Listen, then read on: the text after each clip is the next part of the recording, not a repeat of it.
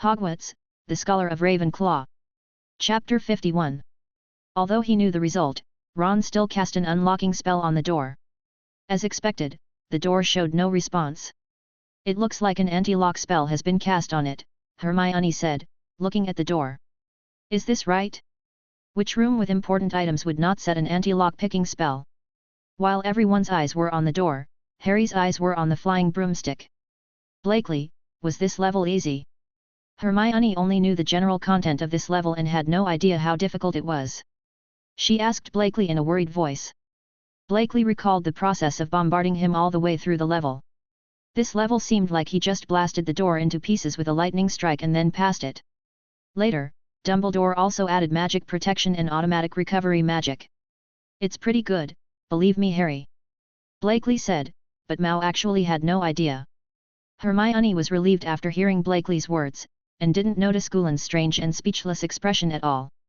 Looking at the keys flying all over the sky, everyone had a headache. Which key should they find to open that door? "That's a very old door, so we have to find the oldest key," Harry said seriously, staring at the keys in the sky.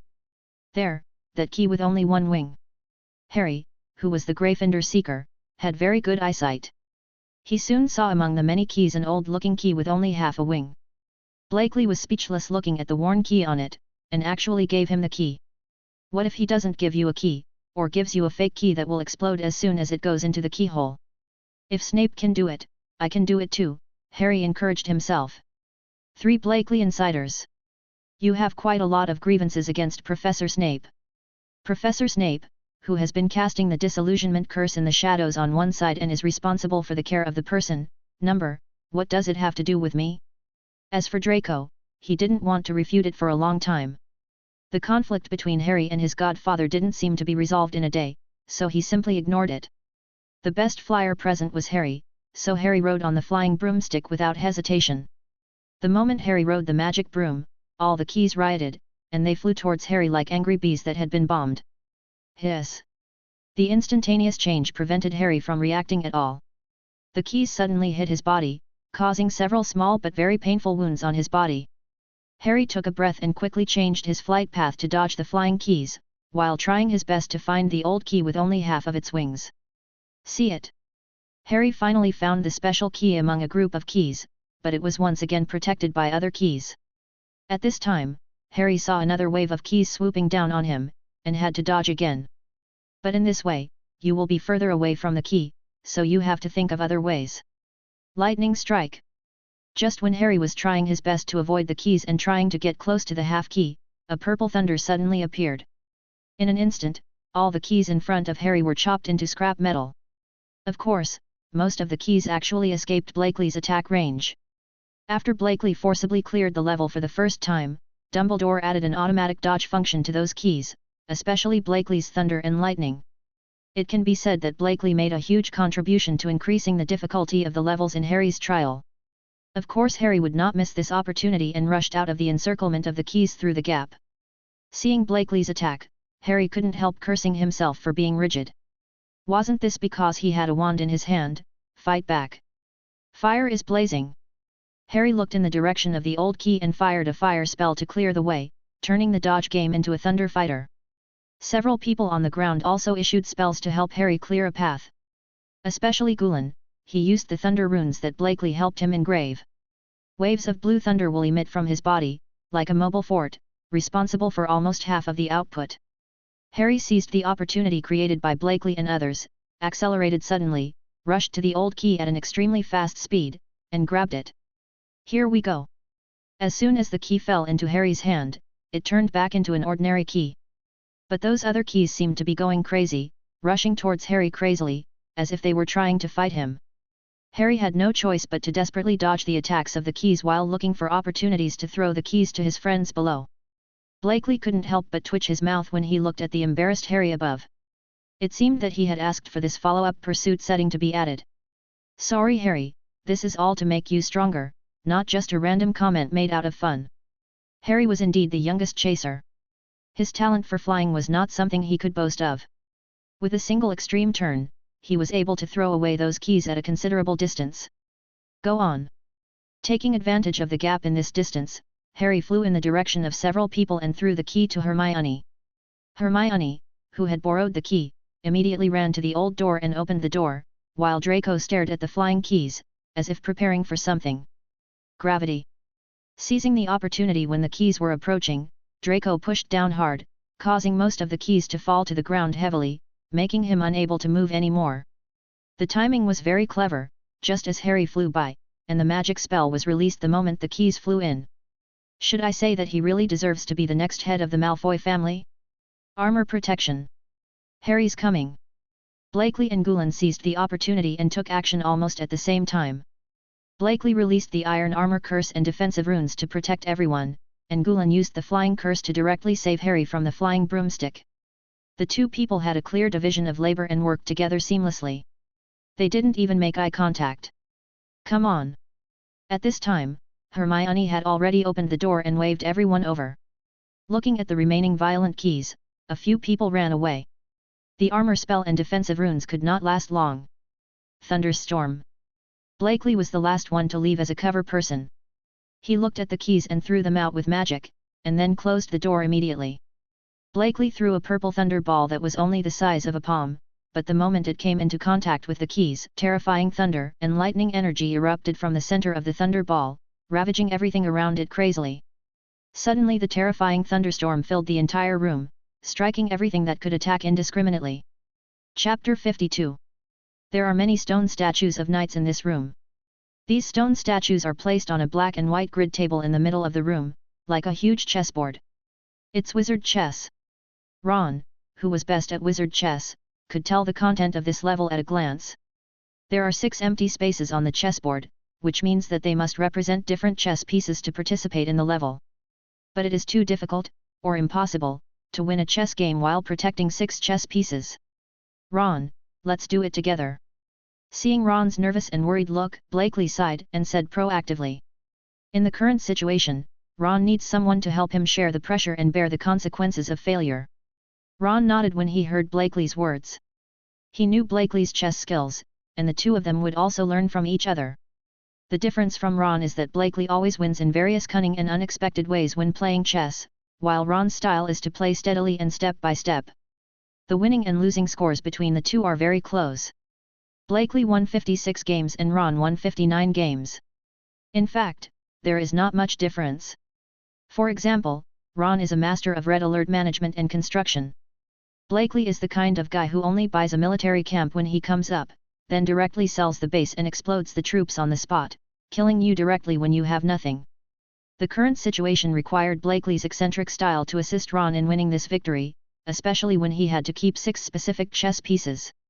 At the beginning of the game, Blakely asked Ron to play a move that Ron regarded as an idle move. Ron was a little puzzled, but he didn't say anything. Every move Blakely makes in chess may be a sinkhole in the later sequence. Ron, who often competes with Blakely, is deeply touched by this. With the cooperation of the two people, the chess game was still at a disadvantage because they had to protect 6 pieces. Ron was responsible for direct contact with the opponent, and he acted steadily like a steady general on the battlefield. Blakely, on the other hand, uses small victories step by step to reverse the situation of the big battle, like a wise strategist who controls the entire field. And the 4 of Gulen are like when you play a game, you not only have to protect them, but you also have to trick your teammates with nothing. I could only stare blankly, unable to do anything to help.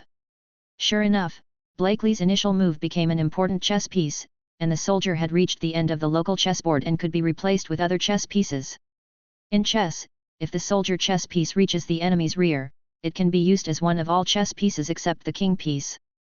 But in fact, most of them are replaced with queens, because queens are the best to use.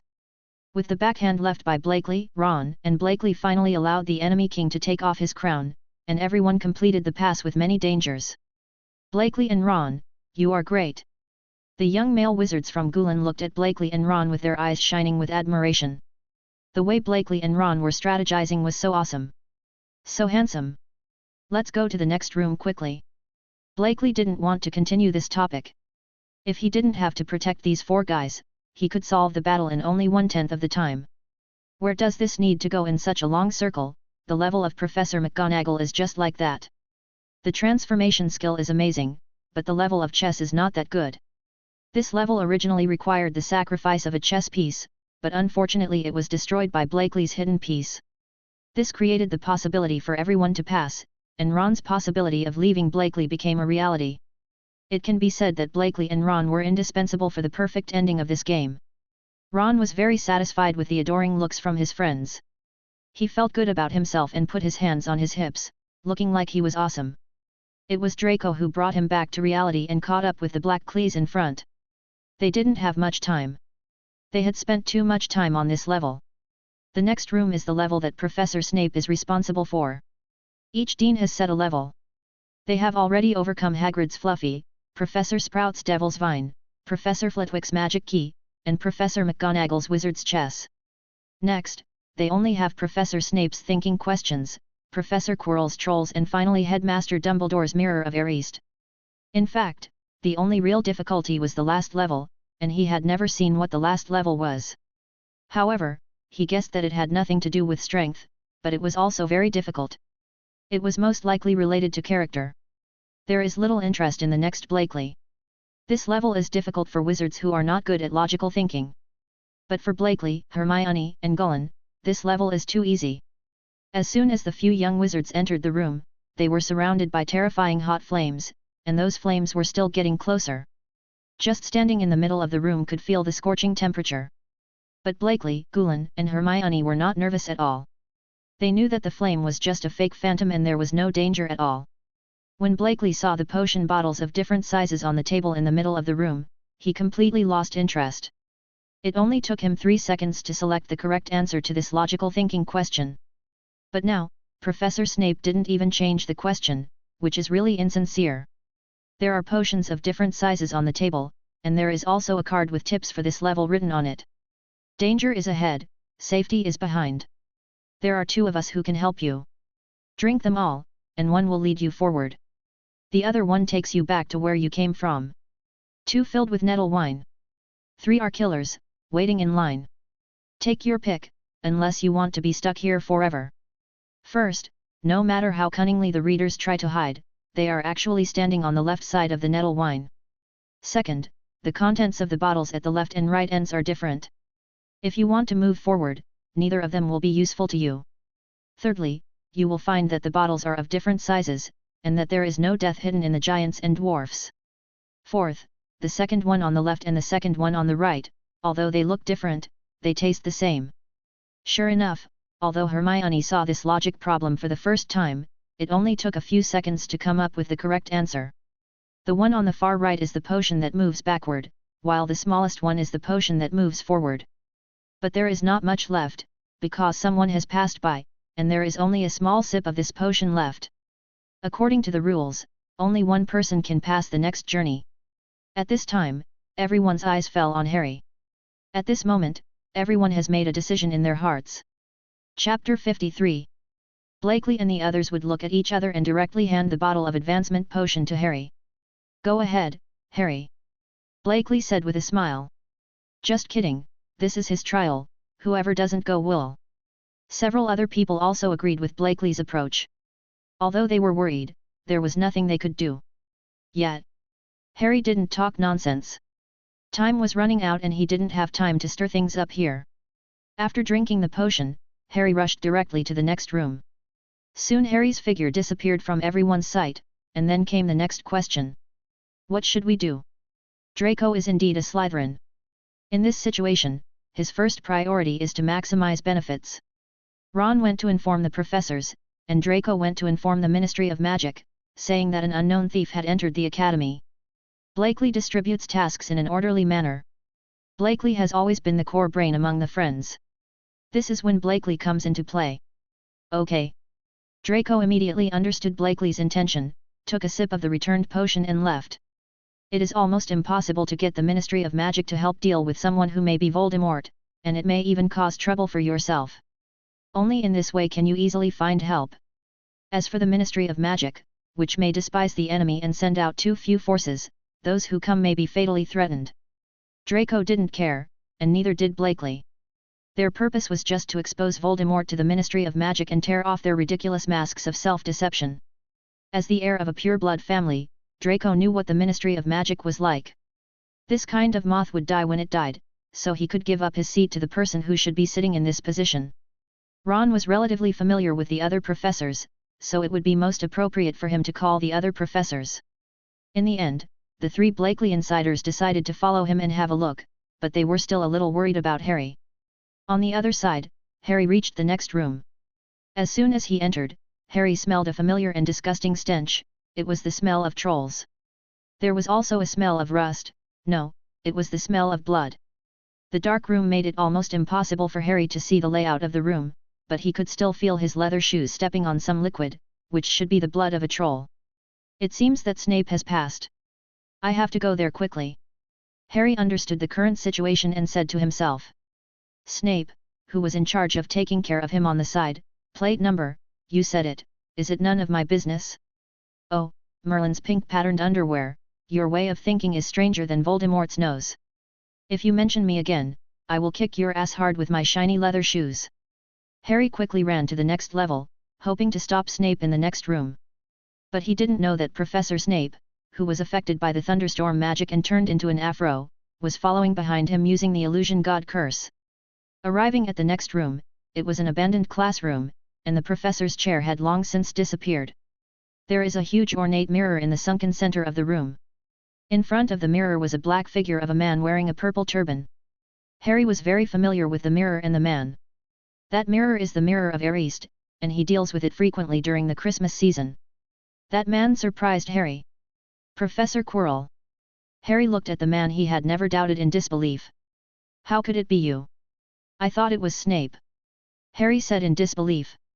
How could it be Professor Quirrell, who is harmless to humans and animals? Oh, indeed.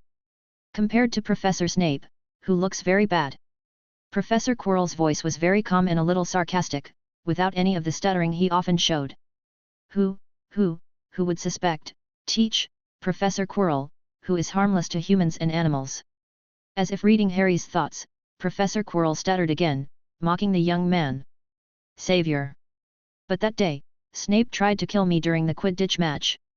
Harry was still somewhat willing to believe this reality. After all, he had stared at Snape for so long and firmly believed it, but it turned out to be all wrong. No, child. I was the one who wanted to kill you that day. Professor Quirrell said calmly as he looked at Harry walking down the steps, but there was still some guilt and helplessness deep in his eyes. But our savior didn't notice this at all. He just slowly turned from being overwhelmed at the beginning to anger and hatred. Believe me, child. Professor Quirrell's expression gradually changed from calm to ferocious. If Snape's robe hadn't been on fire, preventing me from staring at you, I would have killed you long ago. Professor Quirrell said bitterly. No matter how much he chants the counter curse, he can't save you. Although Professor Quirrell's tone and expression were ferocious, he did not take the next step. So he wants to save me. Harry finally remembered Blakely's guess that Snape was his mother's old friend. Although he didn't want to believe it, he finally remembered it. I always knew you were a threat, especially after Halloween.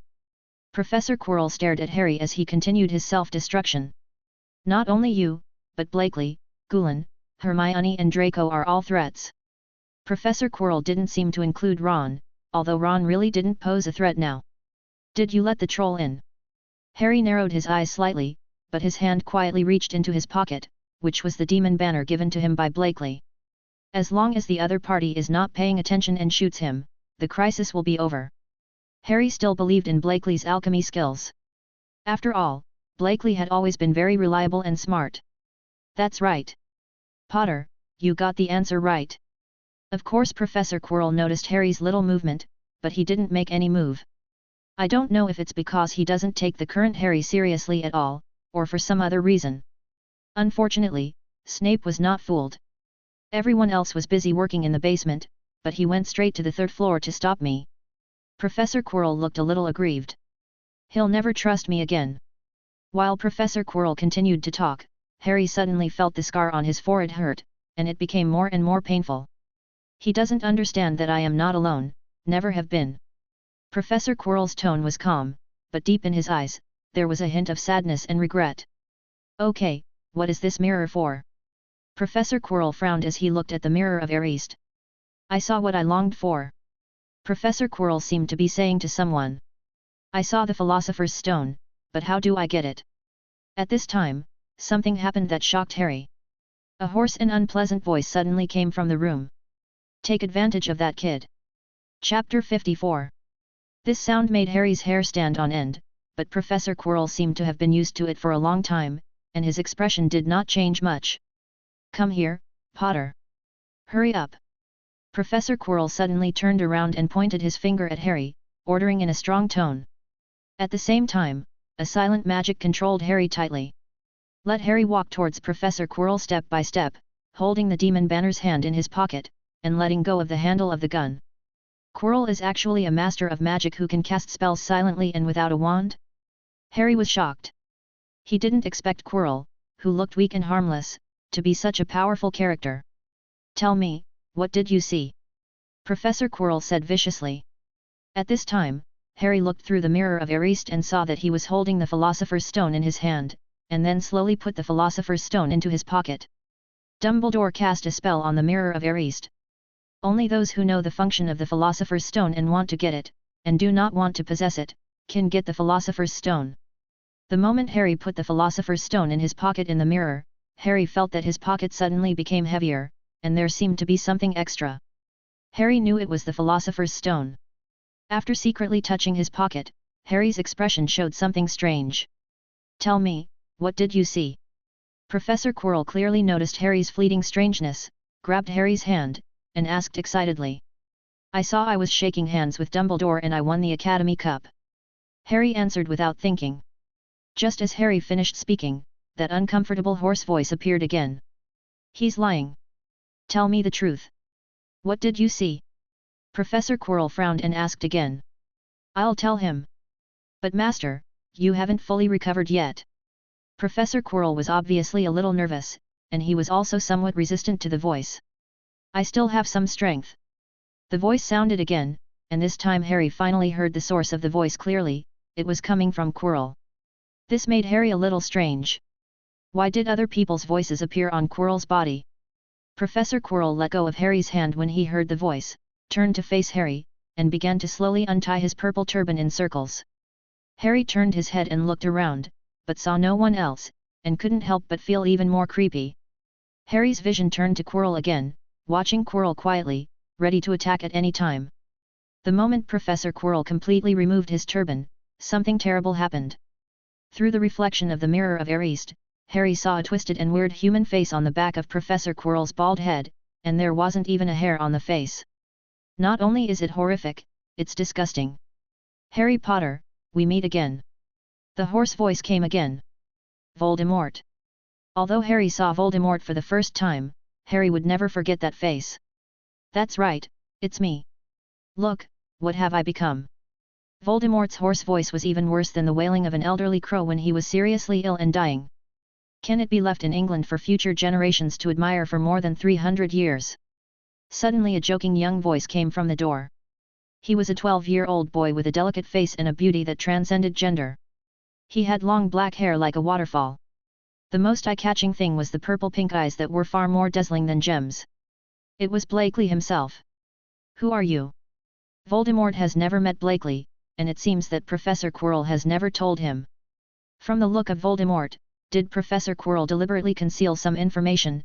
It seems that Voldemort actually spends very little time awake, and Professor Quirrell seems to be at odds with him. Blakely noticed that when he appeared, Professor Quirrell's eyes were somewhat anxious and worried, and it seemed that he was being controlled by force. Then, the plan can be confirmed. Take advantage of his illness and kill him. Blakely put one hand behind his back and one hand on his chest in a gentlemanly salute. At the same time, the hand behind his back made a gesture to Gulan and Hermione behind him, indicating that he was ready to take action. My name is Blakely, Blakely fight. This, thing. Blakely's words made Voldemort very angry. Damn brat. You succeeded in irritating me. Voldemort said angrily. Oh, I don't mean any harm. It's just that you may not know that you look more, domineering. And you are very personal and artistic. I'm even sure that you can put your portrait in the British Museum. Blakely's the voice was very respectful, but unfortunately the content made Voldemort unhappy. 3,000 years later, your portrait will still be hanging there securely, and no one will be willing to take it down. Blakeley continued to express his inner friendly thoughts to divert Voldemort's attention. Damn Mudblood! Voldemort couldn't stand Blakeley's kind words anymore, and directly controlled Quirrell's body to hit Blakeley with a killing curse. Come Blakeley! Gravity is heavy. The moment Voldemort attacked Blakeley, Gulen and Hermione's magic was cast. Blakeley was directly rescued by Hermione's flying curse, and flew directly into Hermione's arms to avoid the killing curse. Gulen's turn was so heavy that Voldemort couldn't react at once, staggering and almost falling. Touch! Before Voldemort could stabilize his body, a gunshot came from the direction of Harry. Harry had been ready when Blakeley appeared. As long as he hit the opponent with the demon banner, the crisis was almost over. It's over. But, it's a pity. Because Harry had never used a pistol, not to mention that his target was not only moving, but also had rich practical experience. Well, in fact, the bullet fired by Harry missed the mark and only hit the open space about 5 meters in front of Voldemort. This situation is actually normal. It is difficult for people who have never used a gun to hit the target, but it is outrageous that Harry can't hit the target even when he is so close. Pa! Blakeley made a clear sound as he watched Harry's eccentric marksmanship and slapped him on the forehead. Miscalculation, I should have let Harry practice shooting. Even if you practice for an hour, you won't miss Voldemort even if you are less than 4 meters away. The corners of the mouths of the other two friends also twitched slightly. Originally, the matter could be over at this moment, but it turned out that the friends were not strong enough. They really couldn't lead this cheating teammate. Next time, Harry will definitely not be allowed to do the main output. This guy has no output at all. Chapter 55. The three Blakeleys looked at each other. The first wave of attacks failed, and they were ready to cooperate with the next wave. Fluorescent explosion. Harry's coming. Lightning strike. Hermione directly released a fluorescent flash without even saying hello to Harry. They couldn't guarantee whether Voldemort would be able to react. All they could do now was delay time. As for a head-on confrontation with Voldemort, is there any fool who really wants to face Voldemort? Gulen closed his eyes and cast a flying curse. He couldn't care about Harry's situation now, as long as he was fine. So our savior felt a sense of weightlessness just as he felt the blinding light, and flew directly to Gulen, almost falling over. The main function of Blakeley's lightning strike was to prevent Voldemort's next move, so that he did not stop them from rescuing Harry. Thanks to Voldemort continuing to stand in front of the mirror, the bright light did not weaken at all, allowing him to taste the feeling of blindness. In this wave, everyone is trying to get close to the control, and they even get the same control twice. In fact, it was Blakeley and the others who took advantage of the sneak attack in the first place. The second time, it was because Voldemort did not react and he was not prepared for the curse of Blakeley and the others when he saw Blakeley for the first time. However, Blakeley and the others will face the real second-generation Dark Lord next. Even if it's just a weak remnant soul, even if he can't even use his body freely, even if most of his spells can't be used at all, even if he doesn't even have his own wand. But it's still not something they can deal with. The opponent is a pure wizard, and all his fighting power is focused on the curse. The only way to delay as much time as possible is to prevent him from releasing the curse. Also, if you give the opponent a shot of Demon Banner, the battle can be ended. One was in Harry's hand, along with 5 bullets. One in Gulen's hand contained 6 bullets. Hermione had the last one, but she forgot it in her dormitory. In the end, Professor Quirrell didn't seem to be of the same mind as Voldemort. He had checked Professor Quirrell's information. If he had really taken action, they would have died long ago. Not only was he an outstanding graduate of Ravenclaw, he was also a master of silent and wandless spells, and an absolute powerhouse in both theory and practice. If he really had murderous intentions, they wouldn't even know how he died. Voldemort is really pitiful. Even if Professor Quirrell had been more proactive, he would have succeeded long ago. Avada Kedavra! Voldemort couldn't bear it anymore and forcefully took over Professor Quirrell's body and hit him with a Voldemort-happy curse. It's a pity that his vision has not recovered yet. Just like Harry's accurate shot, it cannot be said that the shot was slightly missed, it can only be said that it has nothing to do with the target. Blakeley and Gulen looked at each other and took the opportunity to approach him.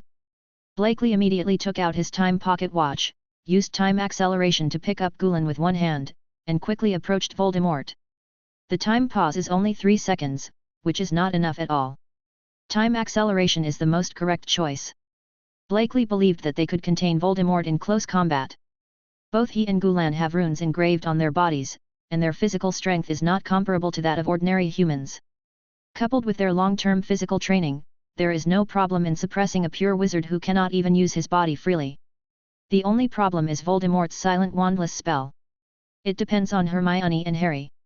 I hope their assistants can interfere with Voldemort so that Gulan has a chance to shoot him. Blakeley was very fast even when he was holding Gulan in the state of accelerated time.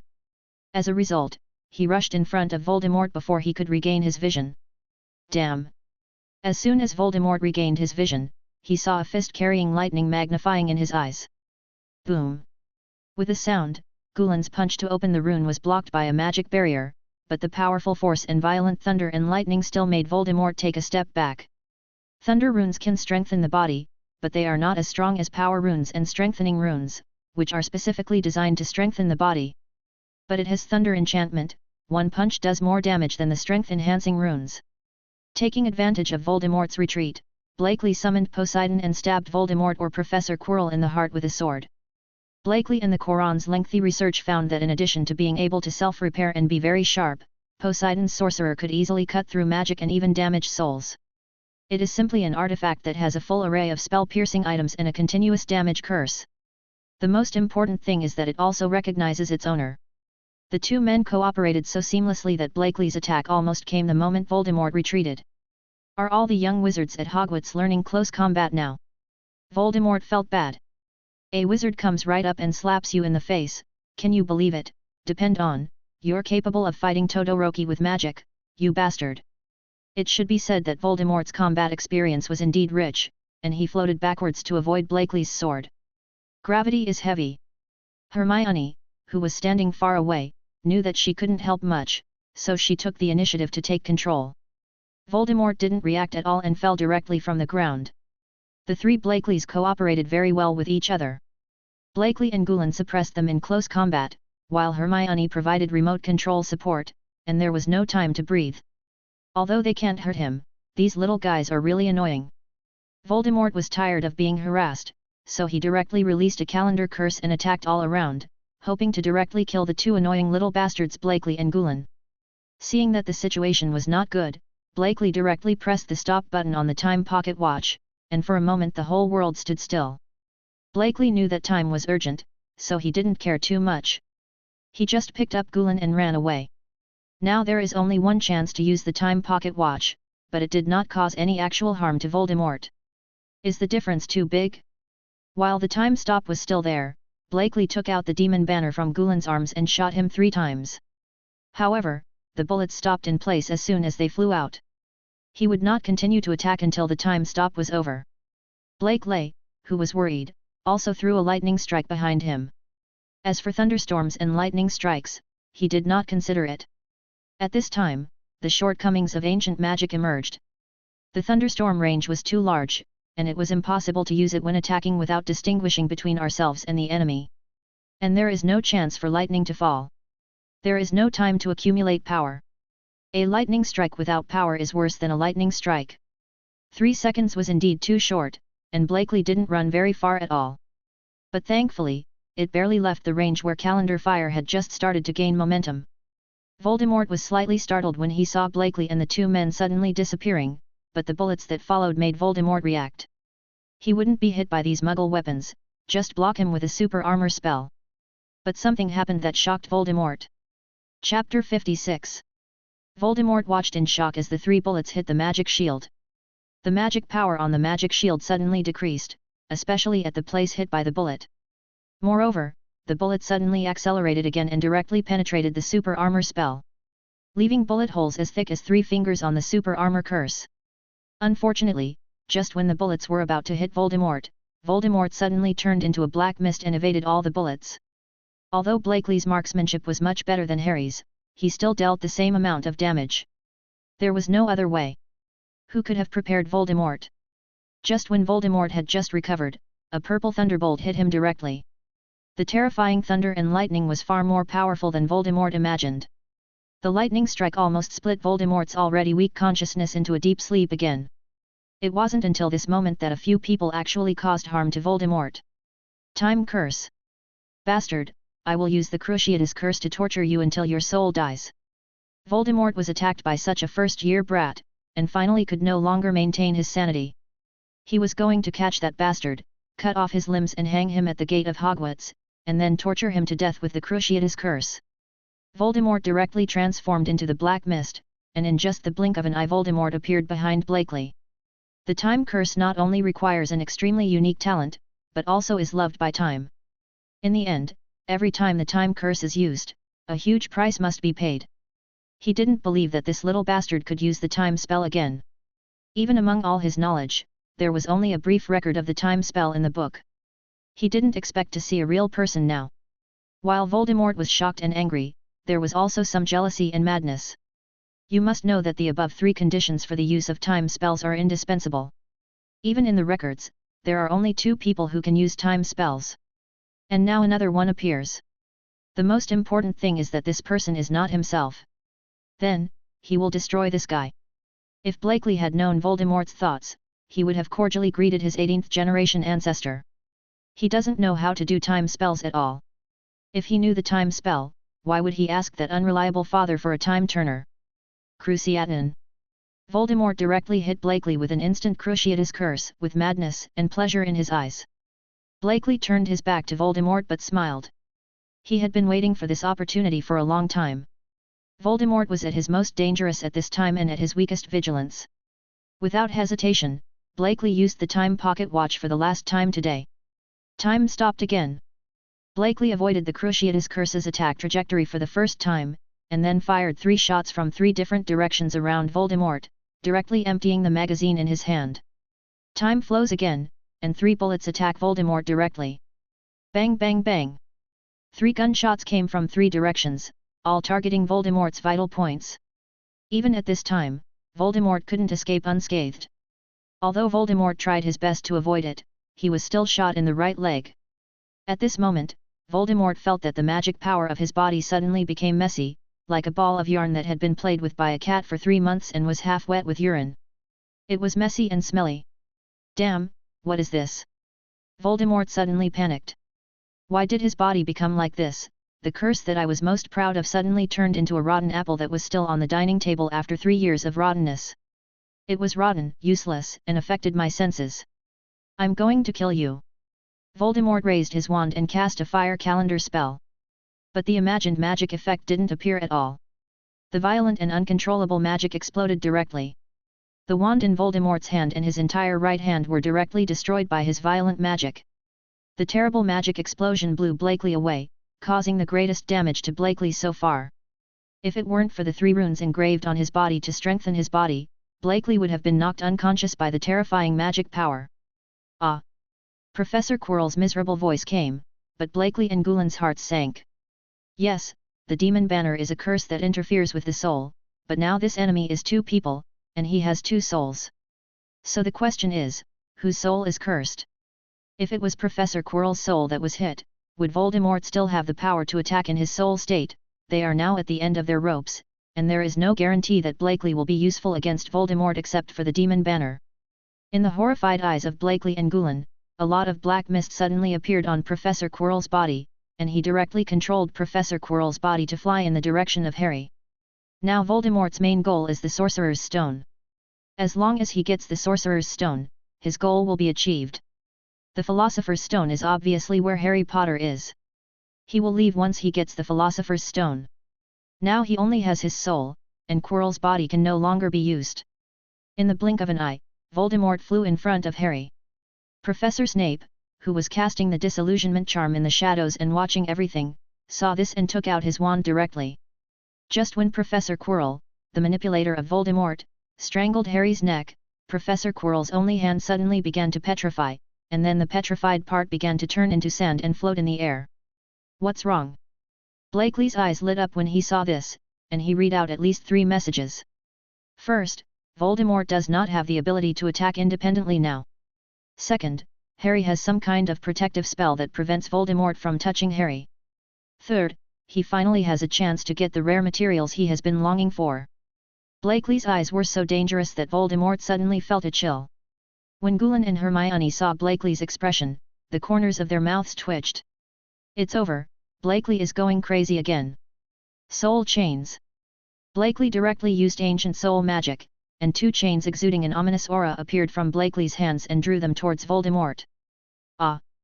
Voldemort was hit by the soul chain, and the black mist on Professor Quirrell suddenly shifted in one direction, and Blakely was almost pulled out of Quirrell's body. Damn it! Voldemort didn't expect that Blakely had magic that could directly attack the soul. Now he could no longer be attacked. Thinking of this, Voldemort turned into black mist and left Professor Quirrell's body. He didn't care about Professor Quirrell's life or death at all, and just passed through Harry's body and left here. Damn it, I forgot to take my rune library. Blakely looked anxiously at Voldemort as he left. He had rare materials, and he still wanted to study how Voldemort was in this state. My rare material.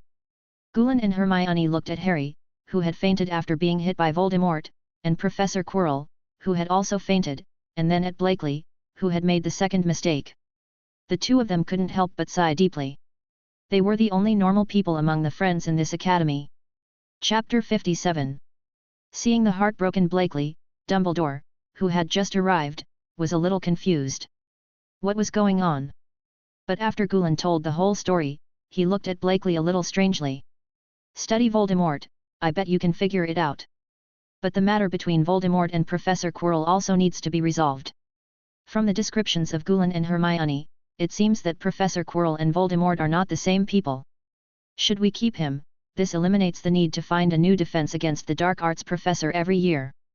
But now we still have to save people first. Harry and Professor Quirrell are in very bad condition. Dumbledore called Professor Snape, who was responsible for protecting several young wizards, to help, and several people sent Harry and Professor Quirrell to the infirmary. In fact, Professor Snape is not so disgusted with Professor Quirrell now. Anyone with a discerning eye can see that Quirrell actually has no ill intentions towards Harry. Maybe Professor Snape remembered himself back then. Blakely learned that Professor Snape was a former Death Eater, but he also made outstanding contributions to defeating Voldemort. After the 2 people were settled, Snape, Dumbledore, Blakely, Gulan and Hermione came to the principal's office. Blakely and Dumbledore need to confirm some information with each other. In the following time, Blakely and Dumbledore exchanged information about what had happened during this period, and the most important thing was about Harry's state. Every time Harry's scar hurts, it's when Voldemort takes some action, so I have some other guesses. Blakely said calmly, taking a sip of black tea. After hearing Blakely's words, the one who had the biggest reaction was Professor Snape. He actually put down the teacup he just picked up. What? This is already the biggest reaction for Professor Snape, okay? I think our wise Principal Dumbledore should have some understanding of Voldemort's situation, right? Blakely narrowed his eyes slightly, looking like a little fox. Well, I think Voldemort must have made a Horcrux to prevent his death. Dumbledore tasted the special super sweet fruit cream cake made by Blakely with a look of surprise on his face. He knew Blakely's craftsmanship and often received desserts from Blakely. But they were all slightly sweet desserts that catered to the tastes of Gulan and Hermione. This was the first time I had eaten super sweet desserts that specifically catered to his taste. Professor Snape looked at Dumbledore with a look of disgust. Didn't Blakely often ask house elves to deliver the desserts he made? Why are you so happy? Then he elegantly cut off a small piece from the Napoleon cake in front of him with a fork, and slowly put it into his mouth to savor it. But Blakely's skills are getting better and better. Doesn't he not like desserts? Horcrux. Blakely felt a little tricky. He has read almost all the books in the library, and he still knows what a Horcrux is. In other words, is Voldemort now in a state between death and life? Gulan rarely touched the cake Blakely made for him, frowning slightly, feeling that it was very difficult. The premise of a Horcrux is to kill others with the death curse, and Harry was hit by Voldemort's death curse. Hermione also looked serious, and she probably guessed Blakely's thoughts. What if by some mistake, Harry was transformed into an extremely special Horcrux? Blakely also showed a serious expression, and gently tapped the table next to the teacup with his long fingers. That would explain the connection between Potter and the mysterious man. Professor Snape also showed a rare frown, and the Napoleon cake, also called Black Forest cake, in front of him no longer tasted good. If you want to kill Voldemort, you must remove all the Horcruxes, but Harry may be one of the Horcruxes, which is very difficult. Neither Blakely nor Dumbledore could kill Harry, not even hurt him. So how to get rid of the Horcrux without hurting Harry? You can't just cast a life-killing curse and it depends on luck who dies and who lives, right? In short, let's try to deal with other Horcruxes first. As for Harry, let's think of a solution first. Dumbledore couldn't think of any solution for the time being, so he couldn't feel good about eating the special dessert. Nothing left. That's the only way. Blakely couldn't think of any other solution for the time being. The only soul spell he knows is the ancient magic of Soul Chain, which can directly attack the soul and also extract or imprison the target's soul. But the problem is, Harry's state is most likely entangled with Voldemort's soul. He can't extract the two souls together, right? Not to mention that I can't do it now, at most I can directly attack the soul. Just say it's impossible, if the soul is taken out, the person will be gone? By the way, there's one more thing.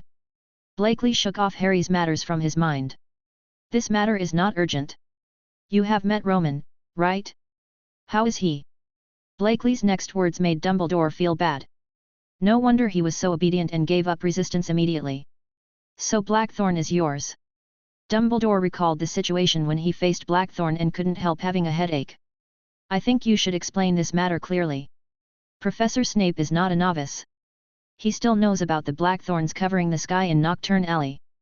But his arrival not only did not bring any disaster to the wizarding world, but also brought better order to the chaotic Nocturne Alley. Professor Snape ignored this matter. In his eyes, the Blackthorn was at least more useful than the Ministry of Magic. However, a dark wizard is still a dark wizard after all, a dangerous character who is not reassuring. So Blakely told them his plan to use the power of Nocturne Alley to consume Voldemort, as well as Roman's identity and subsequent plans.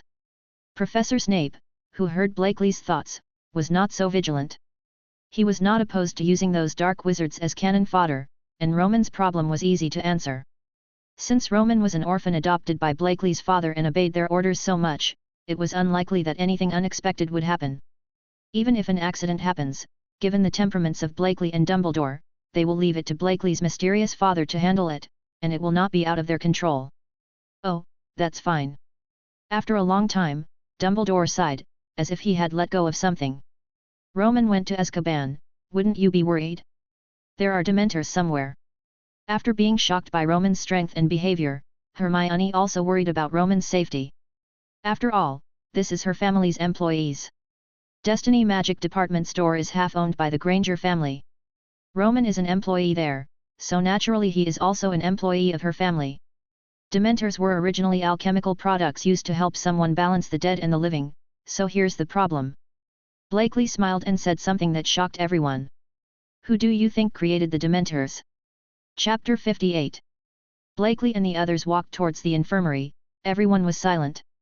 Gulen deeply realized his own weakness after this battle, although if Voldemort was the same age as him, he could press Voldemort to the ground and rub him. But now, he couldn't even resist Voldemort's weak remnant soul. Even though he knew that he would not be weaker than him in the future, he was still somewhat unwilling to do so. Hermione was still shocked that one of her employees was a master of dark magic who could instantly kill 8 Aurors. She was even more shocked when she learned from Blakely that Roland was also a wizard of the same level. Still haven't recovered yet. Blakely was thinking about Dumbledore's commission, and the conditions he gave were very tempting. You can bring 2 people with you when you go to him to learn magic spells, and you can enter the restricted book area and borrow books at any time. The most important thing is that no matter what the result is, this condition will not change. Although Blakely often shamelessly brought one of Gulen or Hermione to ask Dumbledore for advice, it was not very good after all, and he had to bring Dumbledore his own dessert. No more now, and it's in the restricted book section of Hogwarts.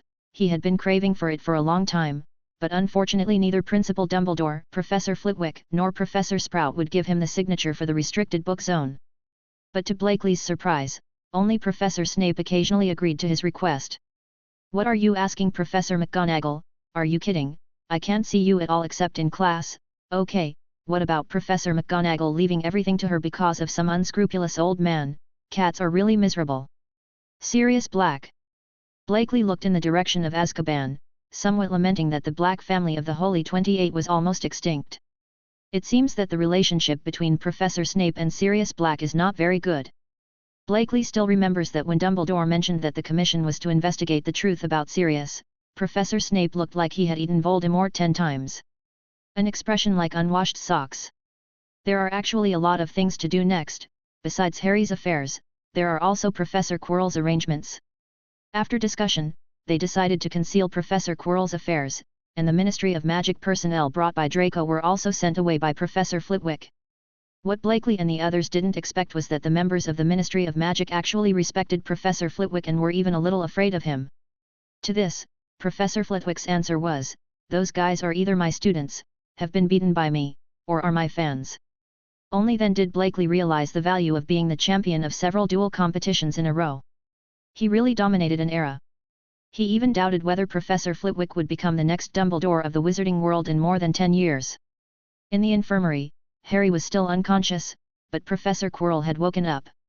However, Professor Quirrell's condition was very poor, much worse than Harry's. In fact, Harry just fainted from the shock to his soul, and he would be fine after taking some rest. But Professor Quirrell was different. Not only had his soul been greatly damaged, but his soul was also imprinted with the soul curse of the demon banner. Even using a simple fluorescent spell could cause him to see Merlin. Both hands were disabled and there were gunshot wounds on the thighs. It can be said that Professor Quirrell is barely alive now. The trauma is simple, but the damage to the soul is difficult to repair. It seems that the only thing I can do is write to my father and see if he has any suggestions. Blakeley and Professor Quirrell chatted for a long time. Blakeley actually had no ill feelings toward this senior who was several years older. What could he do if he was forced to do nothing? Releasing water during a battle is already the most benevolent thing to do. A silent and wandless master can't even deal with a few first-year wizards, do you believe this? During the conversation, Blakeley also discovered that Professor Quirrell was actually a disciple taught by Professor Flitwick himself. Even more so, he has no ill will toward Professor Quirrell. After all, there is still the trust that should be expected in a relationship between seniors and brothers. But Professor Quirrell didn't seem to forgive himself so easily. He said that not only had he embarrassed Professor Flitwick, but he had also hurt Harry, and he no longer had the shame to stay in Hogwarts. When this semester is over, he will leave Hogwarts and never come back without special circumstances. He has no way to face the people in the academy. Moreover, he is no longer a useless person who cannot use magic, and has no use except for the knowledge in his mind. At this time, Professor Quirrell's arm that was damaged due to magic disorder had recovered, but his petrified left hand could not be recovered. The curse on Harry should be a special ancient curse, and the price is very high, most likely the life of the caster. Otherwise, it wouldn't be so powerful, and just a touch would cause almost irreversible damage. This is also a private setting. In the original work, it is said to be an ancient curse, and it does not say whether the damage caused can be cured. After all, the original Professor Quirrell has turned into ashes. There was nothing Blakeley could do. There might be hope for the curse of the Forbidden One, but the magic on Harry would be very difficult. This curse is not only powerful, but also extremely difficult to break. Blakeley didn't know how he should face Professor Quirrell. Did he actually do anything wrong?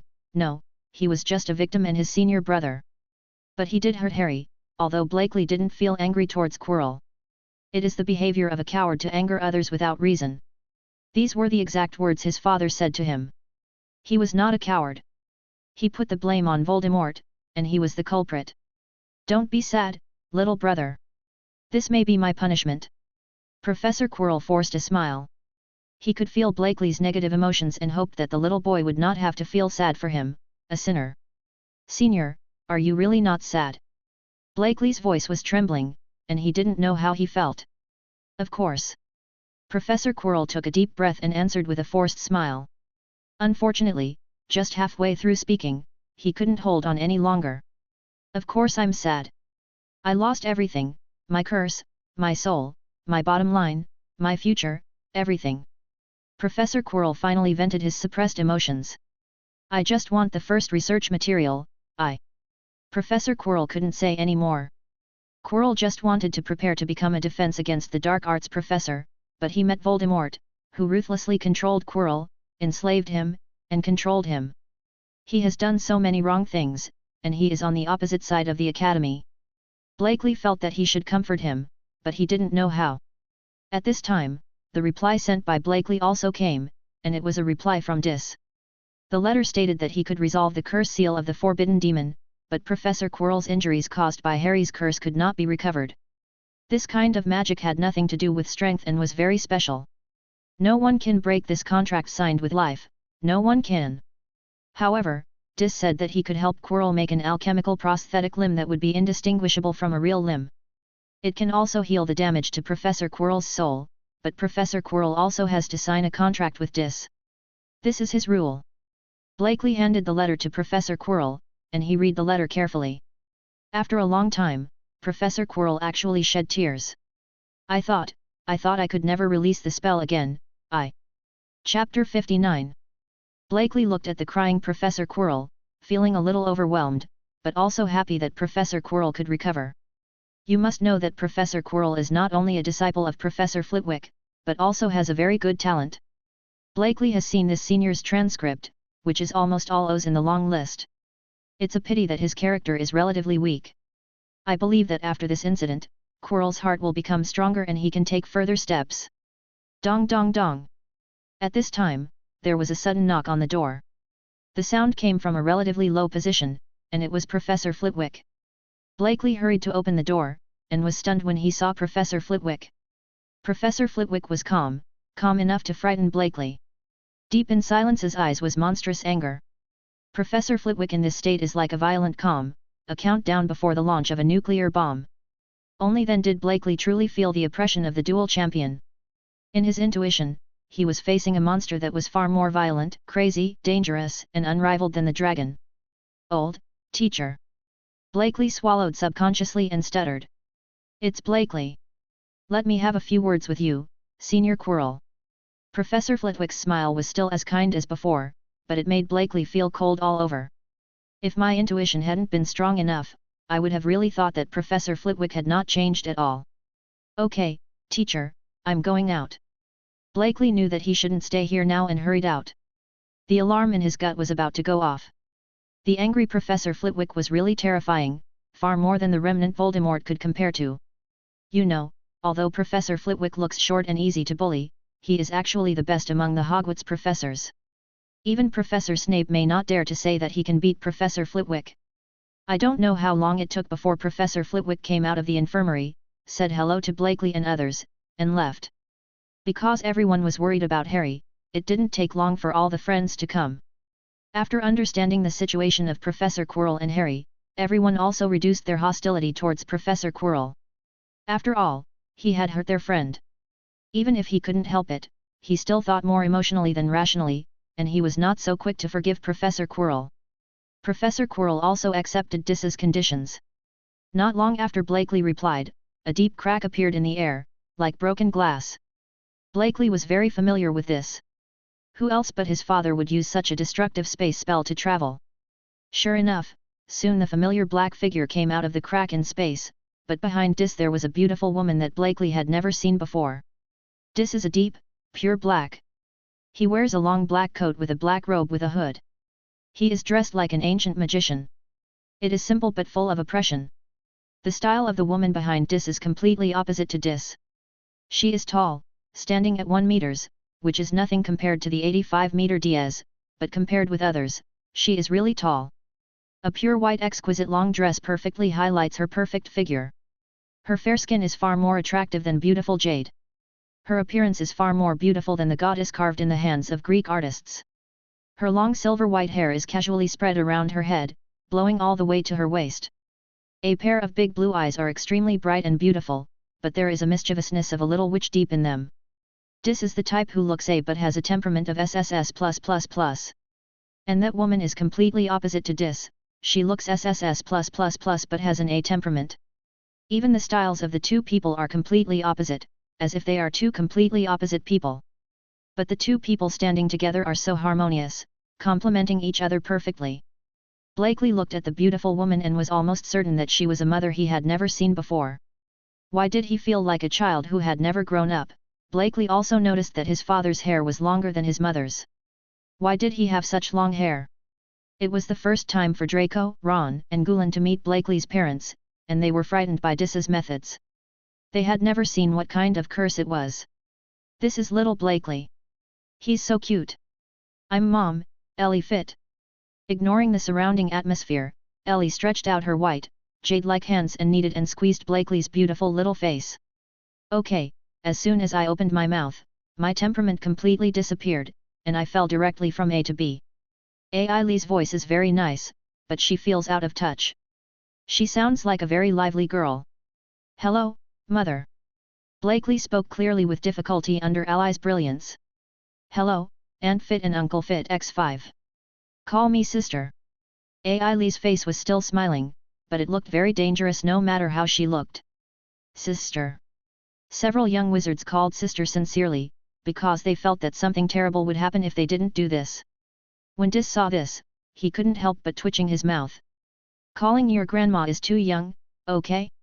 You are 3 months older than me. Although he didn't dare to express it, he could condemn it in his heart. After the fight couple exchanged pleasantries with the little wizards, Dis turned his attention to Professor Quirrell, who was the purpose of his trip. Ellie saw Dis's eyes on Quirrell and brought several young wizards outside with a tacit understanding. Although she was usually very out of touch, she was not ambiguous at all when it came to business matters. How do you think I met Dis? He was led by several young wizards for a walk by the Black Lake and talked about their past affairs. He was scary when we first met, especially his eyes. Ellie chuckled as she recalled the time when she had a sloppy step, a thin body that looked malnourished, and her eyes were as fierce and crazy as if she crawled out of hell, even her name. None of them were little boys. Is Uncle Dis fierce? I think Uncle Dis has always been very kind. Hermione was already very familiar with Ellie, and this beautiful elder gave her a good feeling. The other friends nodded in agreement. Dis gave them a very gentle feeling, not like a fierce person at all. Time will always erase a lot of things and change a person beyond recognition. Ailey said with great feeling. She just added silently in her heart, except for Dis, it seemed that the only thing that had been wiped out was his temper. Compared with the murderous god back then, it is hard to believe that this gentle gentleman is a human being now. The group of people walked around, and Ellie told several little wizards a lot of embarrassing things about Dis' childhood. For example, when he wore women's clothes to sneak into a dance party, and was confessed to by 17 men in one night because of his good looks and temperament, it made the little wizards laugh. Blakely didn't even think that his father had such a glorious deed, and he smiled wildly, but he didn't notice that the other friends had stopped smiling. It seems that little Blakely is very happy today. A familiar voice came from behind him, making Blakely's heart tremble. Dear, didn't you agree not to mention those things? Dis didn't seem angry, but turned around to express his resentment to Eli helplessly and dotingly. When Ellie heard Dis's words, she stuck out her tongue playfully. I was wrong, I will try again next time. That's it, Ai Lee and I are going back first. Dis and Ai Lee disappeared directly in front of everyone, without giving everyone a chance to react. Chapter 60. Blakely was still curious about what contract his father had signed with Professor Quirrell, and then asked Professor Quirrell. Professor Quirrell did not hide it. The content of the contract was actually very simple. Dis repairs Quirrell's soul, removes curses and creates alchemical prosthetics. As a price, Professor Quirrell signed a 7-year protection contract and tried his best to protect the safety of the 6 Blakely people within 7 years. Actually there is a second one, but he forgot about it. The final third covenant is to forget the second covenant while alive. Professor Quirrell was a little confused about this, but the second clause had no impact on him, because he had read the entire contract at the beginning. This kind of contract spell will not have any effect unless both parties sincerely agree. At this time, Professor Quirrell's soul was no longer damaged and cursed, and his mental state was much better. He was quite happy chatting with Blakely. Both Blakely and Quirrell are scholars of theory and practice. Blakely gave Professor Quirrell a lot of inspiration in the improvement and application of magic spells. Professor Quirrell also shared many silent and wandless techniques and experiences that benefited Blakely a lot. Needless to say, they are both outstanding students of Eagle Academy. The content of their chats is all about magic spells and knowledge. Gulen and Hermione can still keep up with the rhythm of the two of them. Draco can barely understand, but well, I am completely listening to the scriptures. After an afternoon of friendly exchanges, academic discussions, Blakely and others had a direct reversal of their feelings towards Professor Quirrell. You must know that during Voldemort's presence, Professor Quirrell was looking for books to study, and he was stammering and stumbling until he fell asleep. And now Professor Quirrell is knowledgeable, rigorous in theory, easy to understand in language, and has countless techniques and uses of magic spells. Jean Goulin and Hermione looked at him with admiration, and the looks in their eyes also made Quirrell a little at a loss. I have never admired him, only my classmates who called him a monster when they were students. Professor Quirrell left the infirmary the next morning, and Blakeley organized a small party for Professor Quirrell to celebrate Professor Quirrell's discharge. Blakeley was still so considerate to his friends, which moved Professor Quirrell to the point of tears. In fact, Blakeley's main purpose of doing this is to ease the relationship between his friends and Quirrell. After all, Quirrell will have to deal with them frequently in the next 7 years, so it is better to establish a good relationship as early as possible. During the banquet, Professor Flitwick unexpectedly came here, which surprised several people, especially Quirrell, who seemed very restrained. But Blakeley, Hermione, and Goron noticed that Professor Flitwick's eyes seemed relieved after seeing Quirrell's state. That evening, they received news that Harry sobered up. So several people took Professor Quirrell to visit Harry. Blakeley also prepared desserts for several people. He became the personal pastry chef of the friends and professors. It's obvious that he doesn't like desserts. On the way, several people also met Principal Dumbledore, who seemed to have just left Harry's ward. Oh, Professor Quirrell. I heard that you were injured in a sneak attack by an outside thief recently. How are you recovering now? Dumbledore looked at Quirrell with a smile and asked with a kind face and concern. If they hadn't known that Dumbledore was also one of the people behind the scenes, Blakeley and the other three would have believed it. No, Principal Dumbledore, I'm very ashamed. Quirrell was stunned for a moment, but he quickly came to his senses and said with a shameful expression. Professor Quirrell, everyone is attacked sometimes because they relax, but this doesn't mean anything. Dumbledore patted Quirrell on the shoulder without changing his expression. He actually really liked Quirrell. He is very capable but has a somewhat weak character. Relax, I believe Harry will forgive you for your dereliction of duty. Dumbledore blinked, like a playful old naughty boy. Oh, Blakeley, are you here to visit Harry? Dumbledore turned to look at Blakeley and asked knowingly. In fact, the purpose was obvious. He believed that Blakeley would not let him down. Of course, I actually did your share. Blakeley still gave Dumbledore face when there were people around, especially in front of other young wizards and professors, and they were the only ones who often visited the principal. Only when the friends in the room are alone with Dumbledore will they become a bit insignificant. Blakeley took out the specially prepared super-sweet dessert from the Rune Library.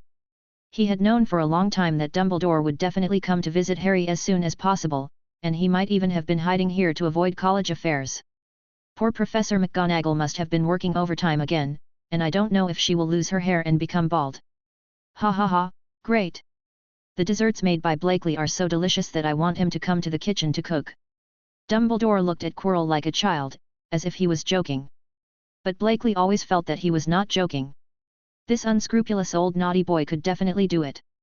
As long as he made a mistake in the confinement content, he would definitely enter the kitchen. Soon several people came to Harry's ward, which was filled with various gifts and visiting gifts, thanks to the publicity of a certain Gryffindor loudspeaker.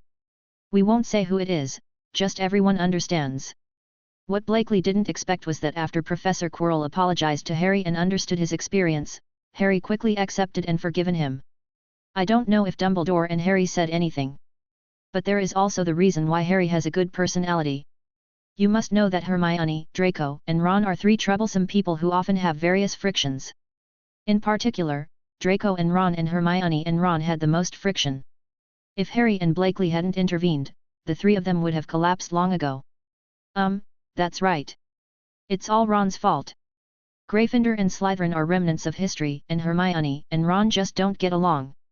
Hermione couldn't bear to see Ron teaching Ron endlessly when he had nothing to do, but Ron often disliked Hermione for being nosy and pushy. It really gave Blakeley and Harry a headache, and the two poor babies were heartbroken. Next, Harry was very happy to play with Blakeley and the others. In fact, he could only watch his friends playing with each other on the hospital bed with a satisfied smile. Here, I heard that eating sweet things can make you feel better. Draco saw Harry sitting on the bed and found a piece of exquisite strawberry cake among the cakes Blakeley brought and gave it to Harry. It's your honor to have Brother Yumian serve you a cake.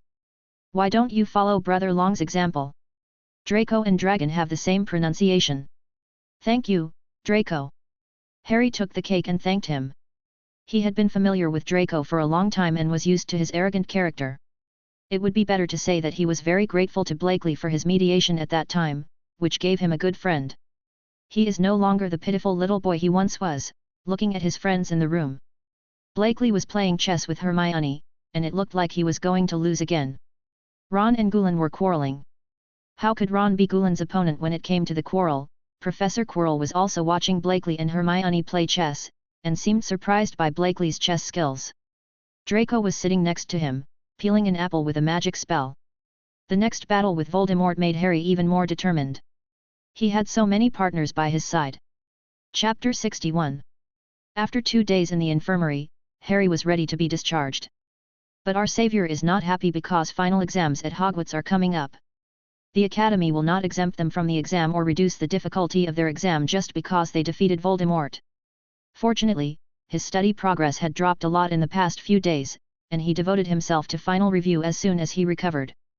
Fortunately, Briley, Hermione, Gulain and even Professor Quirrell came often to help Harry, Ron, and Draco with their homework. As for the Blakely trio, do they need it? I don't know why. 6 friends, one a top student and one a top student got mixed up with 2 bad students.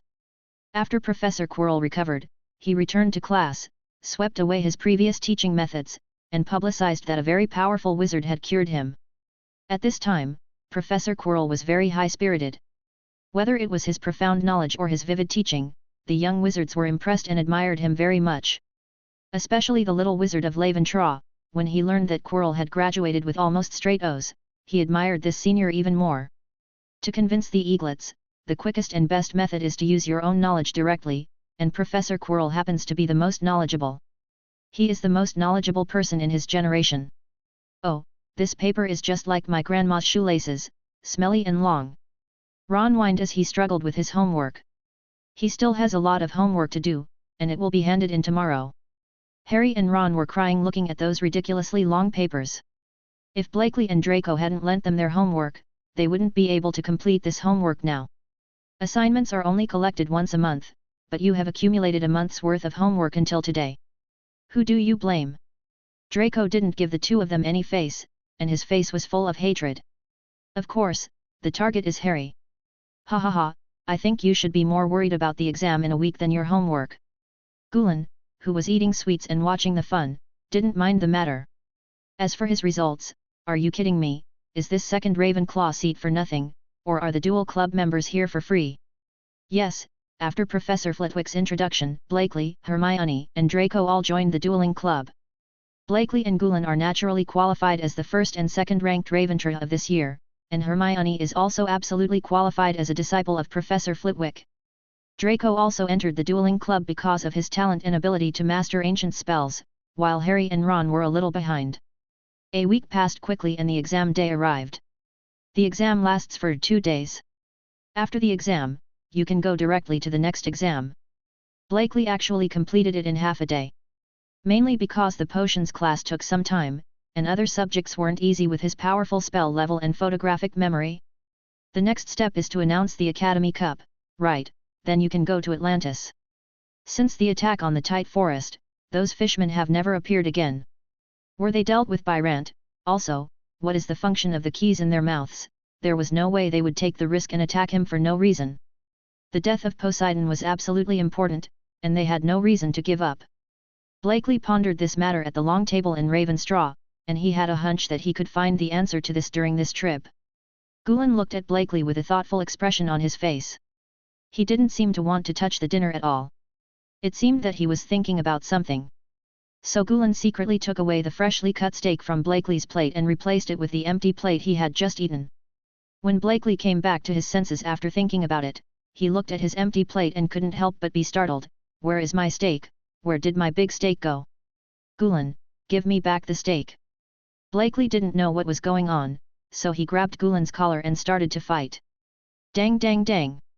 Just as Blakely and the 2 were having fun, the sound of a spoon hitting a cup came from the professor's chair. The little wizards in the room were quieted down, and everyone in the green Slytherin-style hall looked in the direction of Professor McGonagall. It seems that the House Cup is about to be announced. The little wizards of Slytherin are all very excited. Looking at the surrounding decorations, they can tell which house has the highest score. Blakely isn't that interested. He focuses on practicality, and the Academy Cup can't give him money, so what's the use? An achievement, Professor Flitwick seemed to think so too, and he didn't pay much attention to the Academy Cup. His main focus is on studying ancient magic, and he will make those who bully his disciples pay the price.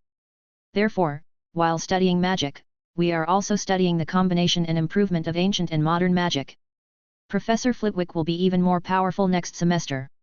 Where is the energy to take care of something that has no practical effect? I would say that I was still interested before, but my student is being bullied. As a teacher, is it okay not to do something to say something? Another year has passed, and now it's time for the Academy Cup again. After everyone looked over, Dumbledore stood up from his seat, and his old and powerful voice spread throughout the hall. The scores for each college are as follows. Hearing Dumbledore's voice, a certain threesome lowered their heads in shame. That's right, Harry, Ron and Draco. In particular, Draco and Ron often plotted against each other. Even if Ron deducted points most of the time, Draco would occasionally fall into the trap, causing the scores of the two houses to fluctuate, especially Gryffindor. Number 4, Gryffindor has a total score of 312. Applause rang out all around, but the little Gryffindor wizard felt that the applause was so harsh. Professor McGonagall at the professor's chair looked helpless, as if her soul had been taken away. Number 3, Hufflepuff has a total score of 352 points. Applause rang out again, and the atmosphere in Gryffindor became even more depressing. Hufflepuff seemed like nothing happened and clapped. Maybe they don't care at all. The second place is Ravenclaw, their total score is 426 points. The applause rang out. Compared with other colleges, the little wizard from Ravenclaw was much calmer, but the joy in his eyes could not be suppressed. Finally, it's no. 1. Slytherin House with a total score of 472 points. Yet.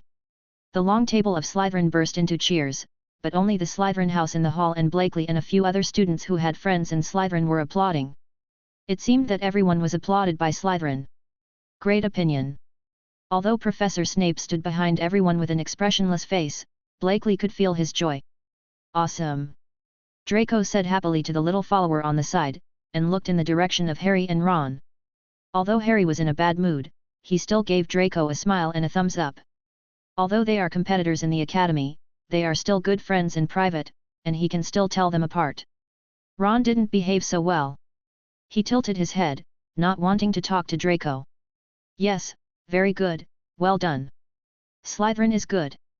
Dumbledore said towards the Slytherin table. But one more recent thing has to be taken into account, I still have some final points to add. Chapter 62.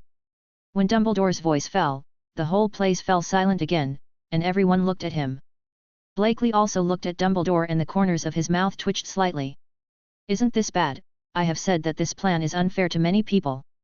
He knew what Dumbledore was going to do, but he made other suggestions at the time, and it was obvious that Dumbledore did not listen to his suggestions. Miss Hermione Granger, she used her talents calmly and skillfully when others were in danger. At this time, all the students looked at Hermione, but Hermione looked at Blakely with a confused look on her face. Didn't you say that this was going to happen? Hermione cast a questioning look at Blakely. I didn't expect it either. Blakely answered Hermione's question with a helpless look. Harry and Ron watched Hermione and Blakely wink and communicate with each other. No matter how many times they watched it, they still found it magical. How did Blakely, Gulen, and Hermione convey the news like this? How come they can't do it? Additional 50 points. Dumbledore's words made Gryffindor cheer. Then, Mr. Blakely fed and Mr. Ron Weasley showed their superb chess skills. At this moment Blakely almost choked himself to death with a sip of black tea. Is it none of his business? The eyes of the surrounding eagles looked at Blakely with joy. This first-year chief is so awesome. Together they won the most exciting game in Hogwarts history, adding 50 points each. Oh! Gryffindor burst into cheers, looking very lively. Ravenclaw was not that imageless, but his eyes looked at Blakely with stars. Harry Potter, for his courage and extraordinary courage, 60 points from Gryffindor. Oh! Gryffindor once again burst into enthusiastic cheers. Draco Malfoy, his behavior in protecting his friends is commendable. Slytherin adds 50 points. After being stunned for a moment, Slytherin gave Draco a sincere applause, and successfully secured his position as the first-year Slytherin leader in Slytherin. Some young wizards who were dissatisfied with Draco were also convinced. Even Professor Snape looked at his godson with a softer look. He saw Draco's progress. Mr. Blakely fight, Mr. Gulen Camel and Miss Hermione Granger, they played the best cooperation in Hogwarts in 100 years. Each of them will add 50 points. Oh!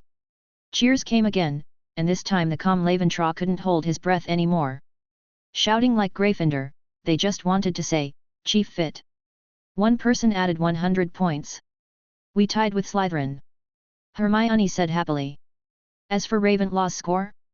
The friends are all convinced by Blakely, and it was indeed earned by Blakely's own strength. Finally, it takes courage to stand up to your enemies, but it takes even more courage to stand firm in front of your friends. So I would like to award 10 points to Mr. Neville Longbottom. Gryffindor once again burst into applause and cheers, but Slytherin was not so happy. The Academy Cup didn't matter, but Slytherin had to be above Gryffindor. But now Slytherin is suppressed by Gryffindor, what a shame. Slytherin. Hufflepuff, so no one cares about me. If I'm not wrong, the decoration here needs to be changed. Although Dumbledore felt it was a pity, there was nothing he could do. He won by his strength. Ravenclaw won the Academy Cup. After Dumbledore finished speaking, the green and silver snake decoration in the hall turned into a blue and white eagle, or raven's talon. Professor Flitwick and Professor Quirrell were very happy. This was an unexpected surprise. They did not expect that their college would win the Academy Cup. Fit. Camael. The excited eaglets immediately surrounded Blakely and Gulen, and Blakely and Gulen looked at each other. Run! Blakely pushed Gulen towards the eaglets, and then ran away. Poor Gulen was immediately surrounded by the eaglets. When you are not in danger, your good brother is the greatest danger. Blakely. On the train, Blakely and others were in a train compartment. Everyone was holding their own report cards. Some were happy and some were sad. Blakely still looked like he had nothing to do with me as he drank the black tea he had just made. He ranked first in his grade with a perfect score of 0. It should be said that he was truly worthy of being the first grade leader of Eagle Academy. Hermione looked dissatisfied at Blakely, her little face puffed up with anger was very cute. She also had straight O's, but because her first letter was H instead of B, she was ranked behind Blakely and ranked No. 2 in the grade. Because of this, Hermione had been staring at Blakely for at least 10 minutes, which made Blakely feel a little uncomfortable. Ha ha ha, Blakely must have received his retribution. Gulen gloated, but he had not forgotten Blakely's behavior of cheating his friends. This time Gulen got an E because he didn't perform well in the transformation technique, and he took the exam with the 3rd grade in the 1st grade. He didn't care about his grades, after all, his talent for magic was not as high as Blakely's or Hermione's. But in a real fight, no one in the entire 1st grade except Blakely could be his opponent. As for the other people's grades, Draco was 4th in grade, and Harry was further behind and above average. In other words, Ron's grades were relatively poor and he failed 2 subjects. He would be able to bear some of it when he returned home. Especially when he has an older brother who is the prefect and a few years ahead of him. In fact, the reason why several people went home together, and even Draco took the train for the first time, was that Blakely and the others wanted to discuss going to Atlantis, and they agreed to meet at Blakely's house 3 days later. Alver had already written to Blakely and would pick them up in 4 days, and Dis also wrote to ask the children who were going to Atlantis to come to Fit's house 1 day in advance because they had something important to do. Blakely guessed that it had something to do with Atlantis. It seemed that this trip was not peaceful. However, just come if you have anything, he has not been afraid yet. Blakely also told everyone his guess, and everyone had no intention of quitting. Blakely's matter was their business. Especially Ron was the most positive. He was eager to leave home as soon as possible. Chapter 63. Blakely basically didn't go out at home these 2 days and spent most of his time completing his homemade magic thunder punishment. During this period, Dis and Ally also put forward a lot of opinions. Although Dis talks a lot of nonsense, there is a translator named Ellie. Ellie can actually understand Dis's magical teaching speech of first like this, then like this, and finally like this. Shouldn't it be said that we are not part of the same family, and we should not enter the same family? Curse test, thunder punishment. The 65th experiment. As Blakely spoke, the quill beside him quickly recorded Blakely's words and data.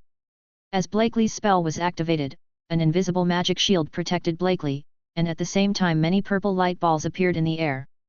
The next second, the light balls released light with powerful lightning energy and connected with each other. With the light balls connected to the center of the light, the 2-meter piece of metal was instantly penetrated into a sieve. Its terrifying destructive power even left countless bottomless holes as thick as fingers on the all-metal floor of the magic practice room. It's finally done. Blakely couldn't help showing an expression of joy as he looked at his masterpiece. His self-created magic spell Thunder and Thunder Punishment was finally completed. Integrating offense and defense, you can freely control the attack range and it is extremely powerful. It can easily destroy a 2-meter metal block instantly, and there is almost no forward motion and cast sound. Well, it seems that the magic power consumed is a bit more than expected. Blakely felt helpless as he felt the remaining magic power in his body. The power of the spell was ultimately linked to the magic power. Although the magic power has been used to the extreme with the help of his parents, it is still a bit too much. Completing the Thunder Punishment this time also gave him confidence for the rest of the trip. His magic and various alchemy tools were enough to protect himself. There was also the Demon Banner.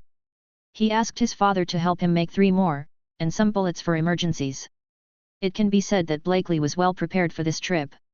Even if he was thrown on an isolated island, he would be able to survive for a long time. Bah! Bang! Bang! Bursts of applause came from behind Blakely. Wow! Wow! Wow! Little Blakely is so amazing. He has completed his own magic spell at the age of 12. Ellie's eyes were full of stars and she happily applauded Blakely. Although Blakely knew that his mother was pretending, he was still very happy. In the past 2 days, Blakely has intimately experienced his mother's care. Although Ellie is very inattentive, her care and love for Blakely are not fake at all.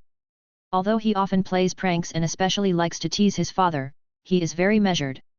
Therefore, Blakely easily became very close to Ally. This time, Ally contributed the most to the completion of the curse and contributed the most. Come and let mommy hug you. Ellie hugged Blakely in her arms without any explanation and rubbed her fair face against Blakely's, like a little girl petting a cat. Blakely was very uncomfortable being rubbed, but Ellie was surprisingly strong and couldn't escape. He finally understood why Mau Mau liked boys but not girls. Mom, I'm not a child anymore. Blakely said helplessly after finally catching his breath. How old are you, and you are still so noisy? Dis scolded verbally, but there was a smile in his eyes. No matter what time, Dis was always so gentle to Ellie. Young and beautiful 17-year-old. After hearing what Dis said, Ellie turned around and put on a magical girl's pose and replied playfully. Dis. 029 months. Dees, I knew it. Counting the time, your friends are coming soon. Why don't you go and greet them? Dis chose to ignore Ally for the time being and let her indulge in herself for a while. Narcissism is not illegal. Blakely was stunned. Yes, it's time to count the days, his brother will be here tomorrow. When I came home 2 days ago, my father said that he had a surprise, but he had to wait for his friends to reveal it together. Coming out of the basement, Miss Jasmine was already ready to welcome Harry and the others, including all the desserts and decorations. It seemed that someone had given the order a long time ago, and Blakely felt that it was most likely his mother. What's interesting is that although Jin and Jasmine were created by their father, the person with the highest authority is their mother. They really love each other. Ding dong! Blakely finally heard the doorbell when he drank 3 cups of black tea. Blakely hurried to open the door. If he didn't come, he would be like a teapot, and his stomach would be full of tea. Blakely, we're here. When he opened the door, he saw Gulan, who was wearing white and cyan patterned plain clothes, and Hermione, who was wearing a brown and red patterned robe. Looking behind, there was Harry in a black suit, Ron in a red L-letter sweater, and Draco in an exquisite custom-made robe. Well, they have their own characteristics. Look at yourself again. She is wearing a long black dress with purple stripes and a black top hat with purple edges, which is also very distinctive. Oh, I didn't expect you to live in the Muggle world, Blakely. Draco was curious about everything around him, but he still acted like a wizard aristocrat. After all, my family doesn't have any magical industry in England. Blakely spread his hands, expressing that he was helpless, and invited a few people in at the same time. Please come this way, I will lead the way, ladies and gentlemen. Jasmine performed her duties as a maid dutifully. Thank you very much. X2. Gulan and Draco were both very polite, as they should have for someone who was beautiful and worked at a friend's house. Hermione, Harry, and Miss Jasmine were already very familiar with each other, but Ron seemed a little at a loss.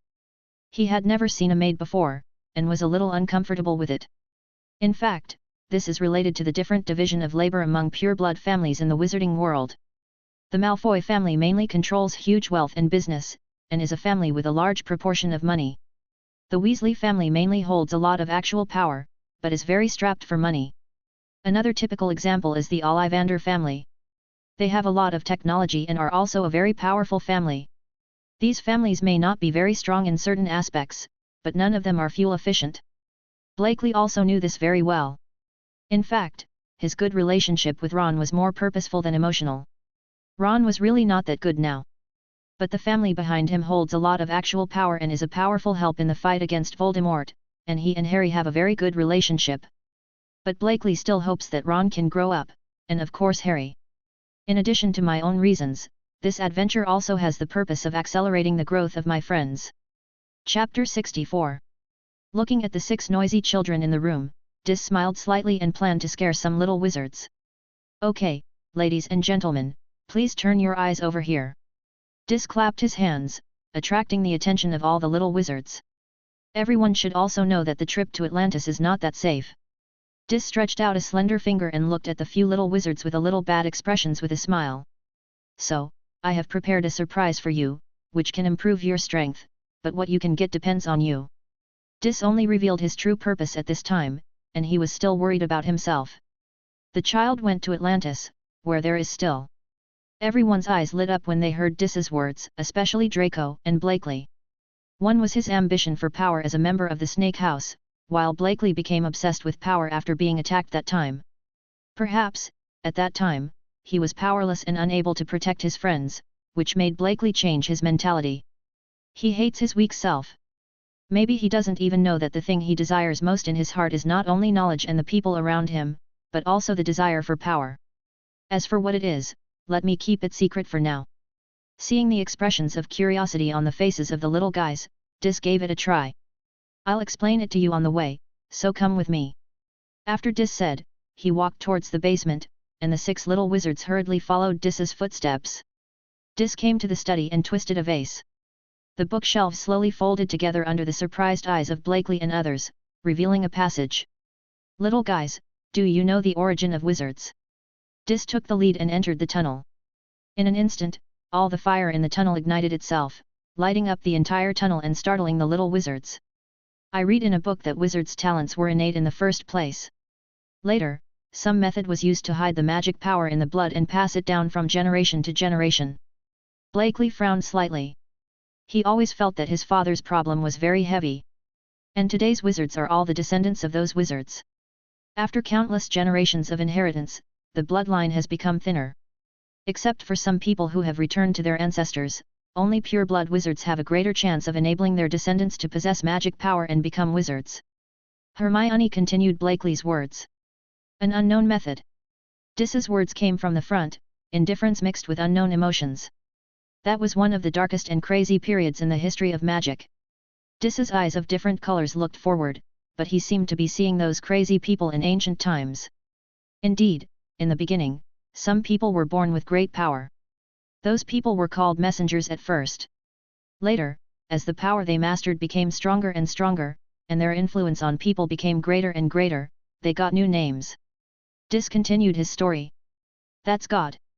What? God. Dis words made the little wizards cry out in shock. And the magic they used was called the magic of the gods by later generations, and their stories were passed down orally and modified into the current myths. However, gods can also die, and gods are also transformed from humans. So those who are hungry for power are crazy about getting the power of gods. So, they used various methods in the hope of gaining power. So they set their sights on God. They try every means to combine with gods, hoping to gain their power. Some people drink the blood of gods and eat the flesh of gods. But in essence, they are only human beings. Only some of the blood of gods inherit their power, but much weaker. Several young wizards walked quietly while listening to the stories told by Dis. Looking at the son of God who gained power because of God's blood, people who were crazy because of desire and jealousy did the darkest, ugliest, and most heart-rending things in the entire history. Dis looked forward with a deep look in his eyes. disgusted and despised. Dis's words also piqued the interest and cheered up the little wizards. They planned to imitate the birth of the Son of God and create a new Son of God, but they couldn't touch God, so they set their sights on other powerful creatures. Fantastic beasts. Blakely could already think of what happened next, and continued with Dis's words, but the expression on his face was not very good either. Hearing Blakely's words, the other friends also turned pale. They are not ordinary little kids who can't think of anything. Yes, they captured many women and forced them to combine with magical animals, completely regardless of their life and dignity. Dis's voice was still calm, without a trace of ripples, just recounting a fact. How can ordinary human beings tolerate magical animals? Not even -% of the people who survive are alive. Even if they give birth to children, most of them are pathetic monsters with half human and half animal intelligence. But not only did the crazy people not stop, but they became even more excited and crazy. Dis's words seemed to take Blakely and the others back to that twisted and crazy era, with everyone looking ugly and frowning. Because those pathetic children really inherited some of the power and magic of magical animals, so they did the same thing again, using those pathetic children as reproductive tools and experimental subjects. In the end, some people succeeded and became the new sons of God. They called themselves magicians. But behind their brilliance, there were the wails and injustices of countless souls. And the most disgusting thing is that they used this kind of the methods are passed down from generation to generation. Hearing this, Blakely and the others felt chills all over. How many people would have to be sacrificed? Finally, after continuous improvements and experiments, the magician's bloodline finally stabilized. After generations of bloodline inheritance, those with the blood of magical animals and those with the blood of gods gradually became a special group. Although everyone in each place the names are different, but their essence is the same. And in England, these people are wizards, right? Blakely had actually understood some of Dis's purposes at this time, which was to remind him of some information about his trip. After all, their goal was Poseidon City. Yes, but after a long period of blood dilution, today's wizards are far less powerful than those wizards in the past. Dis had already led the young wizards to a door engraved with complex runes. Turn around. However, there was actually an ancient god who studied a special method that allowed his people and believers to obtain magic easily and safely. Dis glanced at the 6 young wizards and looked at their shocked eyes. It's a pity that the ugly behavior of those people was not made public because he thought they did not deserve his methods. Thankfully, his followers and descendants have inherited and passed down this method. Now. Blakely knocked on the door with his stick amid the surprised and expectant eyes of the little wizards. His legacy is here. Chapter 65. Dis's words made everyone except Blakely look at Dis and Blakely in shock. That's what happened. No wonder Blakely's family has so much lost magic and magical knowledge. It turns out that they said that a certain god in the Age of Gods inherited his followers. Blakely, on the other hand, had already guessed that his father was probably not a believer in any god. Judging from his father's strength, he was probably not some so-called god of that era.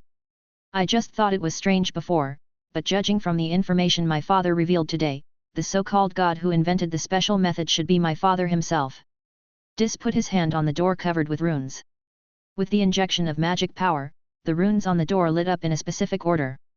The door slowly opened to both sides, revealing the shocking scenery inside. The space in the room is very huge. Surrounding the room are various weapons and items one after another, like a treasure trove to display your own collections. What they have in common is that they all contain strange runes and terrifying magic power. Aura, you can tell at a glance that each one is an extremely dangerous and precious magic weapon. Seeing the little wizards felt like their eyes were going to be blinded, especially Draco and Ron. The others were a little better, either not knowing how precious they were, or they were more reserved. Draco knew very well how valuable these various items placed around were. Any item here could make the 28 Holy Family completely tear each other apart, just to get it. And Ron has been thinking about how much these things could be sold for. Based on blood alchemy, potion science, and the magical blood structure of magical animals, using the hearts of magical animals and special methods to create a blood potion that can directly give others a stable magical animal bloodline. Dis continued to walk forward. Talk about the topic just now. He didn't care at all that the little wizards looked ignorant. It's as if these are just rubbish that can be thrown away casually, or dispensable ornaments that can be obtained casually. So, is that the magic potion that father prepared? Blakely finally knew what surprise his father was talking about. It was a precious item that could directly improve magic talent. Hearing Blakely's words, the little wizards looked at Dis in shock. They couldn't remember how many times they were shocked today. But this time, in addition to shock, there is also a surprise. If Uncle Dis's words are true, then their own talent and upper limit of strength will be greatly improved, which is something that no matter how many powerful weapons can be exchanged for. Yes, but it also depends on your own luck. Dis walked to a huge shelf filled with various potions and said calmly while looking at the potions. In fact, not everyone can use these blood potions. It depends on how well they match you. If you use them casually, it will kill you. And its probability of success is not %, even if the match is sufficient. Can survive the huge changes in blood and body and die. The news made the little ones nervous. Sure enough, there are no such good things in the world. The potion model that Uncle Dis mentioned is actually very reasonable. Some things really cannot be forced. So, which one of you will come first? Dis turned around, faced the little guys, put away his trademark gentle smile, and became serious. He wasn't kidding. Great power comes at a huge price. It's like making a deal with the devil. It's dangerous but exciting, isn't it? Thinking of this, the usual gentleness in Dis's eyes of different colors disappeared, replaced by endless madness and morbid excitement, which looked very strange. I'll go first. Blakely looked at his father's strange eyes and took a firm step forward. He looked at his father. He believed that since his father had brought them here, he would be able to ensure their safety. Okay, okay. Dis looked at his child and nodded happily. Following Dis's action, all the blood potions suddenly floated up from the shelves. The various potions in the sky took turns to rotate around Blakely. Finally, 3 bottles of potions flew out from the team and floated in front of Blakely. That is a bottle of purple potion, a bottle of cyan potion and a bottle of gold potion.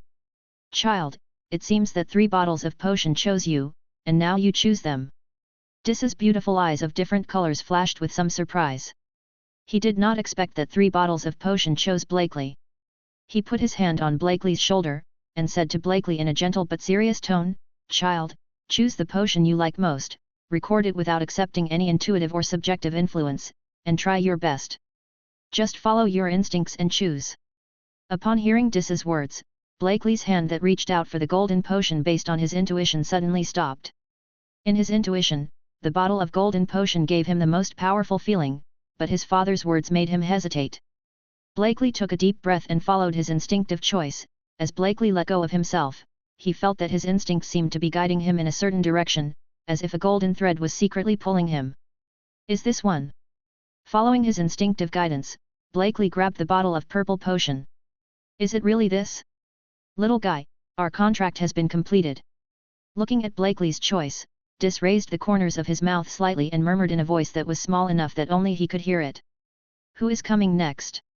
Dis subconsciously glanced at the golden potion Blakely chose at the beginning, and couldn't help but lamented that Blakely's intuition was powerful. This is the most powerful potion in the bunch, but it is a pity that it is not suitable. Blakely. The next one was Gulen. He actually chose the cyan potion among the 3 bottles of potion that he chose Blakely at the beginning. Draco's is a dark green potion, Hermione's is a golden red potion, Harry's is a dark green potion, and Ron's is a white potion. Next, you just need to drink the blood potion and survive the blood changes. Dis couldn't help but smile when he looked at the little wizards. He was previously worried that these little guys wouldn't be able to find suitable potions, but now it seems that this worry it's unnecessary. The only one among them who needs to worry is Hermione, right? The others are all pure blood descendants, so their bloodline is destined to be close to some magical animal, so they choose that kind of potion. As for Blakely, the outcome is already known, isn't it? Only the last step is needed, and for the last step, the probability of failure is almost 0. The reason why they were told to survive the bloodline transformation was actually because the benefits gained from surviving the bloodline transformation while awake would be greater. As for possibly dying, that was the result of the incompatible combination of blood and body when the blood potion was used casually, and the power of itself and the potion were mutually exclusive. Chapter 66. Dis brought several young wizards to the magic practice room where Blakely practiced magic before. Looking at the smooth and deep holes on the ground, the young wizards fell into deep thought. Blakely, have you completed your self-created spell? X2. Hermione and Gulen knew Blakely better. Before, Blakely's self-created magic was only completed in a general direction. The whole thing was just a method of applying spells, and it was far from being a self-created spell. But the two people are still very familiar with the concept of the magic and the imagined effects. After all, they also participated in the conception. Yes, with the help of my parents, I completed the curse today. Blakely spread his hands to show that he actually didn't do anything.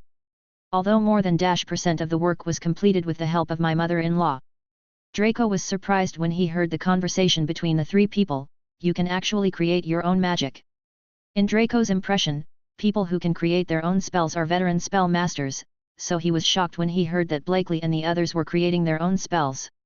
This is actually a habitual thinking. In fact, there is no necessary connection between the master of spells and self-created spells. The Weasley twins are a typical example. Blakely knew that many people actually had this common misunderstanding, so he explained it specifically to clear up his friend's doubts. So, what kind of curse did Blakely create? Ron was the most curious and asked first. Keep it a secret. We'll know when the time comes.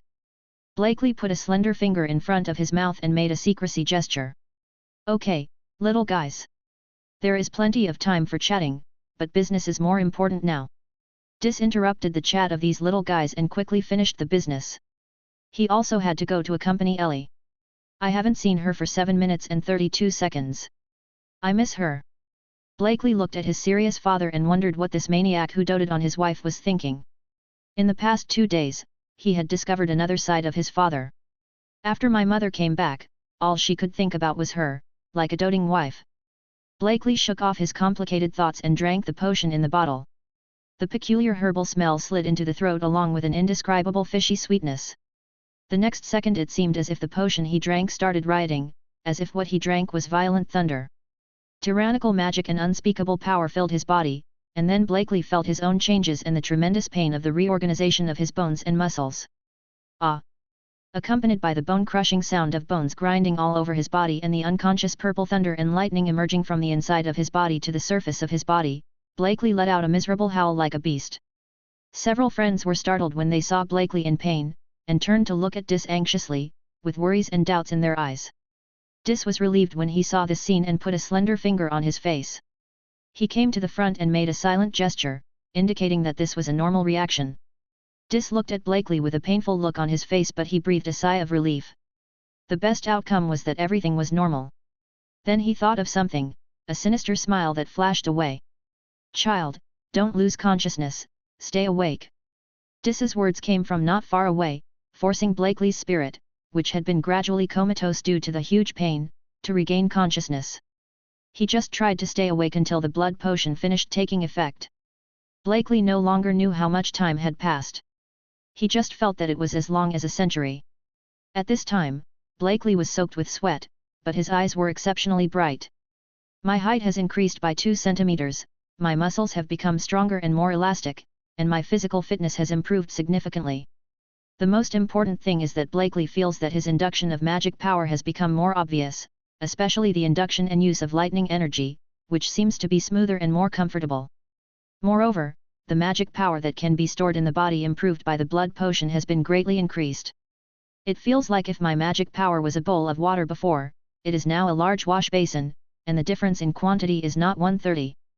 Blakely now feels that he can beat his pretend self, of course, if he regains his strength. Opening his eyes, Blakely's purple-pink eyes seemed to have lightning flashing through them, as sharp and bright as a thunderbird. Blakely, are you okay? Hermione saw Blakely returning to normal and was the first to run to Blakely. She reached out to help him up without disdainful of the smelly sweat on his body and asked with concern. It feels great, as if I had died 1,800 times. Blakely stretched out a thumb and joked with Hermione. About 800 years ago, an alien species appeared among the Thunderbirds. Dis walked up to Blakely and cast a restoration spell and a cleansing spell on Blakely to help him tidy up his image. It was a Thunderbird that was only 2/3 the size of other Thunderbirds and had purple feathers. But he had physical strength and thunder and lightning power that far exceeded other similar ones. The most terrifying thing was that the purple thunder and lightning he triggered was very special.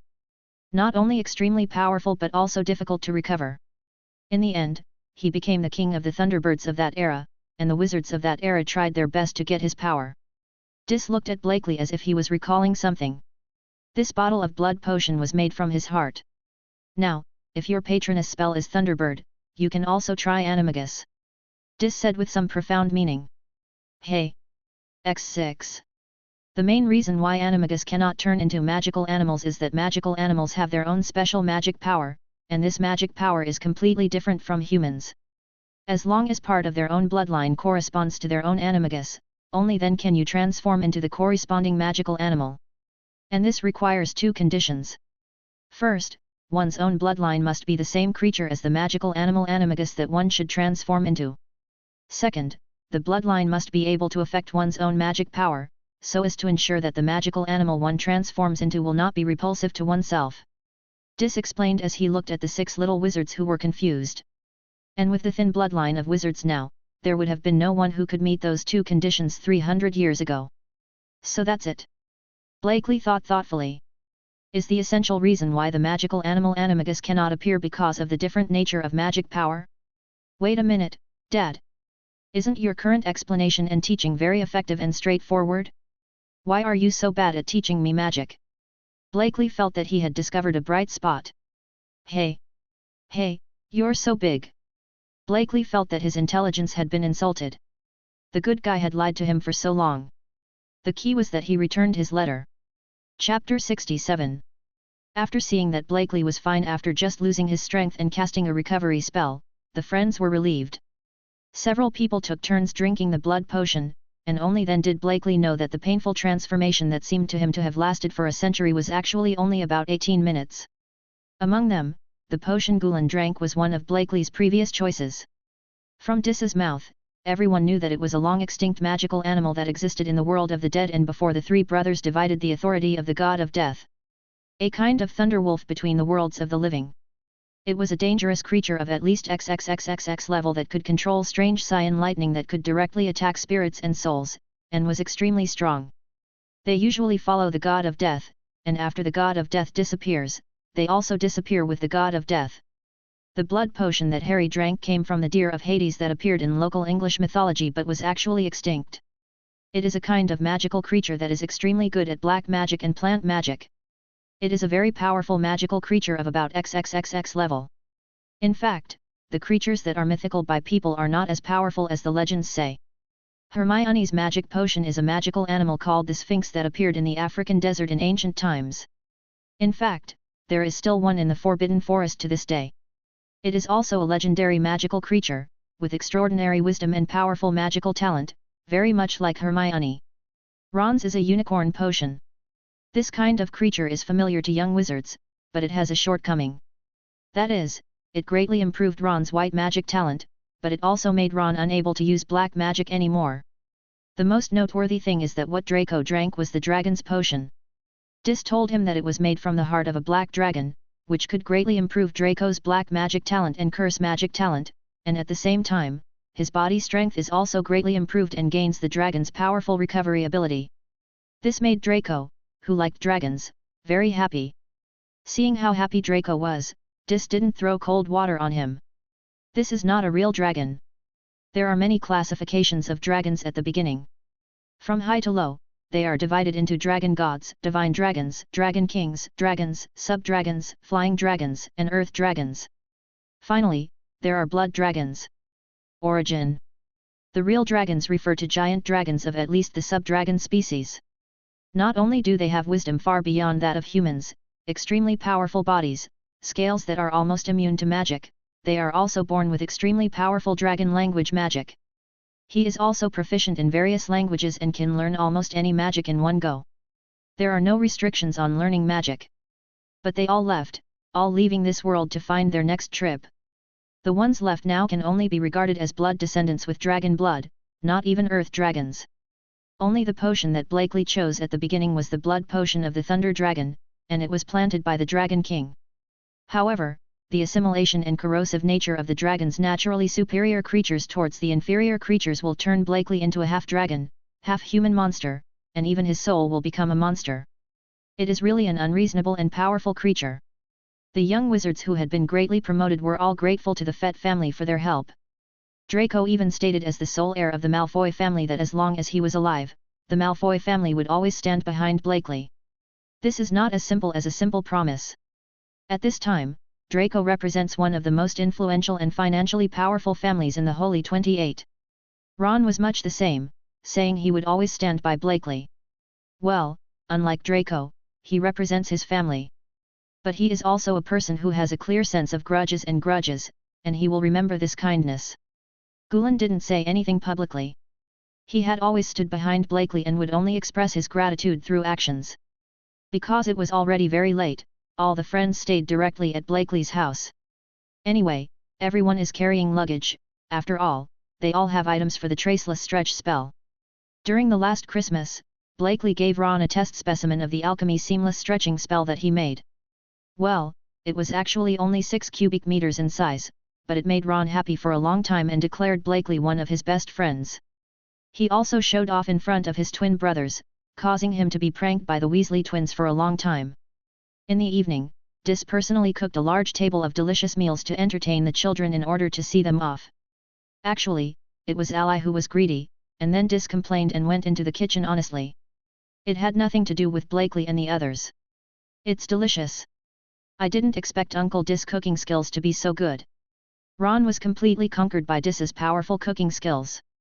Even Draco, who was well-fed, felt like he would swallow his tongue and the food together if he wasn't careful. Hehe, our Dis was the overall champion of the God of Cooking competition back then. He was also the champion for several times, for 2,700 consecutive years. Ailey said with a proud face. Sister Ailey didn't marry Uncle Dis because of his cooking skills, right? Gulan couldn't help but joked when she saw the proud look on Sister Ailey, who was no different from a child. That stupid guy who can't even say a word of love? I'm the only one who would blindly marry him. Ailey had her hands on her waist with an arrogant look on her face, looking like I could only pity him. Of course, cooking skills are also a small part of it. Ailey changed her style and gestured a small distance with her thumb and index finger, indicating that it was only a small part of it. Dis was confused when he heard this. Didn't you chase me back then? At that time, all he could think about was revenge. How could he have the leisure to chase girls? Really? I don't think Uncle Dis wants someone who can't even say a word of love. Hermione felt that she had something to eat, so she took the initiative to get close to Ellie and planned to eat it.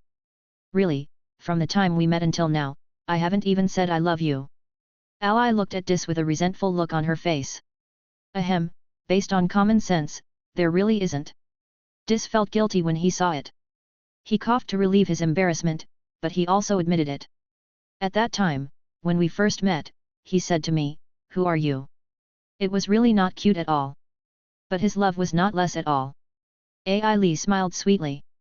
When he was in danger, he said, "I'm here." When he proposed, he said, "Trust me." When something happened, he said, "I'm here." Gradually, I got used to being around him. Ally's eyes were full of Dis. He had never said I love you in his life, but he never said this word less and always stood in front of her at the most critical moment. Maybe this was the reason why she gave up everything and pursued this boy who had nothing. I didn't expect you to remember it. Dis's eyes were full of memories. At that time, it was really an outrageous fairy tale about a noble lady pursuing an orphan kid. It is also a story of a revengeful madman being redeemed. Looking at the two faces of Dis's father, Blakely, and others felt that the originally delicious food was suddenly tasteless, and why did they feel full before they had even taken a few bites? Let's break up, it's boring. Chapter 68. Is this here? Blakely couldn't help but widen his eyes as he looked at a giant cruise ship in front of him that was 4 times larger than an ordinary cruise ship. It must be too big. Oh, Yuda didn't come with his tide. Ellie looked at the giant ship and had no reaction. It seemed like it was a common occurrence. At this moment, a tall, handsome man stepped off the giant wheel and waved hello to Blakely. He is wearing a custom-made suit with dark blue patterns on a black background. His long dark blue hair is combed into a high ponytail on the back of his head, making him look elegant and fashionable. He has a pair of sparkling sea blue eyes.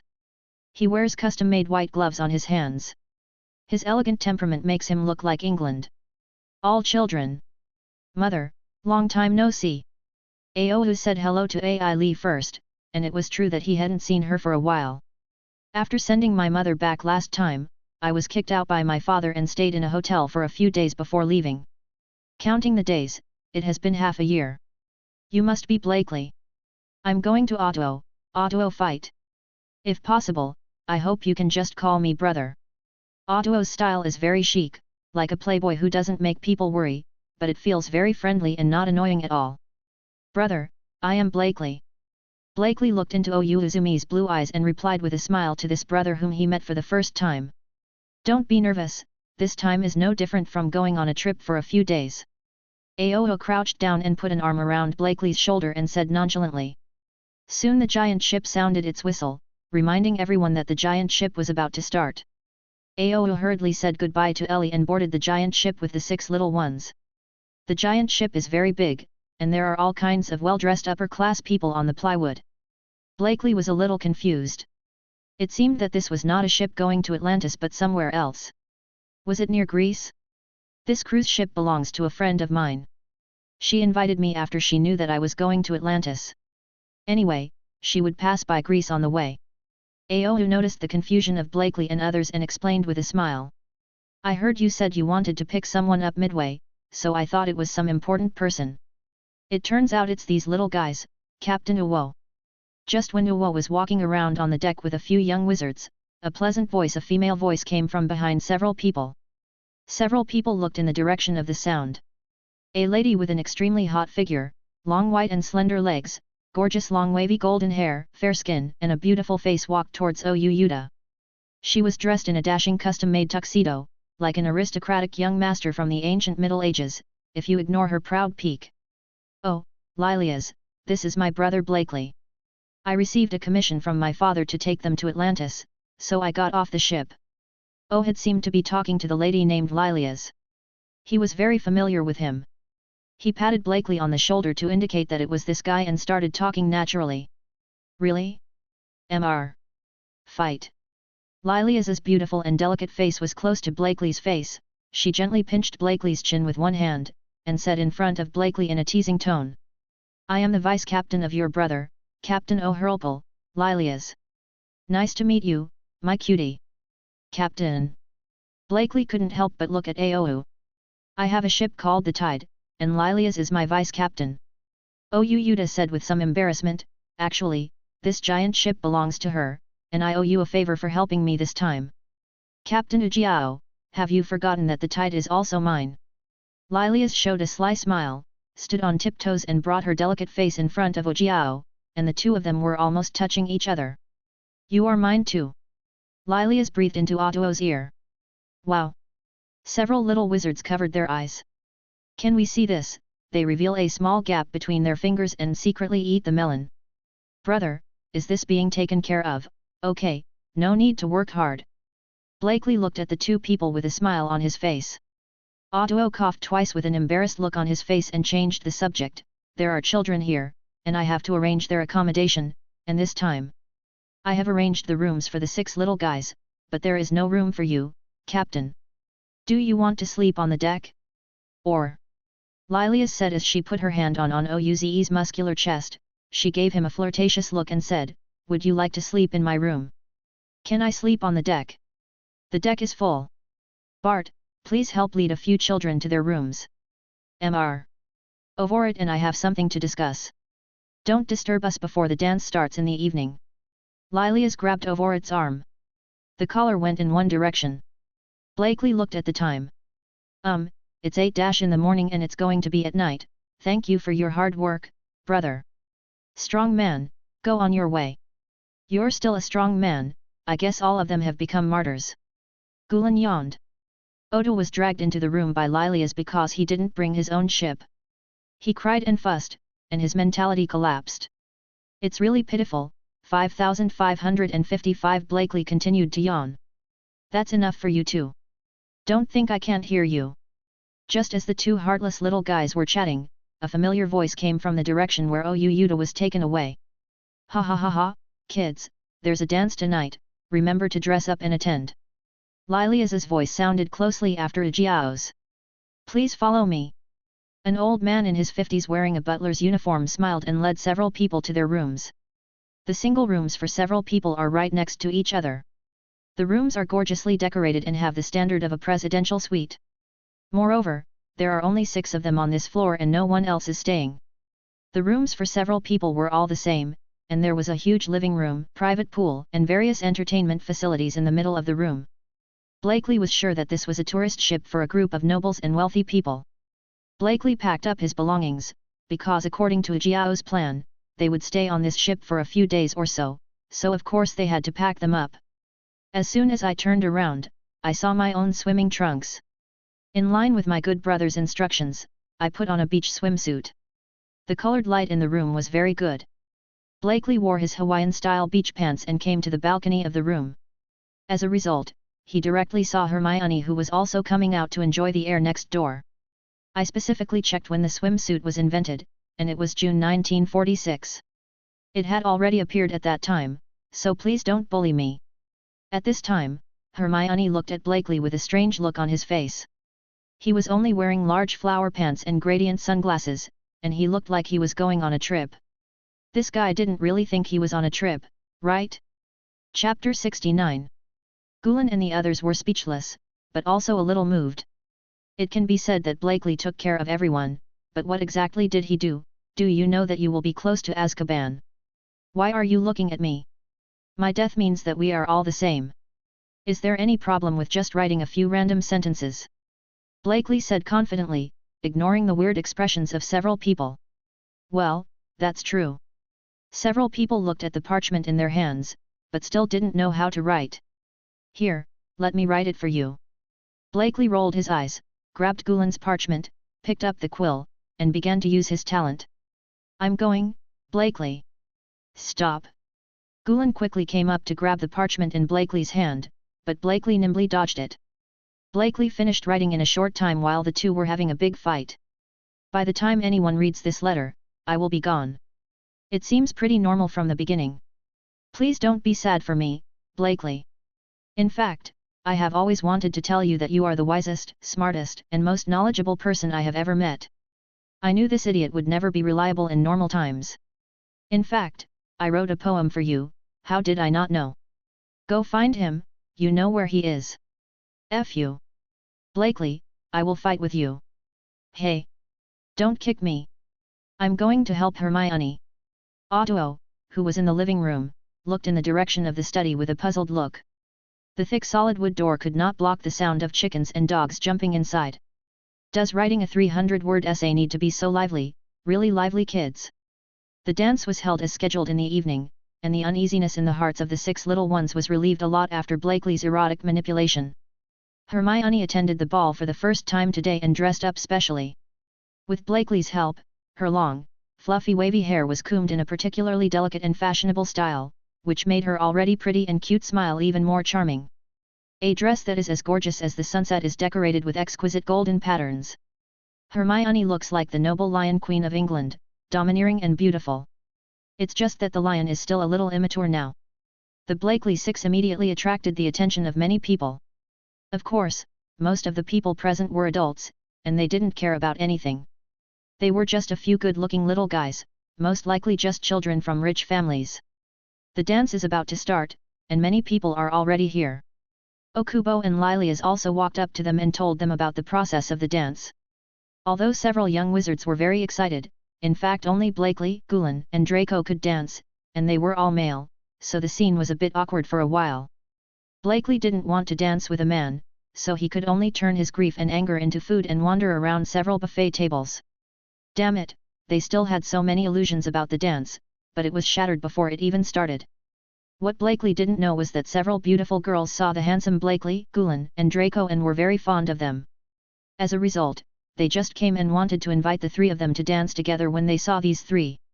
With a sad, angry, and fierce look on his face, he was scared away. Fortunately for Hermione, she had no interest in dancing.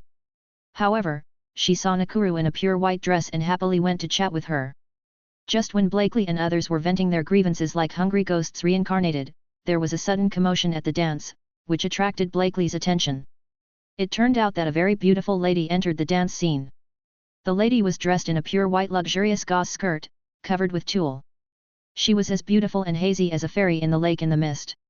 With her gorgeous long golden hair hanging loosely and her icy blue eyes noble and indifferent, she seemed like a queen in the ice and snow who had a fatal charm on all the men present. Except, of course, little ones like Blakely. Even though the beautiful woman was going to pass by here soon, his heart was not disturbed and he even wanted to keep eating. "I'll give you 4 seconds to make that woman fall." Otto's voice suddenly came from behind Blakely and the others, scaring several of them. "What can I do?" Before Blakely could finish speaking, a plate on the table of Ron, who was eating non-stop, suddenly fell to the floor. And by chance, the plate fell at the feet of the waiter who had just come over with drinks. The waiter lost his balance and fell backwards like a penguin. Subconsciously, he instinctively grabbed the person next to him and brought him with him. And the person who was brought subconsciously grabbed the next person, and fell backwards towards the beautiful fairy in the lake like the Togano ancient card. Seeing that it had spread to the fairy in the lake, the fat man next to her fell down and subconsciously grabbed her thin gauze skirt. How can a thin gauze skirt bear a weight of more than 200 kilograms? Seeing that the fairy in the lake is about to fall, the pure white gauze skirt that perfectly sets off her figure and temperament is about to be torn to pieces, and she is in danger of being exposed. Good job! Just when Blakely was staring blankly at the outrageous scene, Otto's voice came, and then he only felt a white figure appear next to the fairy in the lake at an extremely fast speed. He reached out and wrapped his arms around her waist to save her from danger. The fairy in the lake looked up and saw a handsome man wearing a pure white dress, with a luxurious and elegant dark blue high ponytail and long hair looking at him. "Beautiful lady, I'm glad to see you're okay," Aohu said softly with a charming smile and a magnetic bubble voice.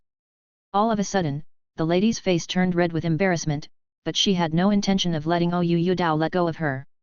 Blakely and others stared blankly at this scene, unable to recover for a long time.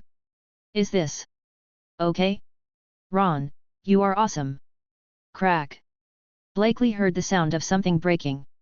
Looking towards the sound, Lilia's right hand was covered with red wine, and her feet and the palm of her right hand were covered with broken glass from the broken wine glass. "I hope everyone will be alright next time, Amitabha, Amen." Blakely turned to look at the two of them who walked out side by side every time they chatted for a few words. He drew a cross on his chest and prayed that Otto could ascend to heaven. He will definitely burn yellow paper for him on this day next year. Well, multiple beliefs lead to multiple paths. Chapter 70. Time passed little by little and the dance was coming to an end. A young man stepped onto the stage and was the host of the dance. "Ladies and gentlemen," the host shouted, making everyone look at him. "Happy time always flies by. As time goes by, the dance is coming to an end. But, ladies and gentlemen, in order to give everyone a wonderful memory, we have a surprise for everyone." The host's voice spread throughout the dance, causing everyone to applaud gently. But Blakely instinctively felt something was wrong. He frowned slightly and reached for the magic spell in the inner pocket of his dress. "Please follow me and recite 3 numbers silently. 3, 2, 1. Pleasant surprise. Boom. As everyone followed the host and counted silently, the last number fell, and the final pleasant surprise and terrifying explosion came together with the thick white mist. Ah! Almost at the same time, several icy magic spells exploded in the crowd. Many people suddenly had ice forming in their hands and stabbed others around them. The dance party that was lively just now turned into a hell on earth in an instant. Fluorescent flash. Blakely released his magic immediately, and then immediately pulled him to the side. He didn't know who he was pulling. Anyway, he was surrounded by his friends, and he could save everyone. But as soon as he took a step forward, he felt something hit him hard on the back of his head, his vision went dark and he fainted. Amid the noise, Blakely opened his eyes again and found that he was locked in a room with other survivors. Surrounded by people crying in fear, Blakely bit the tip of his tongue to force himself to calm down. First, look around. There were a total of 17 people in the room. Looking at the frightened eyes of those people, Blakely felt not only fear but also disbelief. In addition to humans, there are 4 fishmen. It seemed that this was the reason for their horror and disbelief. Secondly, first determine whether your companion is still alive, and then find a way to escape and find your companion. Blakely injected his magic power into the friendship circlet worn on his left hand. The red gem emitted a faint light and then dissipated. This was the secret signal between them. After a while, Blakely's nervous eyes flickered again, adding his own for a total of 6 times. It seemed that no one was in trouble. The next step is how to escape. With the location between the rings, it is very simple for Blakely and the others to find each other. But it would be difficult to escape. He didn't think he could deal with 4 fishmen. They all know ancient magic. Although their magic seems to be slow, it is not a joke. A sneak attack. Damn it, my wand was taken away. If you are destined to go back this time, you must learn to cast spells without a wand. Blakely, think carefully about which of the ancient magic and rune magic you know can be put to use.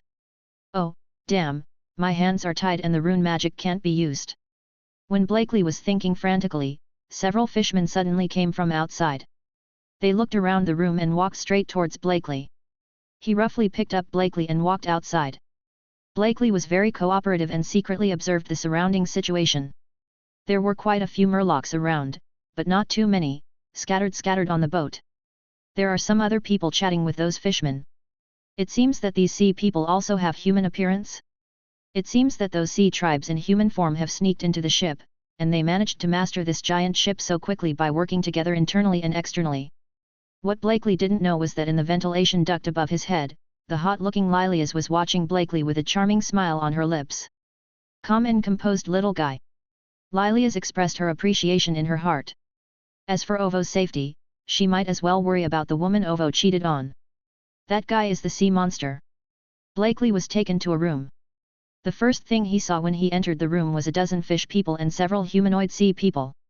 From now on, I will call these humanoid sea people the sea people. Then he sat down. The fairy of the lake in a high position, and finally Ovo who is tied to a chair and has a black sack on his head. A fishman walked up and pulled the black sack off Ovo's head. Ovo seemed to have not been exposed to light for some time. He squinted and looked around in confusion, and then focused on Blakely.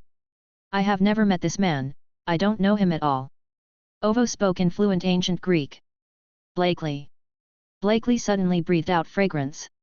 He thought I couldn't understand ancient Greek, right? It's a pity that no one paid attention to him. The lake fairy smiled slightly and got the answer she wanted. She waved her hand and asked 2 of her men to take Blakely down, who was still breathing fragrance.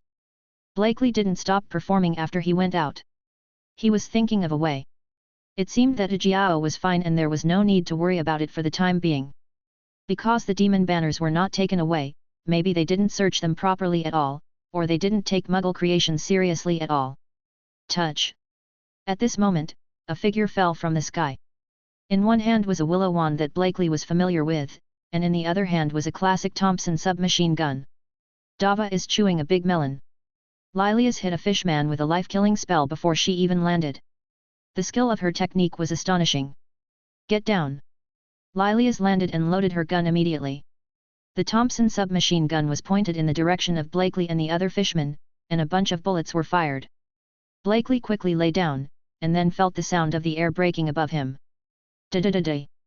With the spitting of the tongue of fire card, the fishman who looked like he was about to release defensive magic was instantly beaten into a sieve. But Lilias had no intention of stopping, and she fired all 60 rounds of bullets before stopping. And that fishman had long since turned into a pile of bloody flesh. Good dong. Blakely was so frightened that he swallowed, completely ignoring the dark blue blood that was splattered everywhere on his body. This eldest sister is so fierce and fierce. He was afraid that if he didn't get enough, he would be attacked. Here, your thing. Lilias casually threw the willow wand to Blakely, then took out a Thompson magazine from the small bag tied to her thigh and reloaded it. It seemed to be an item for the seamless stretch spell.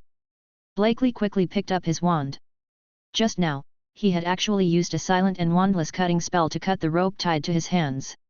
It should be said or not, times of life and death crisis can best stimulate people's potential. Blakely didn't know how to cast spells silently and without a wand, but in the situation just now, he had no choice but to bite the bullet. No, there were scars on Blakely's wrist caused by poor control. Fortunately, the power of the spell was very small, so the wounds were shallow and not serious. Very good, we are out of the most difficult time, now we can start to fight back. Chapter 71. My brother is fine for now. He is. Blakely took a deep breath and calmed down. The most important thing now is to gather strength, so it is necessary for Otto, the only member of the team whose position is known, to tell Lilias. Don't worry about him, I already know where he is. Lilias waved her hand and said nonchalantly. Autuo is much more powerful than you think. He has the nickname of the sea monster. The powerful soul magic that can control people's hearts plus the water element magic and ice element magic he is best at, he is comparable to those on the sea. Poseidon believers are much more dangerous. Lilias's words made Blakely feel relieved. If the vortex was so powerful, he might have another purpose when caught by the enemy. Sister-in-law, let's split up and rescue our people first, and then plan other actions. Blakely thought for a moment, and since there is nothing going on at Autuo, let's find a way to escape first. He planned to get his friends back first, and then secretly escape on an escape boat. They also had to find a way to make it impossible for them to pursue them. Destroying any one of the propellers, consoles, and power rooms would achieve the goal to a certain extent. But then what? We can't stop them, we can only be more ruthless. What did you just call me? Lilia's surprised voice interrupted Blakely's train of thought. Sister-in-law, sister-in-law. Blakely replied nervously. He saw that Lilias had a good impression of Oduya, and Autuo also treated Lilias very differently, so he just called her like that. Nothing would happen. Ha ha ha ha, okay. Follow sister-in-law, sister-in-law is covering you. Lilias happily patted Blakely on the back, causing him to stagger and almost fall. Hiss, it hurts. Is he so strong? No wonder he can suppress Thompson with one hand, he definitely has high-level power runes on his body. Avada Kedavra. Lilias opened the way in front, taking away a life with a Kedavra curse. That casting speed, that accuracy, that proficiency, and damn wandless casting. It's like a death curse transmitter. The Dark Lord is at large in Azkaban. Blakely frowned slightly. He was very worried about Lilias's condition. Black magic was not released casually.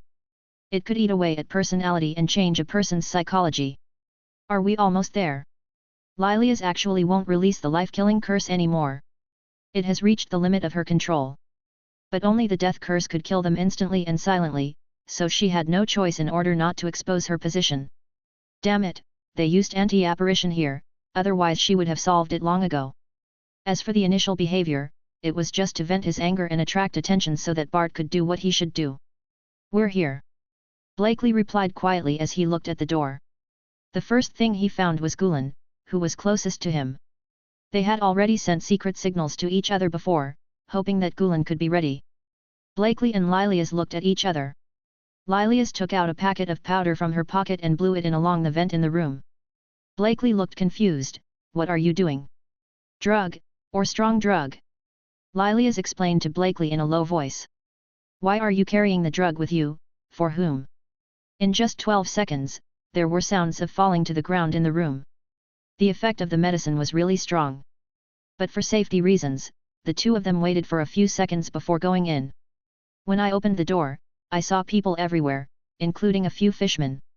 The ring on Blakely's right hand turned into a long sword and was held in his hand, allowing those fishmen to sleep forever. Lilias nodded with satisfaction as she watched Blakely's actions, knowing that it was a good habit to hit the target. The two men found Gulen among the crowd and planned to leave. Blakely paused after walking out of the door and thought for a few seconds as to which room Blakely had lost a magic spell in. Many purple thunderballs suddenly appeared in the room, and then the purple light connected them to each other instantly, directly sifting through all the remaining people inside. Lilias watched Blakely's actions quietly, without any intention of stopping him. She just looked at Blakely with interest. I'm not sure if there are humanoid sea tribes inside, so I chose the safest and best solution to kill everyone here. Blakely's calm voice came. I've been suspicious from the beginning. In fact, sister-in-law, you and your brother had planned this incident a long time ago, right? Blakely frowned and said in a calm tone. This is all too smooth. I had some doubts when we were asked to write suicide notes at the dance. Until now, you are too well prepared, as if you knew that such a thing would happen. Blakely looking at Lilias, hoping to get an answer. Moreover, from the beginning to now, there has never been any surprise in your and my brother's eyes. That's right, you are much smarter than your brother. He must not have thought of this and would just go through it recklessly. Lilias was even more satisfied with Blakely. She liked smart children. So, this giant ship is prepared for them, right? We are all enemies here, and this giant ship is a tomb prepared for them. Blakely asked again. That's right, besides the sea people here, they are our business rivals. There are explosives on the ship that can allow everyone to see God, and the detonator is in my hand. Lilias had no intention of hiding it at all, or at the beginning she had no intention of plotting this, she just wanted to see if these little guys could figure it out. What's the next plan? Blakely continued to ask. Find everyone and get on the escape boat. I arranged for a helicopter to pick us up, and Bart arranged a large magic spell at the bottom of the boat to trap them on the boat. As long as they left a certain distance, the explosives would be detonated. Send all the people on the boat to see God. Lilias told Blakely the general plan simply and directly. The main purpose this time was to cut off the claws that were reaching towards Blakely. She was not the kind of person who didn't let others know about her help. As long as Blakely asked, she would naturally tell him. Then let's split up. Gulen and I will work together. Let's solve it as soon as possible. Blakely took off the bracelet on his hand and threw it to Lilias. Is there no problem? Gulen. Blakely's words made Lilias stunned, and then she smiled. Gulen, who was being carried on Lilias's shoulders, opened his eyes, extended a thumbs up to Blakely, and put away the demon banner hidden in his sleeve. He didn't faint from the beginning. Blakely had given him the signal a long time ago. How could he not be prepared? In order to cope with special circumstances, they even prepared gas masks. It's just that Gulen came here to be cautious. As long as Lilias behaved abnormally, he would shoot her without hesitation. Lilias didn't mean to be angry at all. She had seen and done this kind of thing many times. If I want to say it, it is just the appreciation of the seniors to the juniors. Chapter 72. Blakely and Lilias explained the use of the ring and some simple codes between them, and then separated. Next, Blakely and Gulen were responsible for Hermione and Draco who were closer to them, and Lilias was responsible for Harry and Ron who were further away. Blakely and Blake are old partners, so it won't be difficult for the two of them to cooperate with each other in the rescue plan. The first place he arrived was the place where Draco was imprisoned. With the help of the invisibility rune and the silence rune, Blakely managed to get there without any danger. Ah, why didn't it work before, you ask? Because Blakely can only silence the runes, and his invisibility runes are only enough to make himself invisible. But Gulen is different, he is a rune genius. In terms of runes, Blakely is really far inferior to Gulen. The only rune he has that is more powerful than Gulen is the Thunder rune, and that thing is only useful in battle. You let a 12-year-old child face an adult sea tribe, do not make jokes. The first time before was a sneak attack and lack of information about the opponent, but now Blakely was sure that he had absolutely no chance. Well, probably. Blakely and the two felt something was wrong when they entered a certain range of Draco. Their bodies seemed to be drained all of a sudden, and they didn't even have the strength to raise their hands. This magic Blakely is too familiar with, weaken and wither, Draco's powerful war magic. A terrifying power that can change the tide of battle.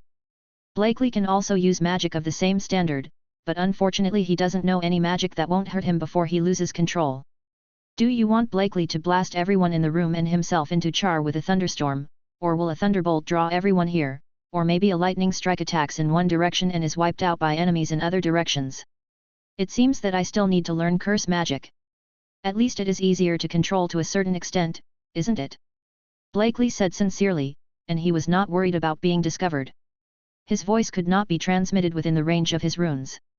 It's better to send a message to Draco quickly. We won't be able to survive this situation. Gulen said speechlessly. He almost ran out of status maintenance runes and was still sighing. Are you afraid that the enemy won't find out? Blakely quickly sent the code, he didn't want to be discovered. The two people soon regained their ability to move. Fortunately, they were at the edge of the magic range and it didn't take long. Otherwise, the damage caused by this magic to the soul and body cannot be recovered in a short time.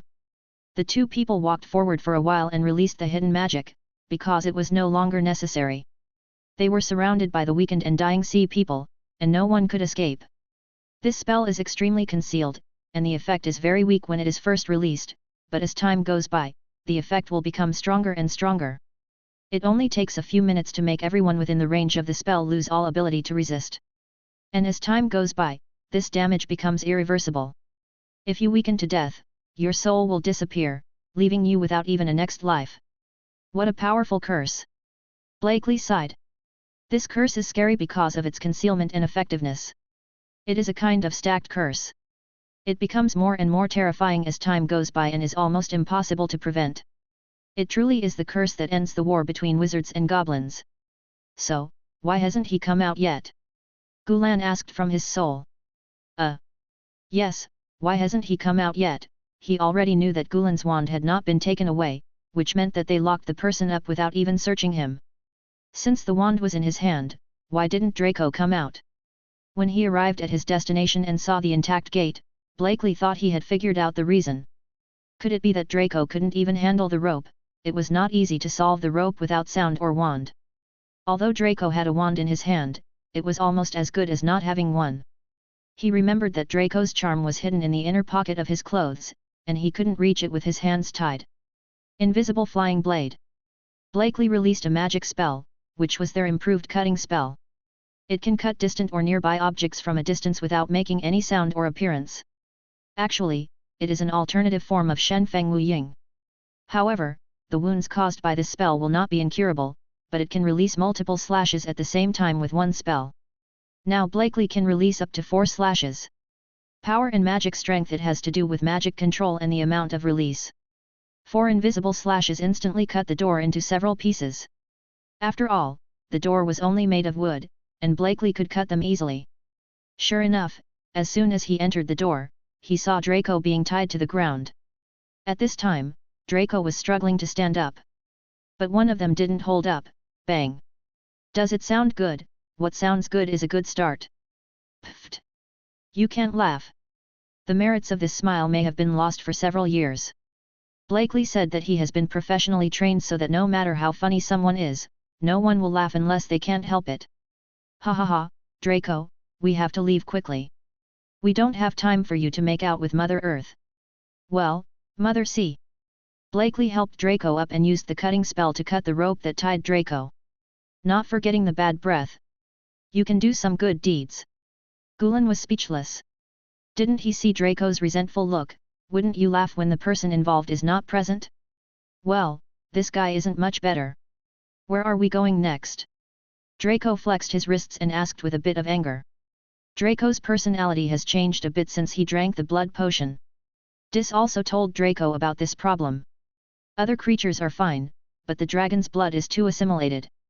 Even with complicated craftsmanship, this kind of thing is unavoidable. Fortunately, it actually just added some dragon characteristics to Draco's original character, making Draco more arrogant, confident, fierce, vicious, and more interested in wealth. In fact, it was just a few, but it also made Draco change a lot. Well, more domineering and charming. I really want to find something to vent my feelings about right now. A tiny green flame appeared in Draco's hand. The flame had no warmth at all and seemed to have no threat. But it made Blakely and Gulan take a step back in fright. They knew that after Draco's bloodline was improved, his talent for curses also improved a lot. He had been learning another extremely terrifying curse. I can finally use it. The dust is peeled off, and a ball is released to attack the opponent.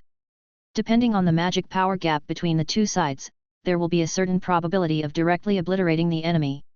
If both parties have similar magic powers, the probability of success is 1/2, but if they fail, the probability of success next time they face the same target drops to 1/4, then 1/8, and so on. If the opponent is weaker than you, the probability of success is 3/4. If you fail, the probability of the next time is 7/8, and so on. If the opponent is stronger than yourself, the success probability starts at 1/4. The stronger the opponent is, the lower the success probability. Moreover, this probability is permanent and will not be refreshed over time. However, no matter how strong the enemy is, this spell has a certain chance of directly killing the opponent. But no one is willing to bet on this probability with their name, so this curse is very intimidating no matter who uses it. Chapter 73. Calm down. Calm down. Calm down. Blakely and Gulan quickly stopped Draco. This thing was not left casually. Because its magic power consumption is linked to the magic power of both the enemy and ourselves, and the magic power consumption is terrifyingly high. Blakely was sure that it was hard to say what happened to the enemy after Draco cast the spell, and he would definitely lose most of his magic power. Moreover, he has also released the large-scale destructive spell of debilitation and decay for a long time, which is a continuous consumption. It is estimated that he does not have much magic power left. Fortunately, this magic spell only consumes magic power when it is fired. Otherwise Blakely could be sure that Draco would have been completely exhausted by this time. Draco also understood his situation and put away the curse. His magic power is still too little. He originally thought that after the bloodline upgrade, the total magic power increased several times and it would be powerful enough, but only now did he realize how ridiculous his idea was. This also strengthened Draco's idea of becoming stronger. The pride of being a pure blood did not allow him to be so weak. The three people rushed to the next destination, but at this moment, there was a violent explosion, and the entire giant ship began to shake violently. All of a sudden, Blakely and the other three were thrown away, but fortunately they were not injured. The plan should have started, we need to act quickly. Blakely shook his head to wake himself up, and quickly pulled his two friends up. At this time, Blakely was no longer his usual self, and now he had to race against time. Gulen also knew what was most important now, and directly hit everyone with a strengthening rune, and several people rushed towards Hermione at a faster speed. On the other side, the room where Ou Mao was no longer the same as when Blakely had just left. The sea people here are fighting each other like crazy, completely ignoring that their opponents are their companions. Otuo had long since broken free from the shackles, or in other words, there was no difference at all to him from this shackles. Soul curse, no wonder I had such a crush on you the first time I saw you. The lake fairy's face was as cold as frost, and her eyes were cold and she looked at Otuo with sorrow and indignation. Otuo didn't care, and still sat on the chair where he was tied before. He even crossed his legs arrogantly and still wore a polite smile. His mission is to delay the strongest enemy here. He has been talking nonsense here for a long time, and the opponent finally has no patience. I originally thought I could sit there for a while, but in the end I had to use force to solve the problem. Actually, I can only arouse some violent emotions in them and make them kill each other. This and the fact that you have a good impression of me are entirely due to my personal charm. Ouze said slightly aggrievedly, as if the other party was slandering him. Are you kidding me? The fairy in the lake was very angry when he heard what Aou said, and rushed towards Aou with a terrifying momentum and biting cold air. Duo didn't even bother to stand up. The terrifying magic power gathered on his right hand and waved to face the enemy. Boom! Terrible magic swept through the entire room and a violent explosion occurred, and the entire hull also shook violently. Lilias, who had just rescued Harry and Ron in the cabin, felt the changes in the ship's hull and knew that Alvortex had started to take action, which was no different from what was planned. Next, if nothing else happens, it will be over. But are things going too smoothly? This is not a good thing. Lilias became even more vigilant when the plan was about to succeed. The more successful it was, the easier it was to lose everything. At this time, she always felt that she had overlooked something. But, what did I overlook? Lilias frowned slightly, feeling a little worried. Hermione was also locked in a room with others, and several fishmen were responsible for guarding them. It's just that Hermione's situation is much better than the others, because there is an acquaintance Nicolo in this room. They happened to be locked in the same room, which made her move a lot easier. The two little girls were back to back, blocking the guard's view and cooperated to untie the rope, but they did not take the next step. They were waiting for the opportunity. Hermione secretly observed the signal sent by the bracelet and knew that Draco had been rescued. The Blakely and the others were rushing in this direction. Just as Hermione took a breath and prepared to cooperate with the Blakely and the others, suddenly the hull of the ship there was a violent explosion and violent shaking, which made everyone shaken and almost vomited. The recent incident caused most of the fishmen to leave to investigate the situation, and now Hermione had a chance. Observing the surroundings again, there were two murlocs in the room, which greatly reduced the difficulty of the sneak attack. Hermione secretly found out the curse of the Forbidden Witch and her own. Blakely had asked them to practice guns every day in the past few days to prevent Harry from being hit in the face. Nakuru saw Hermione's movements and gathered magic power in her hands in cooperation. Many wizards in Greece did not have wands, and the ones they had were as long as a spear, which was not easy to carry. Hey! Hermione suddenly shouted, attracting the attention of the two fishmen, and at the same time made an eye-closing gesture to Nicolo. Fluorescent explosion. Hermione cast a spell that almost blinded their eyes, followed by Hermione and Nakuru's spells. Invisible flying blade. Water knife. Hermione released 3 slashes with an invisible flying blade and instantly divided the fishman into several companions. After being attacked last time, this was the second time he had killed a life, and he still felt very uncomfortable. But Nicolo struck even harder, splitting the fishman in half with a spell that Hermione had never seen before. Ugh! Nicolo had never seen this scene before. Her face turned pale and she couldn't help but vomit it out. Hermione sighed. It was similar to her first time, but at that time she was only focused on running for her life. How could she have time to feel uncomfortable? After that, it was Blakely who comforted her for a long time before she recovered. Now she needs to take on Blakely's role. Although Hermione was also extremely uncomfortable, she still comforted Nicolo warmly. What he didn't know was that Blakely was actually braving his discomfort and endangering him at that time.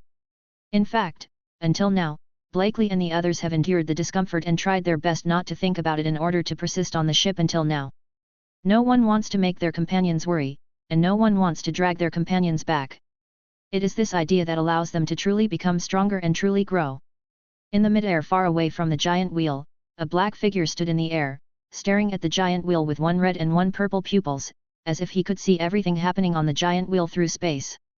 He was the one who said he didn't care and didn't even go to see Blakely off when he left the house, but he turned around and secretly followed him because he was uneasy and monitored him throughout the whole process. At this time, Dis showed a satisfied smile. They are really good children. Then Dis was a little disappointed. What if? All the emotions turned into a sigh and drifted into the sea breeze. Chapter 74. As the 2 fishmen were eliminated, the eyes of everyone in the room gradually became surprised, and then turned to look at the 2 girls Hermione and Nakuru strangely. Everyone's eyes were very complicated. Some were surprised, some were frightened, some were grateful, some were greedy and unkind. Maybe this is the ugliness of human nature. Hermione also felt the strange looks from everyone, and felt a chill running down her spine. Sometimes when you act different, you are no longer one of them. This is the dark side of human beings that is engraved in our bones. Let's go. Hermione didn't want to stay here anymore, so Nicolo comforted her and said softly to her. Yet, Nicolo could also feel the surrounding atmosphere and was frightened. At this time, she also understood why the sage did not let her use magic in front of people. It wasn't until Hermione and Nakuru left the room that Hermione's hand on the wand relaxed. What they didn't know was, just now, Dis had been holding a black thunderbolt in his hand in the distance. As long as something happened on Hermione's side, he would directly kill these guys and modify Hermione's memory. Although he hopes that these little guys can grow up quickly, he does not want them to have 2 bad memories. This ugly side of human nature will be lost in the memories of these little guys. The black lightning in his hand disappeared into Dis's hand when Hermione walked out of the room. Hermione and Nakuru followed the guidance of the bracelets, sending messages to Blakely and the others while rushing in the direction of Blakely and the others. On the other side, Blakely and Harry received Hermione's message and turned around and rushed to the meeting point. They did not expect that the only one in the team who escaped by himself, a group of men, were defeated by a woman. What a failure! You ask why Lilias didn't receive the message. Blakely only told her some simple codes, but Blakely and the others did not tell her about the complex communication. This was a communication method they invented themselves, and no one else except their 6 friends knew it. When Hermione arrived at the meeting point, the Blakely trio were already waiting there. It seemed that Harry and the others hadn't arrived yet. Hey, did you miss me? Blakely joked when he saw Hermione smiling, hoping to liven up the atmosphere. Although he has not seen what Hermione has experienced, he knows human nature very well. I am afraid that Hermione has been exposed to the dark side of human nature. But what Blakely didn't expect was that Hermione threw herself into his arms and hugged him tightly. Blakely hadn't reacted at first, but when he saw her face turned pale and came to Nicolo, Blakely immediately thought of it. Reason? Probably because he thought of the time in the Forbidden Forest, and under the high pressure of this crisis, he instinctively found the person closest to him here, which was himself. Blakely cleared his mind and patted Hermione's back with some distress, comforting Hermione softly. This time it was his matter, and he was the one who got everyone involved. But Blakely also knew that as long as they remained friends, no one would escape. Thank you. Hermione whispered to Blakely. Blakely had always stood by her side and protected her carefully. At this time, she released her feelings under pressure. Okay, I'm here. Blakely said softly. Gulen looked at Blakely and Hermione and smiled like an ant, as if a CP leader who had been kowtowing for a long time saw that the CP he had knelt on had finally achieved success. Draco also showed a kind smile. He no longer cared about Hermione's Muggle identity, and he blessed Hermione and Blakely. Nicolo on the side also looked at the two people with blessings and envy. She had been following Grandpa Sage and had no friends at all. Hermione was her only friend, and she blessed Hermione. It seems we arrived at the wrong time.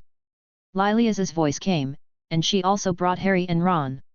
What's the matter? Blakely looked at Lilia's and shrugged. Boom. At this moment, a terrifying explosion sounded, and along with the sound of the hull above being blown apart, two figures fell from above. One figure is a very beautiful female figure, it is the fairy in the lake. She fell into a coma after falling from above, with many hideous wounds and frostbite on her body. The other figure was wearing a spotless white dress, holding a dark blue trident that exuded cold air. His long dark blue hair was combed into a high ponytail, and his sea blue eyes were far colder than the trident in his hand. Looking further up, all the rooms and areas that the Arctic vortex passes through are covered with ice to the bone, as if they are the ice and snow emperor of the far north glacier, which is extremely oppressive. There is another kind of terrifying magic power in the air, but in front of the bone-chilling magic power, he is as helpless as a child. Blakely was also frightened when he saw Otto's appearance, but then he recovered, because Otto had put away his momentum and returned to his previous harmless appearance. Blakely can be sure that Otto's talent in ice element magic is definitely on the same level as his talent in thunder element. An ancient magician with extremely high talent in a certain aspect is simply terrifying and makes people even have the courage to resist. No. It seems that the time is just right. I really won't be able to take it off once the beating continues. Otto smiled and put his hand on the head of the fairy in the lake. The terrifying icy magic in the next second instantly froze the fairy in the lake into an ice sculpture, and then the ice sculpture shattered into debris floating in the air. Blakely was shocked and instinctively frightened by Otto's methods. Although he knew that Otto would not harm them, he had just witnessed Otto directly smash an ancient magician who did not look weak into powder, and in his it seems that even the soul of the other party has been shattered, and it is estimated that he cannot even be reincarnated. Too slow. Lilia said with displeasure in her tone. Are you happy with the pretty girl? Does it take that long? Wouldn't it be okay if you like to be in the same room with a beautiful woman? My sister is no worse than her. Didn't you say that you should try to delay as much time as possible? Otto looked aggrieved. If it weren't for the purpose of delaying time, would he have been so careful? I'm afraid that if I make a mistake, my opponent will be killed, thus not being able to delay enough time. Didn't I say I'd send you a signal when the time is almost up? Lilia's frowned slightly. She had a lot on her mind at this time. I didn't receive the signal. If I couldn't hold on any longer, I would have to fight for a while. Otto answered Lilia's question while greeting the little guys to rush in one direction. Let me see. Lilia's felt bad. If her signal was blocked, it would mean that their actions were in the eyes of the enemy, and that would be a big deal. Damn. You didn't bring the signal receiver with you at all, did you? Lilia stretched out her hand and grabbed Otto's wrist, but she didn't find the signal receiver at all. She didn't bring you with you to receive the signal from the devil. Fortunately, she specially prepared Muggle contact information in order not to leak the news. It seems, no. Yuta then remembered that he was in Lilia's room before. He must have forgotten it on the bedside table at that time. Damn it, where did he forget it? Remember clearly. The little guys who were still very nervous after hearing the conversation between the two people also looked at Otto speechlessly. You are really good. Chapter 75. Just when a few people were fighting, Nicolo suddenly felt a splitting headache. The pain was unspeakable and seemed to come from the depths of her soul. The pain was so painful that she could not do anything at all and could only hug her tightly. He kept his head curled up on the ground and trembled. Everyone also stopped quickly and looked at Nicolo with concern, especially Hermione, who had the best relationship with him, immediately stepped forward to check the situation. Nicolo, what's wrong with you? Don't scare me.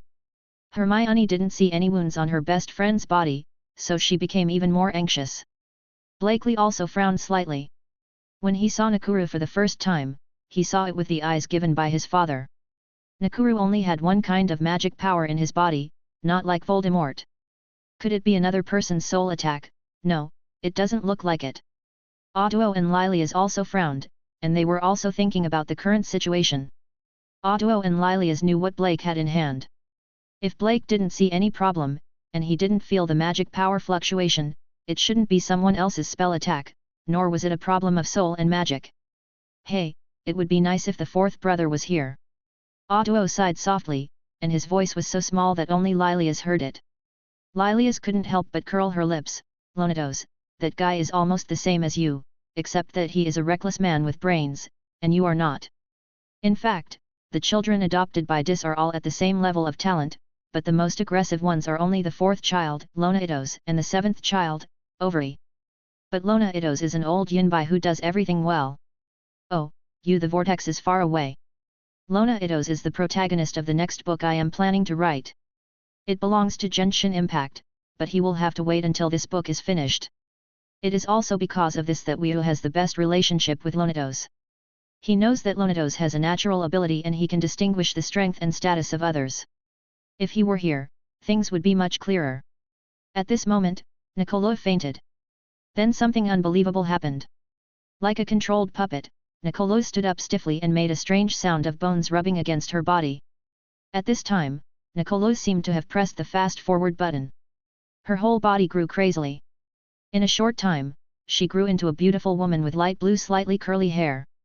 The clothes on her body also accompanied her. The body has grown in size, and it seems that a spell has been cast on it. Hey, I didn't want to do anything. A cold and helpless voice came, it was the grown-up Nicolo. Who are you? Otto also thought of the situation at this time. Does the same soul have two personalities? This Austrian vortex is relatively familiar. It is in the same situation as the 13th sister and Mengla. She is usually the main personality, but under special circumstances, her other sub-personality will awaken. He was very familiar with this situation. He was shocked when Mengla turned into Natra, the high priest of the Poseidon temple, Medusa Gorgon. Nakuru, or rather Medusa, said coldly, with helplessness in her tone. She actually didn't want to fight with Blakely and the others. Although she had never participated in this farce, she could also see what Nicola saw. She didn't really want to fight with Nicolo's friends. The key is too important to the Sea clan, although it is important but not important to her as the high priest. At this time, she, Medusa, as the high priest who had been with Poseidon since the beginning of his power, must stand up. But because she was also one of the insiders about this matter, she knew it was better not to let the High Clan get the key. How do you prevent the keys from slipping out of your hands without releasing the water? I'm afraid that at this moment, Hades will be watching over you not far away. Medusa looked somewhere and muttered in a low voice. The magic power detects the familiar magic power and it immediately becomes clear, just in time to repay a favor from thousands of years ago. These little guys, I will play the role of gatekeepers in this trial. Medusa came back to her senses, and her eyes swept over everyone present and stopped at Otto. Although she had seen Otto from Nicolo's perspective, her pupils shrank suddenly when she saw Otto with her own eyes. It's so similar, not just because he looks like him, but because his temperament is so much like the same person. Her lover, Poseidon, god of the sea. Hand over the key, Blakely. Medusa's gaze fell on Blakely, or to be precise, it fell on the ring on Blakely's finger. Feeling the aura on the ring, Medusa couldn't help but sigh that Hades was indeed the best alchemist and wise man in the age of gods. If not, she really thought it was the same as the rumors outside back then. For Nakuru's sake, I won't embarrass you. Medusa released extremely terrifying magic power. In the eyes of Blakely and others, Medusa at this time seemed to be a demon god standing tall and powerless. Resist. At this time, Medusa frowned slightly, and took half a step forward with her naked jade feet. A terrifying aura burst out, and Blakely and the others even felt as if the entire sky was being pressed down. Otherwise, I will send you to see that old bastard Hades. Why do I always feel like Medusa is pointing at her nose and cursing people, and she seems to have a lot of resentment? Of course Dis, who was far away from the giant wheel, knew which old bastard Medusa was calling. He touched his nose in embarrassment and sent them to see Hades. Isn't this sending them home? He had used the name Hades when he and Ali were traveling in Greece, just like he had used the name Fengdu in China. It was all him. In other words, these gods and immortals in various legends are all dozens of magicians from the age of gods, they just have different names and titles. For example, Poseidon, Gong Gong, and Egil, the Nordic god of the sea, are all the same person. They didn't even have names at first. They were called whatever people called them. Otto frowned, and the ring in his hand instantly turned into a dark blue trident. With one step, a terrifying sharp aura burst out, and he rushed towards Medusa. At this time, Blakely could not be Medusa's opponent. As an elder brother, he had to protect his younger brother. Now he couldn't care whether it was Blakely's trial or not. This guy had exceeded everyone's expectations. But suddenly his feet staggered, his momentum suddenly stopped, and a water column from Medusa flew up and hit the hull hard. Lilias was slightly startled when she saw this scene. She looked at Vortex and then at Medusa, who was not chasing. She felt that she seemed to understand something. She quickly took out her Thompson and fired at Medusa. Blakely quickly took the opportunity to pull Hermione back to protect him. At this time, Hermione was too close to the enemy. Chapter 76. When Gulen saw Blakely and Hermione's actions, he acted quickly. The thunder runes on his body were activated, and he attacked Medusa with the cyan lightning obtained by Gulen's bloodline. Medusa was not even interested in looking at them when facing the attacks of Gulen's curse and Lilias. An invisible magic shield blocked all attacks. Two masses of water appeared in front of Medusa, and then attacked the two of them at extremely fast speeds. Gulen is coming. Blakely used a flying spell to rescue Gulen. At the same time, he took out the demon banner and fired a magazine at Medusa. Lilias also rolled to avoid the attack. If it weren't for the magic spell cast here, she would have disapparated and fought gorillas. Bang! Bang! The two masses of water fell on the cabin, penetrated the cabin and fell into the sea without any hindrance. It was like dropping a bomb in the sea and causing a huge splash. Blakely and Gulen were so frightened that their backs were soaked in cold sweat. Isn't this power too scary? Is this an RPG? Bang! Bang! Bang! Bang! Bang! Bang! Along with 6 gunshots, 6 bullets engraved with runes hit Medusa's magic shield. It's an interesting idea, but have you ever thought about it? The bullet just impacted the shield and could no longer move forward even half a millimeter. This kind of magic prop has a limit. Once it exceeds the upper limit of what it can withstand, it will be useless. Medusa's magic power was directly injected into the bullet, and in just a second, the bullet was exploded by the terrifying magic power. Seeing this, Blakely couldn't help but twitch the corner of his mouth. How could a normal person have such terrifying magical power? Mars! Blakely suddenly felt an astonishing surge of magic power coming from behind, and several ancient spells with terrifying temperatures and destructive magic power flew towards Medusa. It was Hermione's ancient curse. Blakely was still very familiar with this curse. After all, he was the one who helped Hermione experiment with the curse. Where's Nicolu? What did you do to her? Hermione's eyes were sharp and she was really angry. Medusa did not dodge, and the sparks landed on her magic shield without even a ripple. She is asleep, child. Medusa showed no dissatisfaction with Hermione at all, and there was a rare and subtle gentleness in her cold voice. Just when Medusa was about to say something else, she suddenly felt a fatal threat and disappeared directly.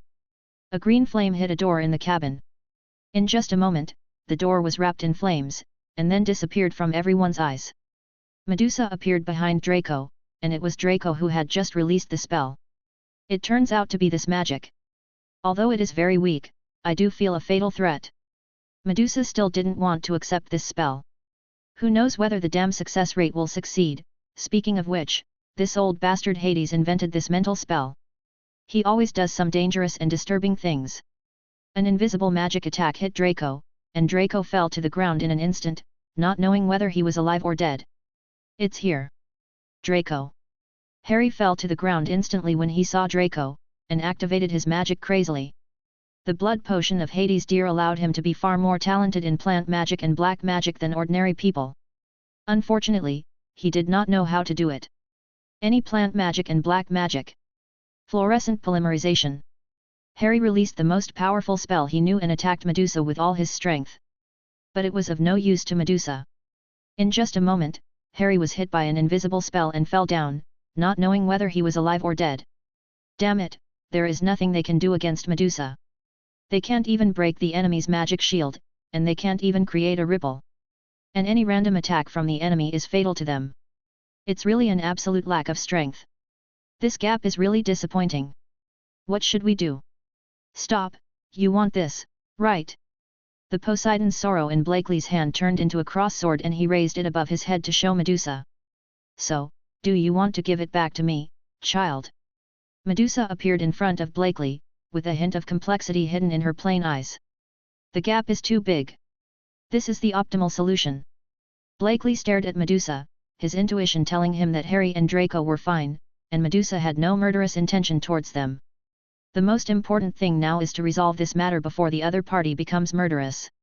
Although Poseidon's death is important to him, it is nothing compared to the safety of his friends.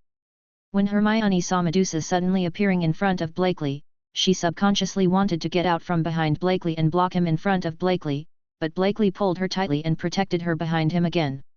He was very afraid of what Hermione would do. What an irrational thing! Gulen, don't be like this, let it go. Blakely held the Poseidon's sorrow in his hand and stared at Medusa, saying to Gulen without looking back.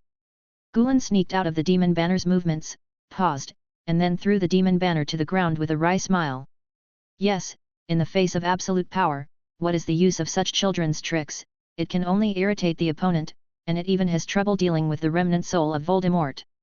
Wise choice, child. Medusa looked at Blakely and nodded appreciatively. He is talented, sensible, smart, has leadership and knows how to advance and retreat. As expected of that guy's adopted heir, every one of them is so outstanding that it's amazing. So, aren't you going to give it back to me? Medusa showed a charming smile, but this smile sent chills down the spines of Blakely and others. I don't know how to let it leave me. Blakely said helplessly. Medusa nodded, she probably knew what was going on. With one move of his hand, Poseidon's sorrow instantly turned into liquid and floated in the air, and then condensed into a blue square in Medusa's palm. The goal has been achieved. I will keep my promise and will not embarrass you for Nicola's sake. Medusa looked at the cube in her hand with a complex expression and said to Blakely and others calmly. Don't worry, those little guys are fine. They will probably wake up tomorrow. But... Medusa paused, making everyone nervous. Lilias also hurriedly ran to Blakely. Standing between Blakely and Medusa, protecting Blakely and Hermione. So many of my tribe died because of this incident. As the High Priest of Poseidon Temple, it is unjustifiable for me to do nothing. Medusa's words directly made the hearts of Blakely and others fall to the bottom. As punishment, you will stay here. Medusa instantly released powerful magic, and an unknown spell enveloped the entire audience, and everyone in Blakely lost consciousness instantly. Sorry, little one. Have a good sleep. Before losing consciousness, the last thing Hermione saw was Medusa's beautiful face, but her cold eyes were still gentle at this time. Chapter 77. Just after everyone was unconscious, Wu, who had been knocked out from the beginning and then continued to go offline, walked out of the ruins of the collision. He ignored Medusa and walked to Lilia's side. Okay, stop pretending. Otto gently patted Lilia's shoulder and said in a gentle tone. No, I'm injured. I need a kiss to get up. Lilias had no intention of getting up at all. She lay on the ground and looked at Otto with a look of coquettishness, her big watery eyes full of expectation. Ahem, my dad is here. Otto reluctantly kissed Lilias's white forehead and took the opportunity to whisper. Ahem, why didn't you tell me earlier? Lilias immediately jumped up like her butt was on fire, as if her body was equipped with springs. He hurriedly arranged his clothes and some scattered hair, and looked at Otto nervously. How is my image? Is it okay? Why didn't you tell me earlier? Medusa looked at the two living treasures and showed a gentle smile. She thought of her and Poseidon, which was her happiest time. Did you recall something? Old friend. Dis suddenly appeared next to Medusa, looking at the two living treasures as well. At the same time, an invisible film covered their area, causing all life to subconsciously ignore it. Your children are really outstanding, but... Medusa looked at Dis, with teasing and ridicule in her eyes. Don't you have any bloodline heirs until now? The majestic Lord Hades doesn't even have children of his own. It's really sad. Could it be that Lord Hades simply can't satisfy my good friend? Then I have to consider whether to introduce a new lover again. Give it to her. Medusa is truly a snake girl, and her mouth is really poisonous. The more powerful the existence, the harder it is to give birth to children, so we don't bother the high priest to worry about our problems. After all, the high priest has become so weak that he can only rely on another personality to keep himself from disappearing. He doesn't understand us at all. It's troublesome. Dis was not used to Medusa, so what happened to his wife's best friend, still fighting? Medusa. Dis. The two of them thought at the same time, you can accumulate some virtue. What should I do with this? I don't want to hold this fake thing.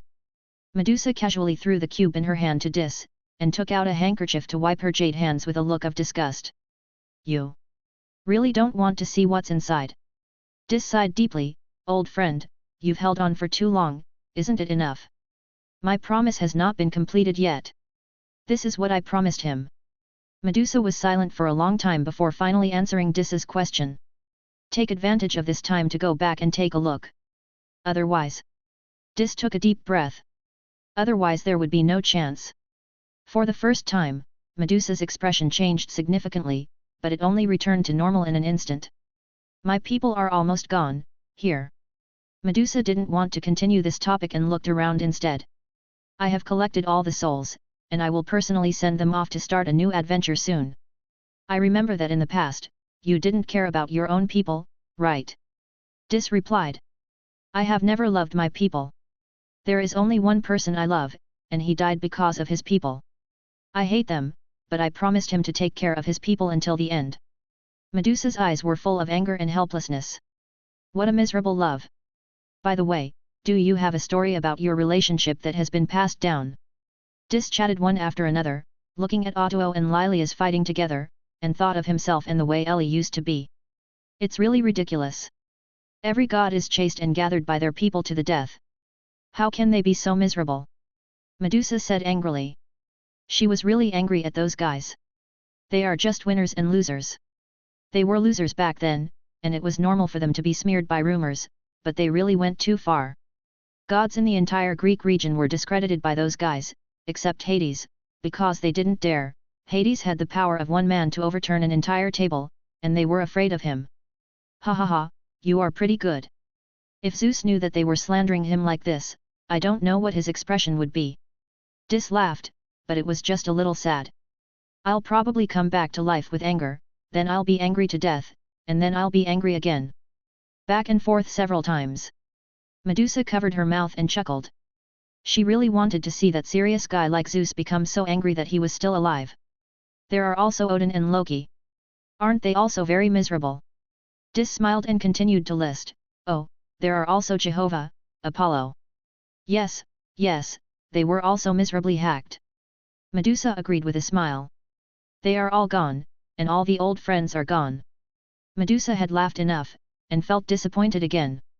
This era no longer belonged to them. It's just you, me, Ellie and the god of death.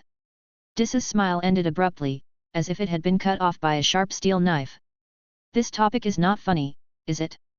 Wasn't the god of death divided by 3 brothers back then? Medusa was a little surprised. 3 ancient magicians can defeat an ancient magician and divide his authority. You don't really believe it, do you? Dis's face looked like you were teasing me. The last time I saw him, he was enjoying the sun on a private island. Every god with authority enjoys the power and eternal life he has received, but he also has his own responsibilities. The 3 brothers divided his authority and also divided his responsibilities. And then he just slipped away? The power of him take it, he has his life, but the responsibility he deserves cannot be found. Medusa expressed that she was shocked. This old silver coin is indeed a direct subordinate of Hades, he is really a thief. Okay, this time I came here in person not just to look at these little guys. Do you remember that Poseidon signed a contract with me back then? Dis said. Of course, then you kill him with your own hands. Medusa's eyes became sharp. Yes, I killed my friend with my own hands. This is why you radiated murderous intent when you heard my common surname. But you don't know the contents of the last 2 contracts, do you? My friend. Dis was calm. Said, next, I will tell you everything, and then I will sign a new contract with you. You decide the outcome yourself. The last member of the era will also disappear, and you, the Tomb Keeper, should also let go. I want to understand all the things that happened back then before I make a decision. Those 2 little guys have also packed up. Let's go meet them. Medusa said and walked towards Otto and Lilias. By the way, when will the little guys wake up? What exactly did you do? It's a dream. Someone must witness what happened back then. At least, it can't disappear from me. They will wake up tomorrow. Before that, I have to understand the truth about that year. With your mouth, the new contract, the foreign god. Chapter 78. As soon as Blakely opened his eyes, he found himself in a place he had never seen before, surrounded by people wearing ancient Greek robes, and the buildings were also very simple, as if he had arrived in ancient Greece. Blakely. I finally found you. Just when Blakely was in a daze, Hermione's voice came. Blakely quickly looked in the direction of the sound and saw Hermione and 5 of her friends running towards him waving to him. It seemed that the people around them couldn't see them at all. A little girl was hit by Harry, but she passed directly through Harry's body and could not touch him at all. Blakely's pupil shrank. What's going on? Blakely, we finally found you. Hermione grabbed Blakely's hand and checked Blakely's body with concern for any injuries. Hermione was relieved until she was sure Blakely was not injured. What's going on? Blakely asked Gulen and the others as he allowed Hermione to inspect him everywhere. It's a long story. Gulen shrugged, indicating that he would find a quiet place to talk in detail later. It turned out that after everyone woke up, they found that they appeared in a strange place, and then they found that no life here could see them or contact them. After they met other friends later, they speculated that this was a dream created by Medusa or something else, connecting them together. Blakely also agreed with this very much and didn't know what her purpose was. At this moment, the world changed and they came to a strange place. It's this damn bastard. He stole my fish. A voice caught their attention. It was a man with a ferocious face. He was holding a thick wooden stick in his hand and rushed towards Blakely and the others, with the man behind him. With 3 equally vicious men. Blakely and the others were startled, and subconsciously protected their friends behind them, condensing a thunderstorm with their right hand. But then I think that no one here can see or touch me, and I relax. They followed the figures of those people. Blakely and the others saw a little black-haired boy wearing tattered clothes and with a skinny body, desperately protecting the food they had just received. He was surrounded by those big men and beaten with wooden sticks. He didn't fight back, maybe because he knew that children couldn't beat adults. As long as he resists, he will be beaten even more fiercely. Blakely frowned slightly as he watched this scene, and Hermione turned her head away and closed her eyes, unable to bear to watch. I don't know how long it took, but maybe the group was tired from the beating, so they left with a few harsh words and curses. Are you okay? A little girl with light blue slightly curly hair watched those people leave and ran over from the corner to check the little boy's injury worriedly. Blakely saw the little girl's pupils shrinking subconsciously. He was so impressed by this guy that he almost had a psychological shadow. Hermione also looked at the girl in surprise. Is that Nicolo? You obviously have such great power, why don't you fight back? Nicolo anxiously helped the little boy up, not caring that his delicate robe was stained. She doesn't know any magic yet, and her grandfather says she's not yet old enough to learn magic. But her innate talent of seeing magic will not disappear. She can see the terrifying magic in the body of this boy of the same age. Yes, I stole their things. My mother said that if I made a mistake, I would have to admit punishment, but I was too hungry. The boy's already weak body was covered with scars and bruises. Don't get too close to me. They say I am an unknown person who will bring bad luck. The boy forced himself to stay far away from Nicolo. He was afraid that he would bring misfortune to this kind girl. Is it unfortunate? Nicolo tilted her little head, unable to react. People have also said that I am the embodiment of misfortune. Nicolo thought for a while, and she probably understood, because she also came here like this. People are afraid because of ignorance. People are hostile because of fear. People are crazy because of greed. People slander because of jealousy. Nicolo pretended to clear his throat and said slowly with a deep look. What do you mean? The boy looked confused. A few words, Grandpa Sage told me when he took me in. Hee. Niku said naively. I still have something to do. The boy felt that he had been fooled, and he had to take care of those children. Hey, come with me to see Grandpa Sage. You are the person with the strongest magic power I have ever seen. Even Grandpa Sage is not as powerful as you. You should come with me to see Grandpa Sage. Niku, seeing that the boy was about to leave, Lu was a little anxious. I'm not interested. I have more important things. The boy didn't want to see any sage. He had several younger brothers and sisters to take care of. That's it. Otherwise, I'll go with you. If possible, I can talk to Grandpa Sage and ask Grandpa Sage to bring your younger brothers and sisters. How about it? Nikolai didn't want to let it go. This boy, his magic power is really strong, and the color of the magic power is very gentle. The soul is directly related to the magic power. The color of the magic power can perfectly express a person's nature. She liked the boy's magic color very much, much like letting him go back to Grandpa Sage with her to study. He shouldn't be here. The boy did not agree. He came to a shed outside the city that was so crude that it was difficult to even shelter from the rain. Unwilling to give up, Nakuru told the boy her name, Medusa Gorgon, and told him that if he changed his mind, he could go to the temple in the city to find her. But the boy did not tell Medusa his name, for he said he had no name, not since his mother's death. Big brother is back. A little boy who was younger and thinner than the boy stumbled towards the boy, but when he saw the boy's injuries, his originally happy face turned into a worried and anxious expression. Xiao Hai, big brother is okay. The boy showed a gentle smile and stroked Xiao Hai's little head. Look what big brother brought you.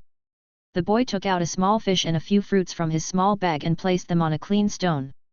How about brother grilling fish for Xiaohei and Xiona today? The boy swallowed a mouthful of saliva while looking at the unripe fruit, and said to Xiaohei gently. Brother, Xiona ignored me. Xiaohei cried to the boy when she heard the boy say that Xiona seemed to have remembered something. What's wrong? The boy's heart trembled, and he had an ominous feeling. Xiona didn't want to get up since she fell asleep today. No matter how I called her, she ignored me. Xiaohei's words made the boy's already vain steps tremble. The boy ran into the simple shed as fast as he could, where there was an equally skinny little girl lying quietly inside. The boy walked towards the little girl with his body trembling and put his fingers near her nostrils. He didn't feel any signs of breathing. Her body is also very cold and she must have been gone for a long time. Chapter 79. Blakely and the others were dumbfounded when they saw this scene. It was the first time for them to see a person starving to death, let alone a child. The little wizards who grew up in a superior and peaceful environment found it difficult to accept this scene. The child was skinny and bruised, and he was trying to survive on the verge of death with even younger children. The boy was trembling all over and kneeling beside the little girl's body with a pale face, looking so helpless and hesitant. Brother, is Xiona awake? She likes grilled fish the most. She will be very happy. Xiaohei staggered to the boy's side, holding one of the boy's hands and said innocently. But those innocent words deeply hurt the boy's heart. It was all his fault. If it weren't for him, everyone would be living well and they would all have a happy life. It's all his fault, he feels like he shouldn't be in the world. Xiaohei, Xiona went to a beautiful garden with countless food and beautiful flowers. She will not come back there for a while. Medusa came in from the outside and spoke softly in a gentle tone. Xiaohei said, with sadness in his gentle eyes. Sister, who are you? The eldest sister's name is Medusa, and she is your eldest brother's friend. Medusa reached out and picked up Xiao Hai, who looked only 5 years old. What shocked Medusa was that Xiao Hai was much lighter than she thought. Sister, can I go see Xiona?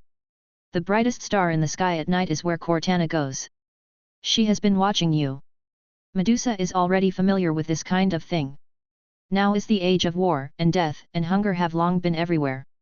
She has seen too many similar things happen with Grandpa Sage, and she has even seen people eating people. But why is there a war? Aren't we all the same kind? Why not unite and strive for a better future, but instead lift the butcher's knife to each other?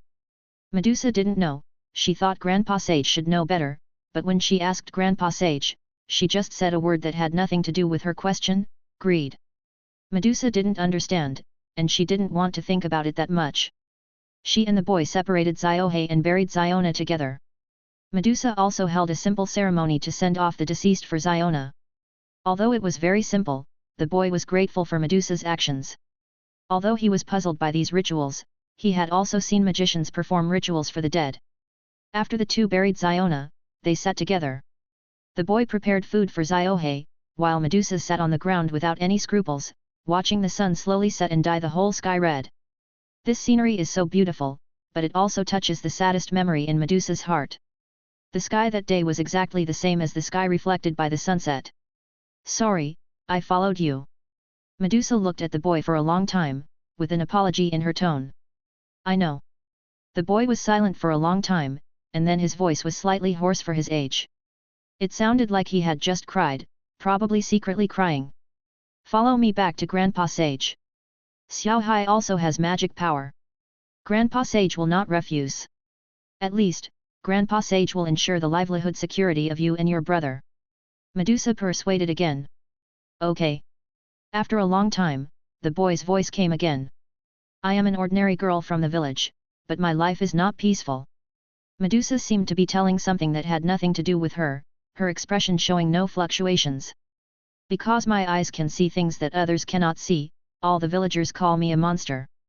They all look at me with disgust and hostility in their eyes, but their souls are filled with fear. Medusa brightly said, looking at the scenery on the horizon with big eyes, it was like seeing myself through the red clouds. The boy didn't speak, just listened quietly. But my father and mother are not like this. They always stand in front of me and protect me with their bodies. Their eyes are always gentle. But, they are gone, too, in a burning red night. Beauty. Dusa looked towards the fire, the burning firelight reflected in her eyes, and she couldn't see the emotions contained in her eyes. That was the year when an insect plague broke out. No one had a good harvest. They said I was the cause of misfortune and that I was a witch who brought disaster. They rushed to my house with weapons and wanted to drive us out. In the village, during that riot, my father was beaten to death and my mother was burned to death. Medusa looked at the boy, knowing that the boy was probably in a similar situation. Most people with magical powers are unfortunate because they are different, especially those who have strong magical powers but have not learned magic. Later, Grandpa Sage saved me and took me away. Medusa smiled sweetly, but how many other emotions were there under that smile? It's sad. The boy took a deep breath, not knowing how to comfort Medusa. I told you my sad story, what about you? I'm curious why you are here. Medusa said playfully with a wink, as if she didn't care about that matter at all. Me, I live in a small village near the sea. Like you, I am also regarded as an unknown child, because after I was born, the sea has become more and more prone to tsunamis, and boats out to sea are always capsized by returning waves. Medusa was startled by the boy's words. What is it? Sea, tsunami? Can this guy's magic riot cause a tsunami? Later, we were driven out of the village by the villagers. Until the war broke out and the enemies came to the village. I saw with my own eyes that my father lost consciousness after being killed by the enemies. The boy recalled, with fear in his eyes. When I woke up, the whole village was full of traces of being hit by the tsunami. Everyone had disappeared. Whether Wu Lun was an intruder or a member of the village, even his mother. The boy blamed himself and was afraid. I killed everyone. When I searched around the village like crazy, I only found 2 people, Ziohei and Ziona. So I took them with me to atone for my mistakes, even though they were not there at all. Not sure. The boy looked at his hands, and he felt that they were filled with blood at all times. So you threw away your name. Medusa looked at the boy with sympathy and distress in her eyes. Did losing control of his magic power cause irreparable consequences, compared to having a loved one die in front of you? Knowing that you killed your loved one with your own hands is undoubtedly more despairing. A sinner like me who killed his relatives no longer deserves the name they gave me. The boy replied. I can't keep calling you, can I? How about I give you a name?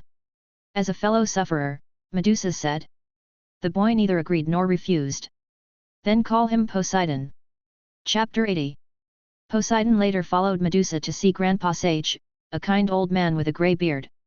He accepted Poseidon and Ziohei very gently. At this time, Poseidon knew that Grandpa Sage was the high priest of the temple here, and Medusa was the next generation high priest chosen by his student. From then on, Poseidon began to learn magic and fighting in the temple. His talents were terrifyingly high, especially in water element and ice element magic. He also had strong talents in soul magic and thunder magic. In just 2 years, at the age of 13, he was able to defeat most of the priests in the temple. In addition, Xiao Hai, whose real name is Hainoaz, has also shown a certain amount of magic talent. Although it is not high, it is enough. Blakely and others were sighing at the terrifying talent of this future Poseidon, which they would not even dare to think about now. For example, your 13-year-old desk mate has already obtained 3 PhD degrees and ranked among the top in national competitions. Do you find it scary? As soon as the scene changed, the surrounding area turned into a sea, and two figures stood on the beach. One of them is the grown-up Poseidon. At this time, Poseidon has grown into a young man. At this time, he is wearing a golden armor and a Greek robe. He looks majestic. In his hand is a golden trident engraved with various strange runes. Wearing a golden crown in the shape of an olive branch. Paired with the slightly curly black medium-length hair and a face as handsome as a work of art, she looks like a Greek god. Oh, he is, that's okay. On the other side was a black figure with a waterfall of long black hair and a face that was not particularly handsome but full of confident charm. He was wearing a black cassock and a black cloak on his shoulders. The eyes are an unforgettable bright golden color, but what is even more unforgettable is the terrifying and ferocious aura in the eyes. And in his hand was a peculiar black gold two-pronged fork that was bladed on both sides like a spear. Blakely always felt that Hades was familiar to him, but he had never seen him before. That's the legendary Hades. Hermione immediately recognized the man's identity when she saw the man's clothing and iconic weapons. Poseidon took the lead in attacking, rushing towards Hades with his trident. At the same time, the entire sea surged, and rows of waves crashed towards Hades. Dragon blood curse, body strengthening, seed of life, mighty titan, indestructible Vajra, power of tides, body of thunder, indestructible Pluto. Hades doesn't talk about martial ethics, just the strengthening spells were placed on him like a dish, and Poseidon released more than a dozen strengthening spells just when he rushed over. This style of play made Luzai, who was watching on the side, confused. What kind of play is this? You are a mage, not a warrior. Blakely also noticed that Gulen's eyes were particularly bright, as if he had discovered a new world. Blakely always had an ominous premonition about this, and he felt that his little friend was going astray. Space blurs. Hades chanted a spell in front of the waves sent. The waves passed directly through Hades without causing any harm to Hades. The body of the devil, the power of crimson, the evil eye of the abyss, the power of disaster. Hades was still registering the names of the dishes. Facing the oncoming trident, he frowned slightly. He pushed the trident away with one move, and then stabbed Poseidon with two prongs at a tricky angle.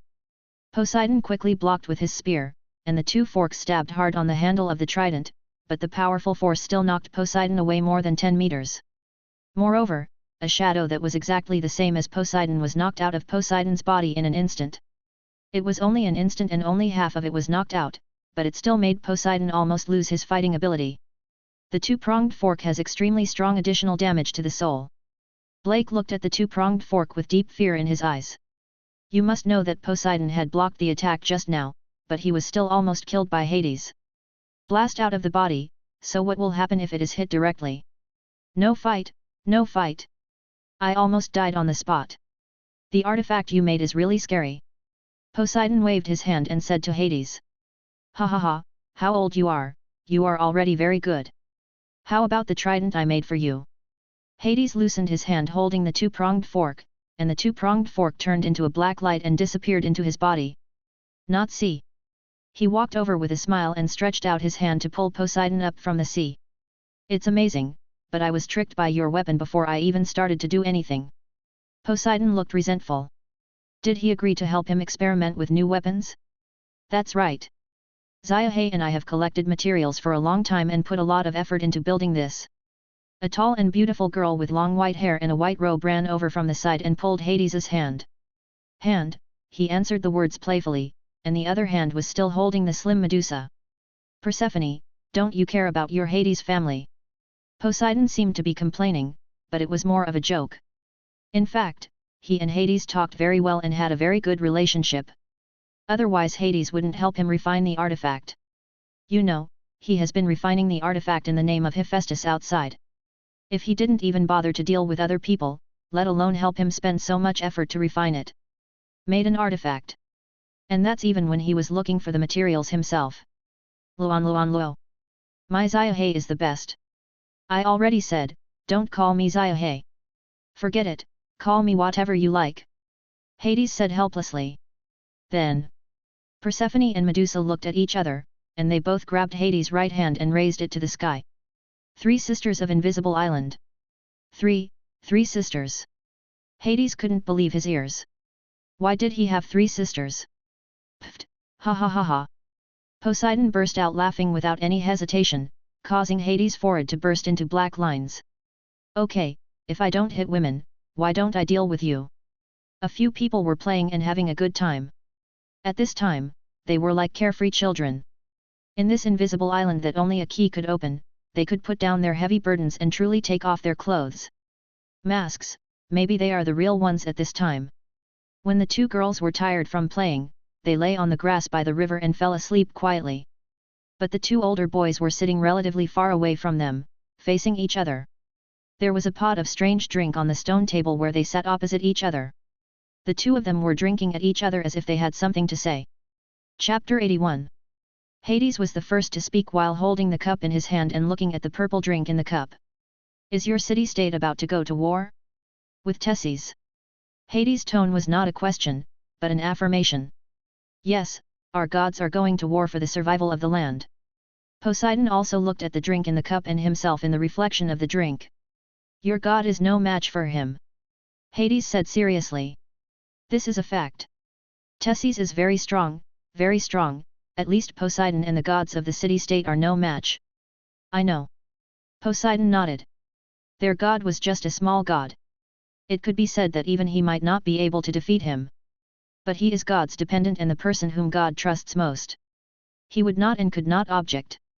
Because the situation in the city-state is really not optimistic. The seemingly prosperous city-state can no longer support the people in the city-state. Most importantly, they are not the ones who started the war. The inevitable result of insufficient productivity. Hades gave the most pertinent evaluation. He has few people and doesn't know much about it. Well, there are almost no living people, and the dead don't need to eat. Pay attention to safety and run away first when in danger. I don't want to lose a playmate. Hades did not persuade him anymore. He only needed to support his friend's decision. Or do you want to become my believer and follow me back to the underworld? Not all of your followers are dead, and a ghost wants to be your believer. Poseidon turned into a triangle-eyed man after hearing what Hades said. Yes, it's a ghost. Hades said seriously, with a smile and concern in his eyes. Poseidon, convex. The scene turned again, and it was on the battlefield. Poseidon was charging at the forefront with a trident in his hand. His terrifying elemental magic and powerful physical skills made him invincible. In front of Poseidon, this was just a one-sided massacre. Originally, he should be very happy about the victory in this battle, but at this time, he couldn't be happy anyway, because the sea god Tesses came to the battlefield in person. That is one of the 12 most powerful gods now, a god with the title of 12 titans. How long can the not-so-powerful god of his own city-state persist? Where will they go after they are defeated? I see. No wonder they always lose. A commander who is not inferior to a god is not something anyone can fight against. A beautiful woman in blue robe suddenly appeared on the battlefield. She did not hide her aura at all. The terrifying magic made even the air around them freeze, and the terrifying sense of oppression made everyone feel as if a huge mountain was pressing on their chests. Even Blakely and the others, who had nothing to do with this matter and were just watching here as spectators, felt as if they were about to be torn apart by the fierce momentum. Blakely gritted his teeth and released his magic power to protect Hermione behind him. Draco also followed the example of releasing magic power to protect himself and Harry. Not to mention dragons, their aura and magic power were first-rate. It is to protect Ron, who is relatively weak. A few people felt a little better now. The second-generation Titan in myth and legend was really terrifying, far beyond the Medusa they had encountered before. It can be said that her aura is far stronger than the previous auras of Poseidon and Hades combined. What makes people even more frightened is that what she is holding in her jade hand is a bloody human head. Moreover, the incision was not smooth. Rather than a wound caused by a sharp weapon, it looked more like it had been torn off by someone alive. Blakely and the others felt chills in their hearts when they saw this, and Blakely quickly blocked Hermione's eyes with his hands to prevent her from seeing this detail. That's... Poseidon saw what was in Tessie's hand. Although he had expected it, his heart still sank. Give you a chance, become my people, or die. Tessie's eyes were fixed on Poseidon. With such strength and talent, if he was given a while, he might not be worse than himself. If possible, she still hopes that such a good young talent can inherit her position in the future. Although she is a god, a god is just a magician with powerful power. Even though her life is much longer than that of ordinary people without magic, she will still die. After she dies, who will protect her people? Poseidon is a good choice, but if the opponent refuses, she will kill the opponent directly. No one wants to leave behind a very talented enemy, and she does the same. It seems I can't go back today. I haven't said goodbye to Medusa and Ziohe yet. Poseidon whispered to himself, and the trident carrier in his hand flew towards Tesses with terrifying power. This was his answer. He may not be a good person, but he, Poseidon, is definitely a grateful person. Their god and sage grandfather are kind to him and Xiao Hai, so he will never betray them. It seems that you chose death. Tesses frowned slightly, a terrifying murderous aura raged across the audience, and with a wave of his hand, the entire sky darkened. Everyone in Blakely looked up, and their eyes widened in surprise. What did they see? The entire sea rose up, overwhelming everyone on the battlefield, and the terrifying power seemed like a natural disaster. Is this the power of God? Draco looked at this scene in shock, and his eyes suddenly turned into bright golden dragon-like vertical pupils. This is the characteristic of the excitement after taking the bloodline potion and improving the bloodline. All of them have it. At this time, Draco's eyes were filled with shock, but also with a deep desire, a desire for power. No, this is the power of the magicians of the gods. It is the power and knowledge that directly points to the origin of the world. What kind of wisdom is that? Really, really? Blakely's eyes turned into deep purple pupils, as if it's the sharp eagle eye. His eyes were full of excitement, madness, and greed, madness for truth and greed for knowledge. Now Blakely is like the symbol of Ravenclaw, the raven's claw is greedy and wise. Hermione looked at Blakely, whose eyes were excited, and then at Gulen, who was equally excited. She now understood why she was not a Ravenclaw, they were a group of lunatics, a bunch of intellectual lunatics. But she didn't notice that her own eyes were full of excitement. Harry and Ron were shivering on the side, and at this moment they really regretted coming here. Ahead was a scene like a natural disaster, and around them were a group of lunatics. Draco desires that power, while Blakely and the others have a crazy thirst for knowledge about the magic of the gods. Only two normal people, Harry and Ron, are pitifully sandwiched between him. Blakely has made up his mind. After returning this time, he will go to his father's library to look for books on magic from the Age of Gods. If he doesn't find it, he will ask his father. If not, he will threaten him with the place where he hides his private money. Well, let's do it this way. Chapter 82. Where is Poseidon's opponent from Tethys? They were defeated in just a few minutes. Both of them were masters of water elemental magic, but the gap between Poseidon and Tethys was too big. This is a gap in time that cannot be bridged by anything else. In fact, if Hades hadn't forged the trident for him, he would have died long ago. You are the only one left, it's time to end now. There were golden water droplets floating around Tethys, looking so beautiful. However, the more beautiful it is, the more deadly it is. The magic contained in every drop of golden water makes people feel frightened. Everyone knew that nothing would happen to Poseidon, because the most famous Greek god of the sea in later mythology was Poseidon, not Theseus of the 12 Titans. Just when Tethys launched another attack, a golden thunderbolt several meters thick fell from the sky.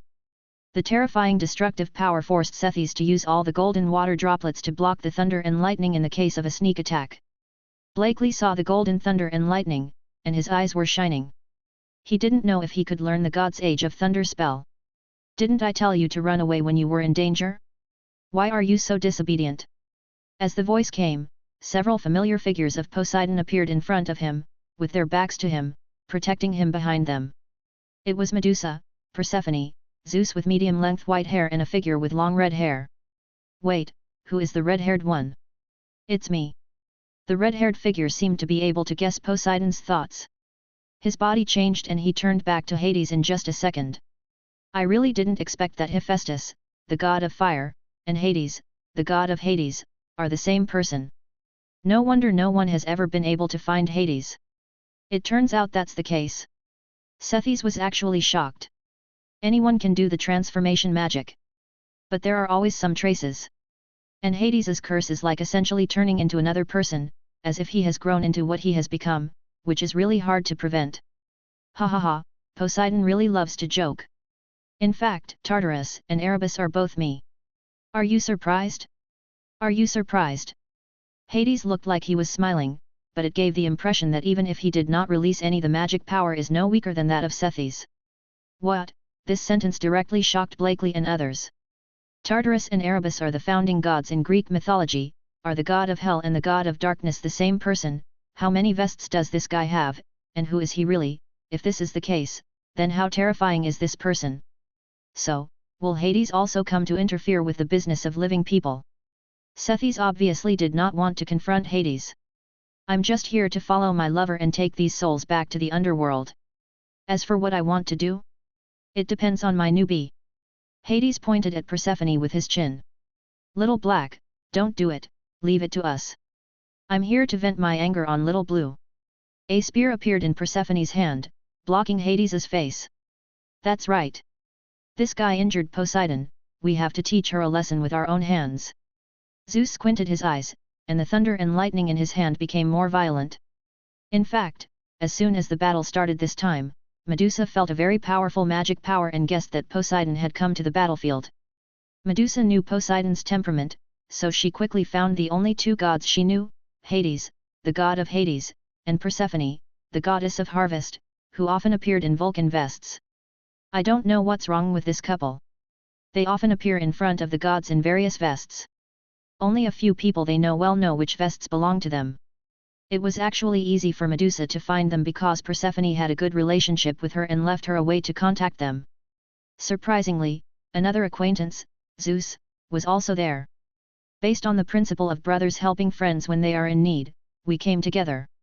At this time, Zeus was not the future king of gods, but just a magician with better talent than Poseidon, and he also had not grown up. But knowing that my friend was in trouble and that he was still one of the 12 titans, he still felt compelled to look back. Blakely and the others did not see the specific situation of this battle, but as soon as the scene turned, another scene appeared. Theseus died in the battle, while Poseidon, Zeus, and Medusa were all scarred and looking like they were dying. In contrast, Persephone was doing much better, just a little tired. The surrounding environment was horribly destroyed. There were traces of the impact of various elements everywhere. The ground was full of potholes. Every few steps there was a large pit of tens of meters. The only person present who was better was the one who had never taken action. Hades. With the help of Zeus and Hades, Poseidon gathered all the people of Tesses, and some of them merged with his original city-state to form the city-state of the heart, Atlantis. The other part was taken away by Zeus and established another city-state. Poseidon and Zeus were also gathered into new gods by their people. From then on, two new gods appeared in the sight of the gods, Poseidon, the god of sea, and Zeus, the god of thunder. The fire god Hephaestus and the new powerful goddess who appeared before seemed to disappear and never appeared again. Hades appeared in the vest of the god of fire, while Persephone appeared in the form of a god whose name had never appeared before. Both of them changed back after arriving at the scene, so other than those who were present at the time no one knows their identities. In fact, the couple appears in various vests mainly because they are afraid of trouble. The scene changed again, and Blakely and everyone appeared in a temple. Judging from the sculptures in the temple, it was the temple of Athena, the goddess of wisdom. Blakely had done enough homework before coming, and he knew a lot about the temples of various Greek gods. At this moment, a terrifying roar startled everyone in Blakely. Then everyone in Blakely looked in the direction where the sound came from, and saw a terrifying monster. The upper body of her body is a sexy female body, and the lower body is a cyan snake body. The delicate face has weird vertical pupils, green translucent growths on both cheeks, and the hair is made of terrible poisonous snakes spitting cold snake bites. Her body is very huge. She is more than 5 meters tall just sitting on the ground, and her length reaches dozens of meters. Medusa, one of the 3 legendary Gorgon sisters, is also one of the most dangerous and terrifying demon gods. It feels so oppressive to see her now. Gulan couldn't help but sigh as he looked at the huge monster. Chapter 83. Blakely looked at Medusa with a sparkle in her eyes. This transformation seemed to be very different from transfiguration, and closer to animagus. Moreover, Medusa did not seem to be emotionally affected. You must know that even if the animagus lasts for a long time, it will be affected by the biological instinct and become microscopically close to certain animals. It seems to be the prototype of animagus. Blakely said his guess. Soon Medusa changed back and turned back into the beautiful woman with long light blue slightly curly hair. Hey, Isn't this our high priest?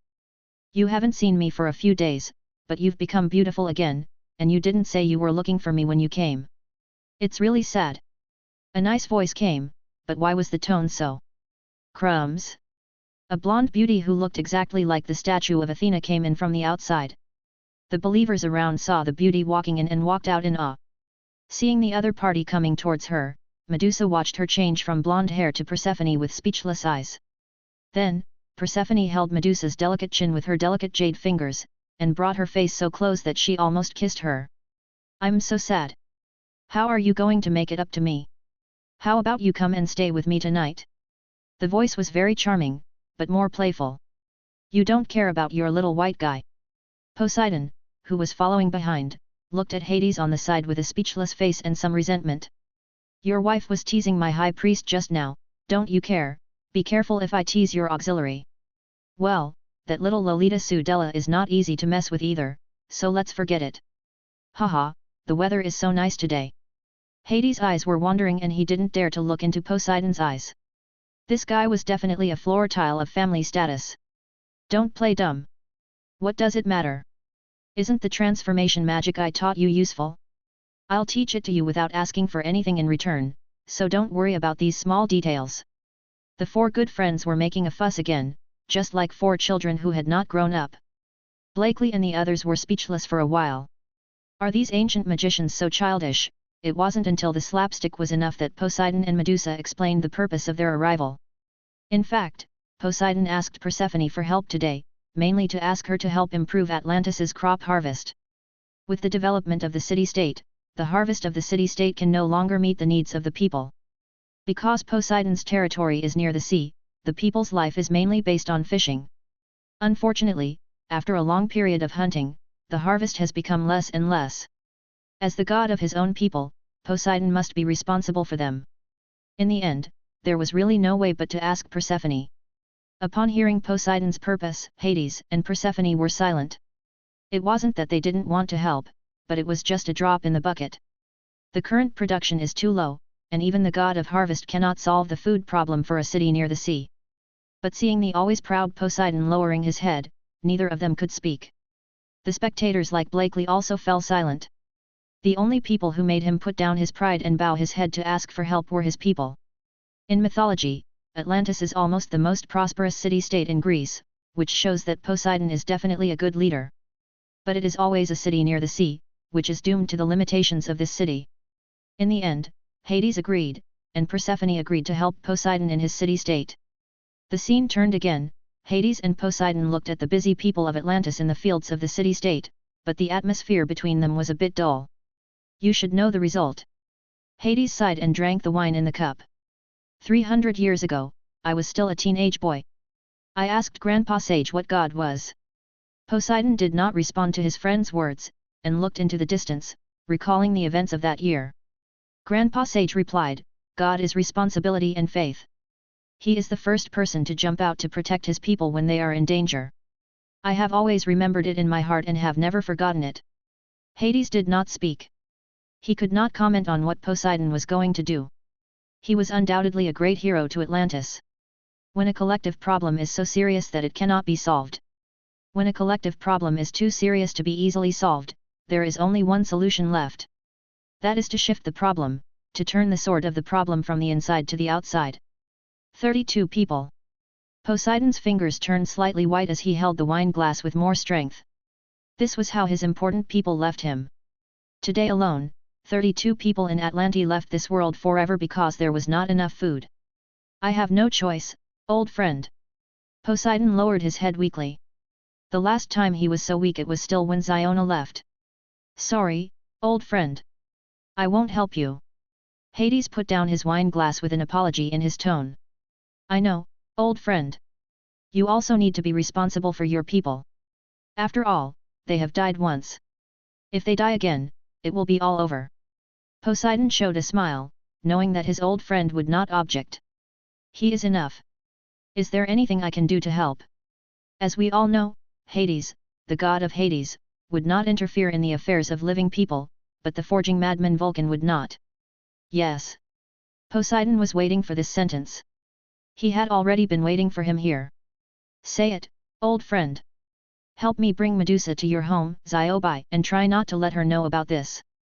Poseidon's only concern now is Medusa. Xiao Hai became a subject of Hades 120 years ago.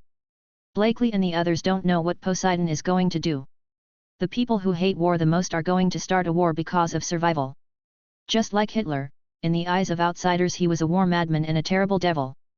But did he really do the wrong thing for his country? Not necessarily, his only fault was that he failed. Just like Poseidon now, equally desperate. What Poseidon didn't know was that a figure with long blue curly hair was quietly listening to their words in a blind spot below the pavilion where they were. Persephone, who was following Medusa, also sighed slightly. Magic was not omnipotent. Even if she could increase the crop yield more than 10 times, it would not solve the problem. Hopefully, the result won't be too bad. Chapter 84. In the end, Medusa did not leave Atlantis, but advanced and retreated with Poseidon as the high priest of Poseidon. Hades and Persephone also left before the war started. They did not want to appear on the battlefield, at least not as Pluto and Queen. The next scene jumped very quickly, but it did not affect Blakely and others' understanding of what was going to happen. Poseidon and Thor formed an alliance and launched wars against other city-states, but what Poseidon least wanted to happen happened. Today's city-states have low productivity, and it has long been difficult to maintain the daily necessities of their people. None of them wanted to be this evil person, but Poseidon's city had the most serious problems, so they had no choice but to become this evil person first. Atlantis was soon completely involved in the war, but at this time, Poseidon was no longer the little kid who had not grown up before. Led by the powerful Poseidon, Atlantis has always been at an advantage in the war, even when facing several gods at the same time. But being too powerful is not a good thing. In a battle, Poseidon was attacked by a dozen gods. This time, the proud Poseidon was defeated. Facing a huge number of enemies, he was ultimately outnumbered. In the process of being defeated and fleeing, Poseidon personally left behind his queen. In the end, Poseidon was rescued by Zeus, who arrived. So they set their sights on the fleeing Atlantean army, and several of their gods led a group of warriors to surround them. Just when Medusa was about to fight her way out, a person that no one expected appeared on the battlefield. Athena, the goddess of wisdom, came to the battlefield. She took Medusa away because she was the high priest she liked. Those gods who were not strong did not dare to stop Athena at all, so they could only let Athens takes Medusa away. It's a pity that the warriors of Atlantis were not so lucky, because Athena had no reason or responsibility to rescue them, and their final results can be imagined.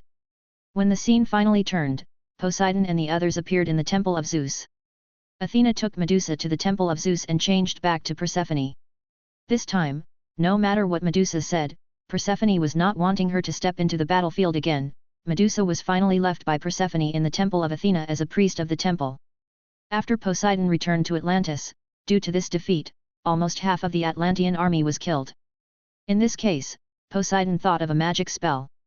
Before the war, Hades invited him to his library as a guest, allowing him to browse the mountains of various magic books at will. Among these books, one recorded a spell that gave him a chance to make a comeback. The bloodline spell uses a bloodline as an inducer, pulling the bloodlines of all lives within the magic range closer to the inducer.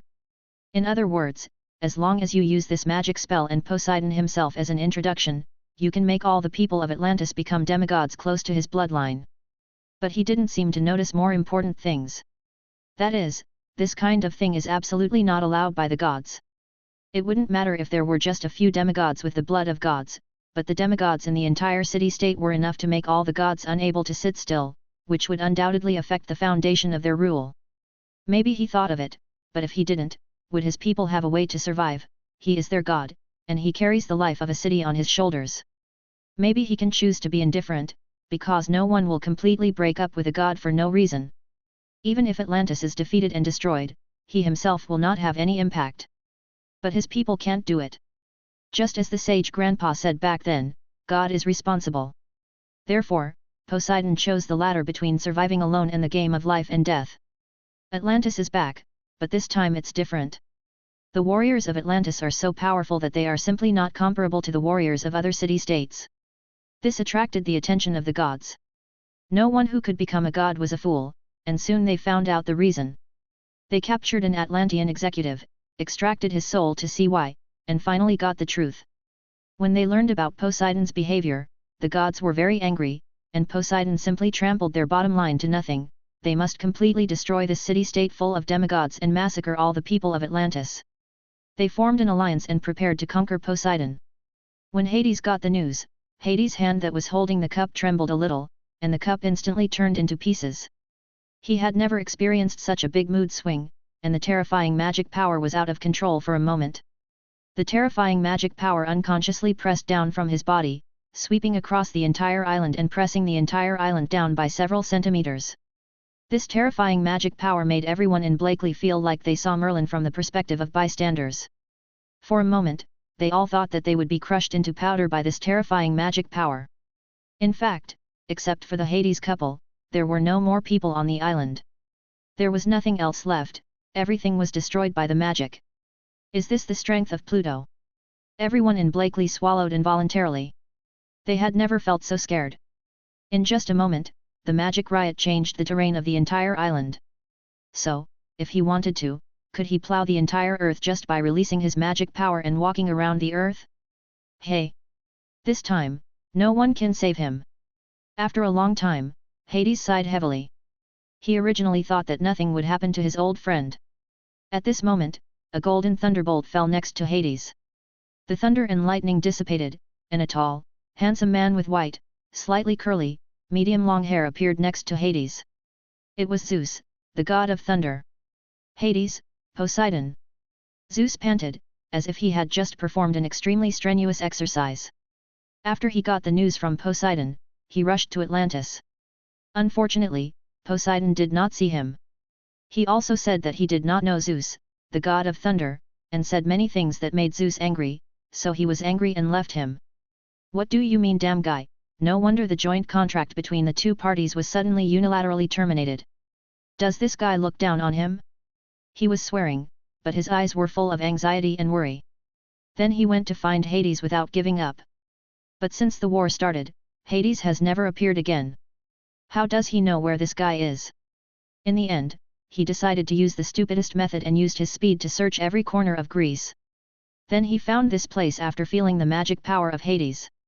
At this time, Zeus didn't care about his situation at all. The first thing he did was ask his friend Poseidon about it. Chapter 85. Looking at the panting Zeus, Hades' eyes softened a bit, and he could see Zeus state. It seems that this old friend is very concerned about Poseidon. Sit down first. Hades raised his hand, a seat appeared from the ground, and Hades motioned for Zeus to sit down. Only then did Zeus notice the surrounding environment, and it became clear that the surroundings were still exuding magic power that had not dissipated in time. I know about Poseidon, old friend. In fact, he got this spell from me. Hades told Zeus about inviting Poseidon before the end of the war, but he did not thinking that he found his research information on the blood curse among so many curses. In fact, Zeus also knew about this because he had also been invited. He got several powerful lightning spells from Hades, who was recognized as a scholar by the gods. The amount of spells he has stored is simply unimaginable, and it is not surprising that there are a few very strange spells among the many spells. What should we do? Zeus drank the wine Hades poured for him and asked worriedly. I will try my best to ensure the safety of Poseidon, trust me, old friend. No one is willing to face the three of us at the same time.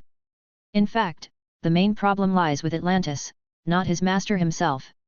Hades' his words reassured Zeus a lot, as long as everything is fine. As for city-states, it can be built again in the future, and the worst he can do is help him build another Atlantis. But will this really happen? If this really happened, would Hades still react so strongly? The scene turned again, and it was in the temple of the city-state of Atlantis. In the temple are Hades, Poseidon, and Zeus. The three of them are sitting together. Zeus and Poseidon are still looking at Hades with shocked eyes. This guy can actually do space magic? They never knew. How many other tricks does this guy have hidden? Why are you looking at me? Let's talk about business. Hades was obviously annoyed by the look. Oh yes, let's get down to business. Zeus patted his head. Poseidon's affairs were more important now. Hades and Zeus expressed their thoughts to Poseidon, but Poseidon refused. Zeus stood up anxiously when he heard Poseidon's rejection, but Hades had expected it and showed no surprise. Hades helplessly stretched out his hand to push Zeus back into his seat, while looking at Poseidon. He knew that this old friend had something to ask of him. Sure enough, Poseidon hoped that Hades could protect the people of Atlantis no matter what, and if he was defeated, he hoped to die at the hands of Hades. Finally, he hoped that Zeus would not be involved in this matter, because unlike Hades, he had his own people and city-states, while Hades did not. In other words, no one can find Hades' territory. Old friend, sign a contract with me. Hades, who had been listening to Poseidon's speech silently, suddenly said. Blakely and others did not see the entire contents of the contract, but only knew the previous few items. Hades would ensure that the people of Atlantis would not be massacred. If Poseidon faces death, Hades will take action to send him on his last journey. Hades needed to protect Medusa until the war was over. Hades needed to make sure Zeus had no part in this. Hades had access to all the knowledge and spells Poseidon knew. Hades had access to all of Poseidon's personal possessions, as well as all of his magical items. The last words were all kinds of strange words that they couldn't understand, and even Blakely's glasses couldn't translate them. It doesn't feel like a contract, but more like a suicide note. Although Zeus didn't agree with what the two were doing, he had nothing to do because he couldn't defeat Hades. The truth was the same as Hades' worst fears. Facing the joint attacks of the gods, Poseidon found it difficult to resist and was retreating steadily. At this time, Poseidon was isolated and helpless, and even Zeus, who wanted to help secretly, was blocked and unable to move away. When Hades learned the news, he was at the temple of Athena to be with Persephone, who had transformed into Athena. They also discussed this issue for a long time, hoping to help their friends, but in the end there was no good solution. Something happened that night that caught Hades off guard. Medusa secretly left the temple. Hades guessed that he was heading towards the battlefield with a high probability. After pondering for a long time, a shadow of Hades rushed out at an extremely fast speed. The scene turned, and on the battlefield of Atlantis, Poseidon supported his body with his trident. He was surrounded by enemies but no one dared to step forward. No one underestimates the current Poseidon. The fully grown Poseidon is even more powerful than Theseus. Moreover, the most important thing is that it is not a secret that Poseidon and Thor are close friends. They have no reason to face the more powerful Thor Zeus after solving Poseidon, so no one takes the first action. Because Hades has not appeared again since the war, no one among them knows the relationship between Poseidon, Thor, and Hades. Seeing that he was already weak to this point, the enemy did not come forward to continue attacking. Poseidon didn't know why, and looked at them with eyes full of contempt and disdain. That's it for them, it's really out of place. Poseidon, according to the contract, I am here. A voice came, making everyone look in the direction of the voice. That tall figure, 1 meter tall, with long hair as smooth as a waterfall, hanging down to the root of the thigh, wearing black armor that looks heroic and domineering, wearing a black cloak with strange patterns on his head. It is a strange crown. The god held a black gold two-pronged fork engraved with ki runes in his hand. It did not emit any breath, but the invisible sense of oppression made all the gods feel like there was a big mountain pressing on their chests. His face couldn't be seen clearly due to the light, but Poseidon was very familiar with this guy. Hades, it turns out that this is what you are like. What should I call you? Who are you now? Poseidon forced a smile, and at the last moment, asked his old friend's real name. Ming, you can call me Ming. He did not hide himself anymore, he gave his old friend the highest respect. Underworld, that's what it is. I came here in compliance with the contract to see you off for the last time, old friend. Ming's voice could not detect any emotion or anger, but it was very deep. Chapter 86. The appearance of Ming made Blakely feel very familiar, especially the standard height of 1 meter and the long black hair of 98 meters. He always felt like he had seen him before somewhere. Who are you? What are you doing here? A god was very unhappy when he saw Hades suddenly appearing. What kind of big-tailed wolf could a man with no magic power pretend to be here? You can retreat from this matter. Hades' words made the god furious. What did you say? The god was very angry. But Hades was obviously more violent. He stretched out his right hand and shook the god in the air. In an instant, the god was compressed into a flesh and blood cube the size of a fist by invisible force. Blood spattered everywhere in an instant, and the whole scene was extremely terrifying and bloody. Blakely quickly covered Hermione's eyes and turned away. Even he could not bear this scene. Gulen and the others also had pale faces. If they hadn't felt any physical discomfort in this state, they would have vomited it out. I'll say it for the last time. Now you can retreat. Next, I will give you an explanation of the contents of my contract. The murderous aura in Hades burst out without reservation. At this time, Hades let Blakely thought of a word. That is, the evil spirit reaches the sky. Hades knew that there was only one way to achieve Poseidon's purpose of protecting his people, which was to kill the culprit and then make the things they were afraid of no longer a threat. Only in this way could the people of Atlantis not be massacred. Almost exhausted. Because he and Zeus can only protect them for a while, but not for a lifetime. Damn you bastard, why don't you do what Zeus and I said? It's just a city-state, it's gone when it's gone, the worst thing is to just build another one, why do you care so much? But, as your friend, what can I do? I can only support you. Hades still couldn't see his expression clearly, or even his face. But the magic power is getting stronger and stronger, and the evil spirit and murderous intention are also getting stronger and stronger. Bystanders such as Blakely felt that their bodies were being torn apart by the invisible murderous intent, and the people who faced Ming's murderous intent were even more unbearable. Small wounds even appeared on Yushin's body, and the invisible murderous intent actually took shape. Is this still the gentle Pluto? How many lives has this murderous aura killed? Well, didn't you once say you wanted to compete with me? Just this time, there will be no chance. In the future. As Hades spoke, the powerful recovery magic was released on Poseidon, and after a while a lot has been restored. Two people stood opposite each other, one holding a trident and the other holding a two-pronged fork. In just a moment, the two weapons collided. The power and magic power used by Hades was almost the same as Poseidon's remaining magic power and physical strength. The collision of the two weapons produced a terrifying sonic boom. Everyone in Blakely was stunned. Was it a magician who was looking at him? They all believe that this combat power is a humanoid nuclear bomb. How did they do it? The last time he fought Hades, he was tricked by Urgucha, so he kept defending against the soul attack from the beginning, but the imagined soul attack did not come. In this situation, how could Ming end the battle in this way again? Perfect cube. Hades released a magic moment, and a transparent cube appeared where Poseidon was standing, completely imprisoning Poseidon in place. Underworld Thunder, Abyss Demonic Sword, Nightmare Eye, Blood Sea Demonic Spear, Sky Breaking Slash. Magic Quintet. Hades actually released 5 powerful offensive spells at the same time, and each magic spell had no power at all. Weaken. Sea Wall. This was actually the first time Poseidon looked serious at his friend. He was so powerful and terrifying. A soaring wave blocked Poseidon in front of him, but it did not completely block Pluto's spell. Fortunately, he broke free from Ming's imprisonment spell in time and avoided the fatal part in time. He was only stabbed in the arm by the blood gun.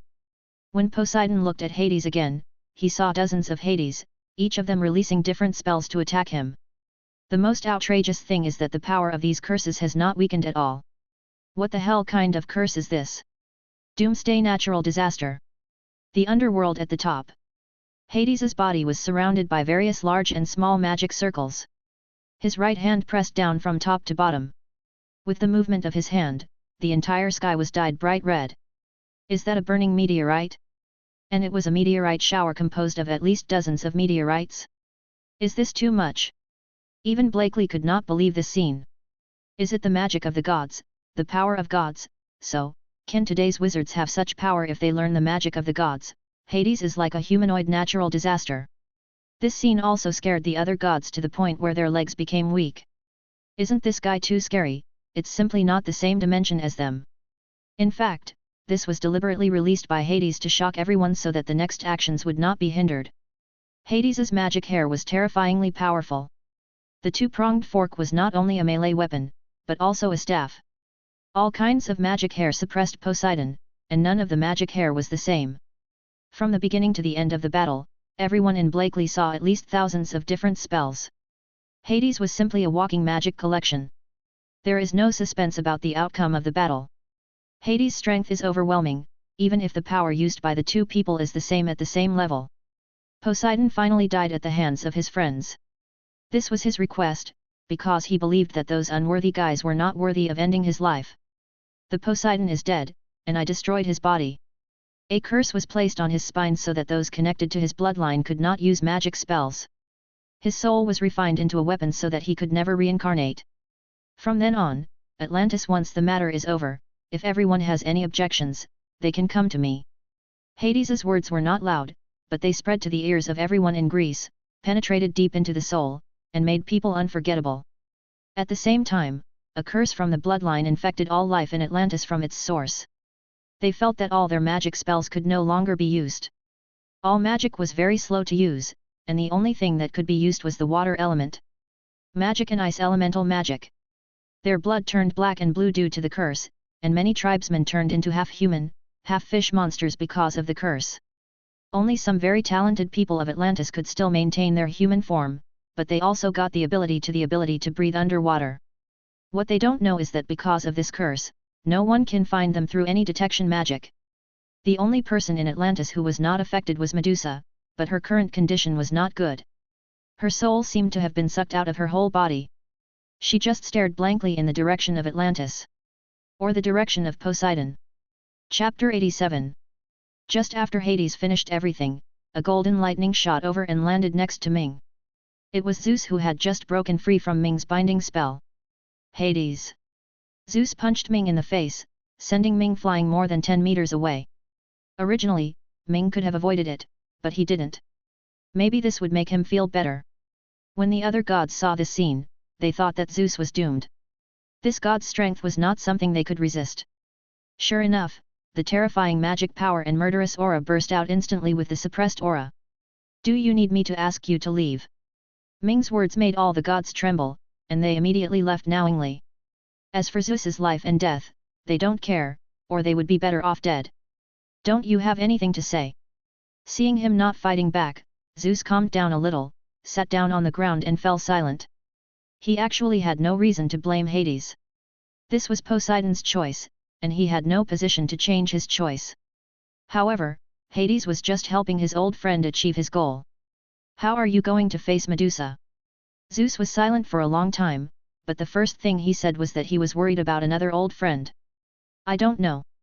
Hades sat next to Zeus, changing from the appearance of Hades back to the appearance of Hades, with helplessness in his eyes. Do you have a magic spell that can change other people's minds? Zeus thought for a while and asked. Yes, but I won't do that. She has the right to know everything. Hades was silent for a long time and handed a strange diamond-shaped object to Zeus. What is this? Zeus frowned slightly as he took the item. He felt the familiar breath of life on the item. Poseidon left a backup plan before the war. As long as his soul and this cocoon of life are combined, Poseidon will have a chance to be reborn. Hades' words made Zeus's eyes light up. Really? Zeus asked impatiently. False. This is what Poseidon told me before. The people of Atlantis need hope. Even if this hope is false. Hades' words made Zeus silent again. So his soul. Zeus carefully put away the cocoon of life. False, how could I touch the soul of an old friend? It was just a small fragment of the soul. I helped him recover the same day he was separated. Hades signed the contract. So, you are going to be the villain, right? Zeus looked at Hades. It takes a strong person to hold the key to the cocoon of life, and no one can get it. Hades nodded. I will take his soul to another world. This is the final content of our direct contract. Hades' words made Zeus breathe a sigh of relief. Your original world? No, but it's not impossible. Hades is not from this world, and it is not a secret to someone they know well. In the end, these things were taken care of by Zeus, who also wanted to do his part in this matter. He found Medusa following the location given by Hades and told her everything, but not including the contract between Hades and Poseidon. Because the contract included a requirement not to let Medusa know part of the contract, but to tell Medusa that all this was planned by Poseidon. Looking at Medusa, who was staring blankly at the direction of Poseidon's death, Zeus didn't know how to comfort her. Finally, he sat down in a place far away from Medusa and stayed with her silently without saying a word. The next scene flashed very quickly, and then Medusa was sent back to Atlantis by Zeus, and then Medusa once again led Atlantis to cheer up as the high priest of Poseidon. And he took out the cocoon of life, giving the people of Atlantis hope again. A benevolent, wise, and invincible leader will undoubtedly become the faith of his people, and Poseidon is undoubtedly the absolute faith of Atlantis. Knowing that the sea god can be resurrected makes their eyes full of light again. The gods undoubtedly knew about this, but when they thought of the terrifying power of Hades and Zeus who had been protecting Atlantis overtly and covertly, they had no reason to face a god more powerful than Poseidon. So there was no god troubling Atlantis, at least not openly. This went on for a long time, until Atlantis suddenly disappeared, and no one saw the city-state again. Then, the picture ended here, and the world became blank. There was nothing left, just a vast expanse of white. Blakely and others knew that this dream was coming to an end, but they did not expect that such a thing would happen to the real Atlantis. The ending of Poseidon is a pity. Blakely sighed, feeling a little uncomfortable. In the end, the most pitiful person is probably Medusa. The one she loved lost everything. Hermione also felt uncomfortable. Blakely patted Hermione's shoulder gently. He knew that Hermione and Nakuru were good friends. Nicolo is another personality of Medusa, and her feelings for Medusa are somewhat special. We are probably about to wake up, and we don't know how much time has passed. Gulen reminded everyone of what happened before entering the dreamland. Outside the dream, Dis and Medusa stood side by side at the front of the deck of the giant ship, looking at the magnificent sea. Speaking of which, I thought you would never appear in front of me again. Medusa never saw Hades again after that incident. Even if she went to find him, Hades would show up in various ways. Reason not to see her. He just asked Zeus to return all Poseidon's items and wealth on his behalf, and gave him a lot of help. Dis was silent, just looking at the sea quietly. Why? Maybe, it's guilt. It was clear that he had done nothing wrong, but he still had such feelings for this old friend. I promised him that I would protect the people of Atlantis. Now after the baptism of time, the people of Atlantis are about to become extinct, and my promise will be fulfilled. Medusa did not. She loves Atlantis, and she doesn't love the people of Atlantis either. She only loves Poseidon. It can even be said that she hates the people of Atlantis because Poseidon will die because of them. He is a good leader, but she is not. She just agreed to her lover's request, but now her condition is very bad. Only by sleeping for a long time and walking the world with another personality can she ensure that her soul will not be erased by time. At this point, as told to Dis, her time is running out, or Medusa's time is running out. Chapter 88. Medusa left here, holding the key in her hand, and decided to see what was in the cocoon of life. Looking at the back of his old friend leaving, Dis was silent for a long time. Time is really a terrible thing, because it can consume everything. Uncle Dis, are you okay? Lilias stood aside in a dignified and obedient manner, listening to the previous conversation between the two people. She did not look as tough as before. I'm fine. It's a big thank you that Lilias stayed with us two old guys. Dis said gently. He had a good eye for this little girl. Speaking of which, is this the first time we've met? Thank you so much for helping that silly boy in Aou. Dis said and bowed slightly to Lilias.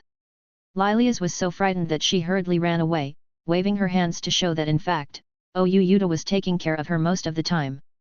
Just kidding, how can you get Dis to salute you? She also wants to marry Yuta home.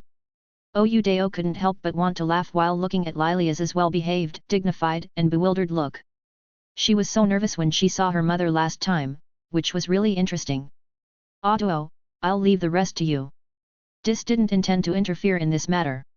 He just wanted to go to Atlantis for a tour. There was no danger, so he planned to left. Autuo nodded and agreed. Seeing Autuo nodding in agreement, Dis turned around and disappeared here. When Blakely woke up, he saw an unfamiliar ceiling. It seemed that he had left the giant ship. Blakely immediately took out his pocket watch and glanced at the time. It was already the next day. The magic power is abundant, the body is healthy, and the memory is not fragmented. The last thing is the items. Except for Poseidon's sorrow, which was taken away by Medusa, there is no problem with other items.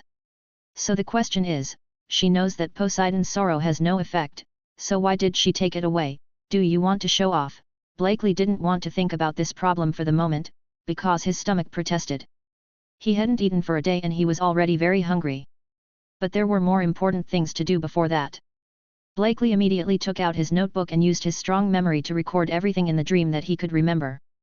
Blakely didn't stop his quill until there was a noise outside. Dreams are dreams after all. The general content of the matter can be remembered, but the details of each spell are still difficult to recall. Blakely decided to go home and deal with it. Let's study the magic of the Age of Gods again. Originally Blakely wanted to learn the magic of the Age of Gods, but after comparing the magic of that era with the magic of modern times, Blakely was certain that that was no longer possible because the difference in magic density was too big. Unless one can supply the terrible demand for magic power, and it seems that the curse of the Age of Gods requires far higher talent than the ancient curse. Because even gods don't actually know a few divine magics, except of course the monster Hades. You know, that is the result of hundreds of years of accumulation by those gods. Even the sea god Poseidon, one of the 3 legendary god kings, actually only knows no more than 5 gods of the Age of Magic. Blakely didn't think he was more talented than Poseidon, so he didn't have the time or life to spend hundreds of years studying a magic spell that he didn't know if it could be used. So the best option is to combine the curses of the Age of Gods to develop new ones. Blakely, why didn't you respond when you woke up? It made me worried for a long time. Hermione's voice suddenly appeared, bringing him back to reality. I was thinking about something else. I'm really sorry for making you worry. Blakely did not put away the notebook, but responded to Hermione with a smile. At this time, Hermione had changed back to her usual clothes and looked much more lively. Her cute little face moved closer to Blakely and looked at Blakely's notes. Blakely could even smell the fragrance of Hermione. Looking at Hermione's side face, Blakely felt a little uncomfortable, but he didn't hate this feeling. Blakely, your memory is really good. I forgot many details, but you actually remember them all. Hermione said with some surprise. She looked at some details and some conjectures about the magic of the Age of Gods in Blakely's notes. Almost considered Blakely an idol. Blakely's powerful memory and extremely creative thinking were simply blessed by the god of wisdom. She had lamented Blakely's smart mind more than once. Hermione, I think I can look at the notes later, but if I don't eat something, I really have to see Merlin. Blakely had not eaten anything for a day, and then he wrote notes for a full 4 hours. He didn't feel it when he was writing notes before, but now that he has finished writing, he is really hungry. When Hermione heard Blakely's words, she stood up like a frightened kitten and grabbed Blakely's arm. Oh, I'm sorry, I forgot when I got excited. Let's go and eat something. Hermione said a little embarrassedly. She actually woke up the earliest and had already eaten some food, so she forgot about it. A little. Blakely and Hermione left the room and came outside the villa. They saw a beach and rough sea in front of them. Oh, it's little Blakely who's woken up. Lilia's voice came, attracting Blakely's eyes. At this time, Lilias combed her long golden hair into a ponytail, and wore a pure white swimsuit to set off her hot figure. The most conspicuous thing besides her beautiful face was her proud peak and six-pack abdomen. Muscle. Unfortunately, Blakely didn't feel anything. This was his sister-in-law. And Blakely doesn't think so. He's only 12 years old now. Sister-in-law, is there anything to eat? I'm starving. Blakely asked a little aggrievedly. 10 minutes later, Blakely and Hermione were sitting at the beach, where the barbecue grill was enlarged and they were feasting on the seafood grilled by Oyuzu. Lilias sat next to them, her eyes never leaving Oyuda, who was concentrating on the barbecue, and her eyes were full of care. Let me ask, who wouldn't love a man who is handsome, tall, strong, gives you everything, will accompany you crazy and make trouble with you, and is careful and humorous? Brother, your barbecue skills are also very good? It's so delicious. Blakely stuffed a bunch of cooked cuttlefish into his mouth without any image, and chewed it, and his mouth was filled with fragrance. Dujiao didn't even raise his head, still concentrating on his barbecue business. Everyone in our family has a unique skill in the kitchen. For example, the most introverted eldest brother is actually the best at bartending, the fourth brother is good at cooking, and what I am best at is barbecue. Aohu said with a smile, his expression a little small. Proud. Speaking of which, Blakely is very good at making desserts. Hermione said with a smile after peeling a shrimp and placing it on Blakely's plate. Blakely's dessert skills are really good, surpassing the Hogwarts kitchen by many. Really? When can we try little Blakely's craftsmanship? Lilia's eyes lit up. She especially likes desserts. Tonight, I have the tools. Blakely thanked Hermione and planned to show off his cooking skills tonight. Speaking of which, are everyone in our family good at cooking? Blakely asked curiously. Miss Jasmine did most of the cooking at home, and he just knew that his father's cooking skills were very good. Not really. Audouo thought of something terrible. If Mom comes into the kitchen, no matter what you are doing, run away as far away as possible. If you still want to live. Everyone. Chapter 89. The smell of barbecue quickly drew the sleeping friends out of their sleep. Soon all the friends gathered here. Everyone was very hungry. The 6 little guys actually ate a box full of seafood. Finished. Especially Ron and Draco ate a lot. In fact, this has something to do with the bloodline potion. The body modified by the bloodline potion is not only stronger, but also has some characteristics and abilities corresponding to the bloodline creatures. But at the same time, the body's ability to consume, digest and store energy is also greatly enhanced. The most obvious one is Draco. Dragons have a very big appetite, and a large part of the food goes into Draco's stomach. While the little guys were feasting, Duju told the little guys what happened next. In fact, he just deceived them about Medusa and then left. Then Bart detonated the bomb because he didn't receive other signals, and the entire giant ship sank to the bottom of the sea. In the end, they sent them here with a helicopter that had been prepared for the reception. In fact, this was not wrong.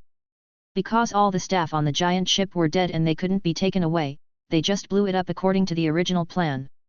Anyway, for Lilias, it's just a boat, which is half a month's pocket money, nothing much. Because the helicopter is faster than the giant ship, a day is left for these little guys to rest and prepare for the next adventure. This news is a surprise to the little wizards.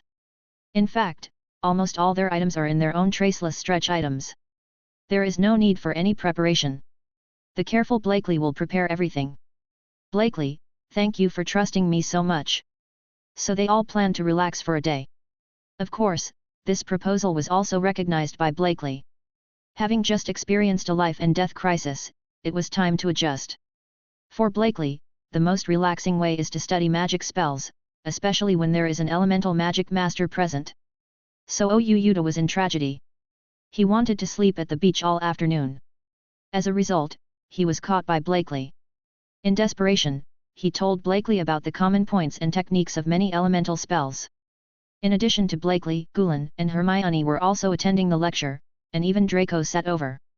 After their bloodlines were upgraded, their talents in some magics were greatly improved, and they all had the talent to learn ancient elemental magics.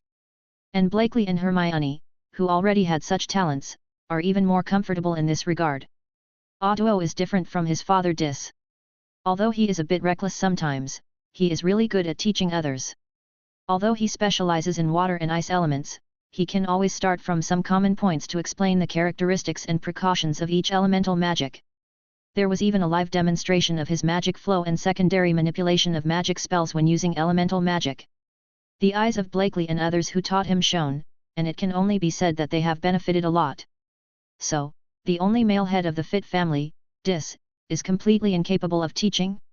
Regarding Blakely's question, Okubo said that in fact, everyone is not good at things, and this does not mean anything. For example, he himself is not good at thinking, so many things must be arranged by Lilias. For example, my eldest brother is not good at communication and gets very nervous when talking to others. Another example is that my mother doesn't know how to cook. After hearing what Audouo said, Blakely remembered that he also had some psychological problems, and nodded in agreement. It's true that you can't hold on to a shortcoming, but that doesn't stop Blakely from secretly laughing at his father. During the conversation, everyone found that Yuta was actually a very gentle and attentive person, and it was easy to get along with them. Unfortunately, according to what Aohu said, he and Lilias would go to sea after these events and would not be back for a long time, which made several people feel disappointed. Looking at the little ones who were a little disappointed, Oyuzuo smiled gently and took out a somewhat worn notebook from the inner pocket of his jacket.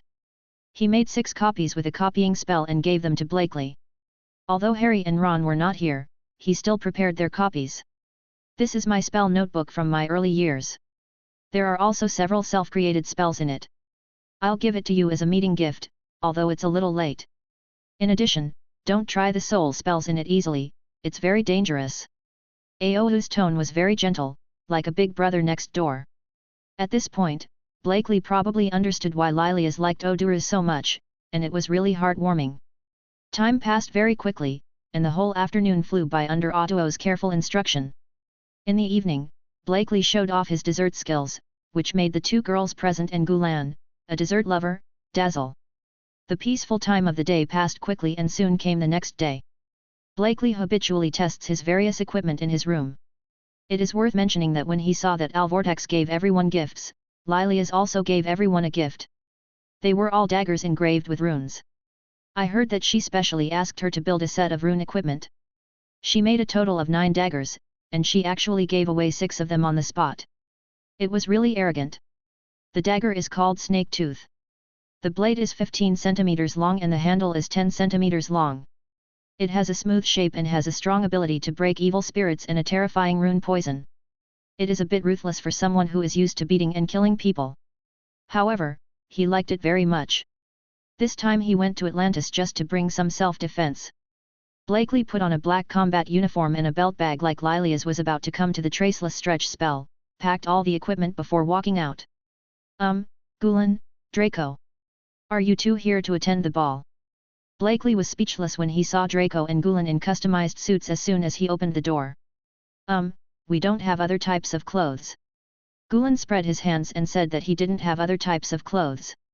Should he be called a pure-blood noble, Blakely was helpless, so be it. He tried his best to write down some of the mechanisms he saw in Atlantis in the dream. There was a high probability that nothing would happen, probably. In contrast, Harry and Hermione were much more normal, and at least they knew how to change into clothes that would facilitate movement. Don't worry, Atlantis is just an empty city now. Aoho comforted him. This was not wrong. Since the age of the gods, the people of Atlantis have been forced to leave their homeland. Then they lost the key while fleeing and never got it back.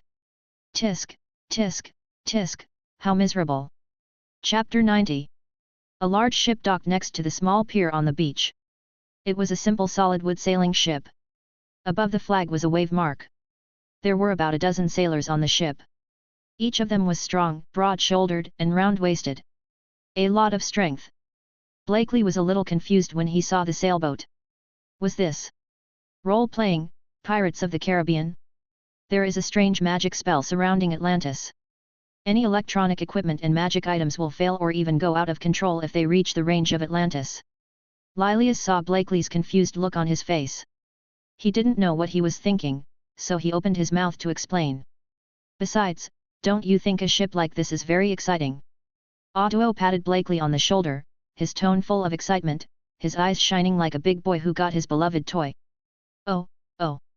As he said that, Yu Mao walked to the front of the deck where Blakely and the other sailors were.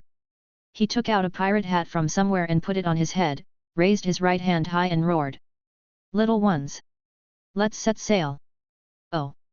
Blakely was speechless for a while. It turns out that the problem lies with you. Also, forget it about Harry and Ron joining in the fun. Draco, why are you so excited?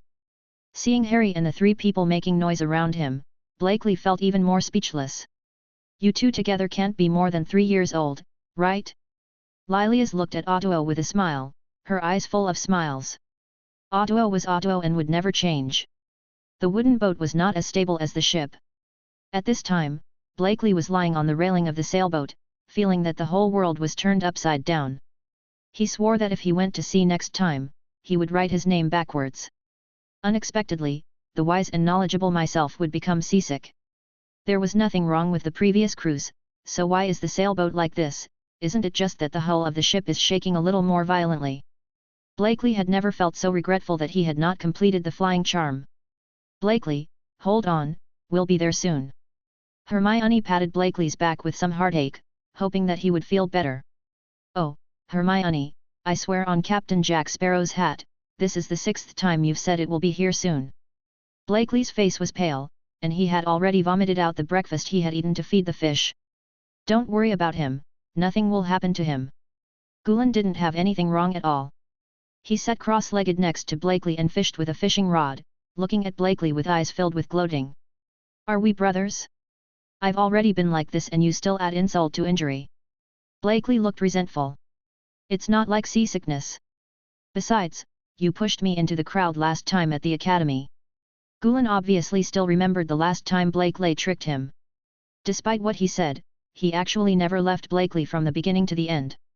Look! What is that? Ron pointed in one direction with a horrified look on his face, causing Blakely and others to look over. As a result, I saw a dozen huge tentacles, several meters thick, tightly entangled with a whale, and then slowly pulled it down to the sea and disappeared. Oh, Merlin's lace underwear! I have never seen such a big octopus, it must be the legendary sea monster! Ron shouted to Blakely. Blakely, on the other hand, was thinking with a strange mind, was there such a thing as lace underwear in Merlin's era? Then Blakely quickly shook his head and stopped thinking. He felt that he must have been seasick and vomited. That's a sea monster around Atlantis. Don't worry about him. He won't cause trouble. Lilias walked to Blakely and the others and said. She was not worried about this at all. In order to ensure that her brother was safe, Oyu Dao had done this no less than 10 times in the past 6 months. This sea monster did not attack them. After all, they, ancient creatures with high intelligence, have strong intuition. Moreover, there are 2 creatures on the boat that are far more terrifying than him. Lilias looked at Otuo. Under her perception, Otuo was exuding a gentle but terrifying power, and all dangerous creatures around it were moving away from here at their fastest speed. This is the reason why they dare to enter Atlantis where sea monsters gather. The name Siren is not for nothing. Blakely felt as if a century had passed, actually only 3 hours. Lilias bought a small island near Atlantis for convenience. It was the same island they stayed on before. The rich woman was stone-hammered. They slowed down when they reached a sea area. Otuo walked towards the bow of the ship and took out a 3-cone-shaped object engraved with runes from his pocket. Injecting magic power, the runes on the triangular pyramid were lit up one after another, and then the entire triangular pyramid lit up. The next second, as if appearing out of thin air, a huge city gradually turned from the sea to a shadow, and finally turned into a real ancient island city. This scene really shocked everyone except Lilias and Arcana. It was so amazing that even after living in the magical Hogwarts for a year, it still felt amazing. Blakely was even more excited, as if he had seen heaven. Blakely, finally, get off the boat. At this time, Blakely no longer even wanted to see a boat, especially a solid wooden sailboat that looked like a pirate ship. The Atlantis in front of us is no longer the prosperous city-state in the dream. It is surrounded by traces of time, with collapsed buildings and broken walls covered with vines everywhere. The entrance to Atlantis is full of ruins. The huge stone statues are also full of cracks, and there is even one stone statue with only half of it left. Oyuda asked his men to park the ship near Atlantis, but he had no intention of stopping at Atlantis. Otuo's nose twitched slightly. It was the smell of magic. Someone had already arrived first and activated Atlantis's defense mechanism. It seemed to be Aunt Medusa's handiwork. Each of their brothers and sisters has their own unique way of identifying magic, and Otuo can smell various energy scents in the air. Brother, it seems that this time it is not as easy as expected. Blakely felt better after the ship stopped. He stood next to Aou, frowning slightly. His instincts told him that Atlantis Lee was dangerous, but it didn't feel fatal. It seems like it won't be easy anymore. He relied on his memory to remember the good places in the dream, and he doesn't know if he can still go there. Seeing Blakely's look, Oyuguo knew that Blakely had also used his own method to find out that it was not simple, and smiled slightly. Don't worry, as the elder brother, let me open the way in the first level. Okuzu smiled and took off his coat as if he was about to fight. At the same time, terrible magic power burst out. At the same time, his sea blue eyes it turned bright gold and looked terrifying. Chapter 91. Otuo walked straight forward, and a bridge made of ice appeared under his feet, connecting Atlantis and the ship. I saw Otuo making a move with his right hand, and an ice trident condensed in his hand. The water elements around the magic power gathered in his left hand continued to flow to his left hand, condensing and compressing. His steps were neither hasty nor slow, and he was as elegant as an aristocratic gentleman taking a casual stroll in the back garden. Boom! As the vortex approached, 2 of the 6 stone statues at the entrance of Atlantis suddenly stood up. In fact, they should all stand up, but one of the stone statues has been damaged, and the magic imprints of the other 3 have completely failed. Obviously, they have not been able to withstand the passage of time. Otuo didn't even look at the stone statue on the left. He faced the stone statue on the left with his left hand and released the magic spell he had just completed. Eye of Leviathan. The water ball in the hand of Otto exploded instantly. The terrifying elemental magic and extremely destructive ultra-high pressure water flow directly annihilated the upper body of the huge stone statue more than 20 meters high. The terrifying curse in an instant, he penetrated the city wall that was more than 10 meters thick at the back, and then penetrated another wall and disappeared from people's sight. Everyone in Blakely was shocked. Is this a self-created war curse? So powerful, so handsome too. The evil spirit of the far north. Aohu's body exuded a terrifying cold air, and a terrifying face made of pure white ice formed around him. His sharp claws exuded sharp murderous aura, like a terrifying ice demon from the far north. It is another self-created war magic, and it is a controllable semi-biological spell. Otto's magical talent is much higher than Blakely imagined. This is a combined application of ice element magic, demon summoning magic and contract magic. The combined application of multiple magic spells is actually not as difficult as you think. Any magic has something in common, and it can be easily done as long as you find the common point. Connect these magic spells together and apply them in combination. While directing the evil spirits and stone statues in the far north to attack each other, Otto explained some knowledge points to Blakely and others easily. But only Blakely, who has completed the self-created magic spell, and Hermione, who is preparing to create the self-made spell, can understand Alvortex's lectures. As for the others, well, they're not there yet. Otto's lecture did not last long. In just 8 seconds, the stone statue was completely torn into pieces by the evil spirit from the far north. In fact, Otto didn't want to take action, but the fighting power of these 2 stone statues was too strong. You know, this was the last line of defense used by Atlantis to defend the city in ancient times. They are not only powerful weapons for defending the city, but also terrifying siege weapons during the Wars of the Gods. Weapons used to attack gods, even after a long period of time, they still retain nearly % of their combat effectiveness. This was simply not something Blakely and the others could deal with, so they had no choice but to do it themselves. Okay, the rest of the way is up to you. Lilias and I need to be outside to ensure that the ship can stay here intact. After all, there are a lot of sea monsters here. Aohu ignored Blakely and the others' chins. It looked like it was about to fall to the ground, and Draco looked at it like an idol. Showing a gentle smile, he said to Blakely and the others. He really needed to watch his ship. Without his deterrence, the sea monsters would not be so docile. If the ship was torn apart by the sea monster after coming out, it would be over. Blakely was not surprised by this, because this was his trial, and he couldn't let his brother cheat and push all the way. When this happens, there is a high probability that there is some problem that is inconsistent with the original plan. Is it Medusa? Blakely immediately thought of the reason. After all, there would be no other reason. So it was Medusa who unlocked Atlantis's defensive spell. It's really tricky. In a huge room in Atlantis, Medusa frowned slightly as she looked at the scene on the water in front of her. Is the difficulty of the mechanism still too high? Then use the minimum power. Today's magicians are really too weak. Medusa waved her hand, and many of the surrounding runes were extinguished in an instant, leaving only less than a quarter of what it was just now. After doing this, Medusa looked at the cocoon of life on the high platform in the middle of the room. She slowly took out the Poseidon's sorrow and was silent for a long time. In the end, she still did not open it. The moment Blakely boarded Atlantis, he was almost moved to tears. Dear Mother Earth, I never want to leave you again. Okay, stop praising Mother Earth here. Do you have a plan? Gulen looked at Blakely, who looked like he was about to cry, and showed a gloating smile. Let's let Blakely rest first. We still have plenty of time anyway. Hermione rolled her eyes at Gulen. This guy was still holding a grudge. So, the 6 of them found a relatively intact house to rest for a while Blakely explained the adventure plan. Everyone admires Blakely very much. He is the absolute brains among his friends. He must have a plan and purpose when doing anything. They have long been accustomed to obeying Blakely's arrangements. I wrote down a few noteworthy places in my dream. The things there must be of great help to us and are our main goals. But now that Atlantis's defense mechanism has been activated, I don't make sure it's safe. Blakely opened his notebook and thought about the information inside again. There was a quill and 3 large pieces of parchment floating on the side. The quill was writing and drawing quickly on the parchment. At this time, Blakely had fully recovered and his brain was completely clear.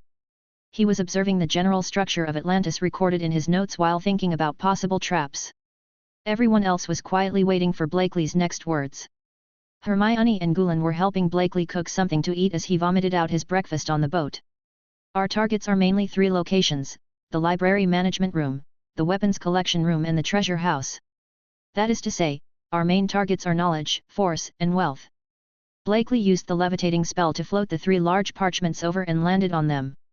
In front of everyone, there were 3 simple maps, filled with densely packed notes. This is Blakely's drawing based on memory and deduction. There may be some differences, but the difference will not be big. In fact, Blakely didn't have any specific plans this time. After all, no one knew what mechanisms there were in Atlantis, so he wrote all the possibilities he could think of on the map, and he teamed up with 2 people to get more information. It was good to train them. After all, he didn't feel very dangerous here. After the vortex shattered the 2 stone statues, the dangerous feeling that Atlantis gave him dropped by at least %. Judging from the sense of danger, there is a high probability that there is no danger.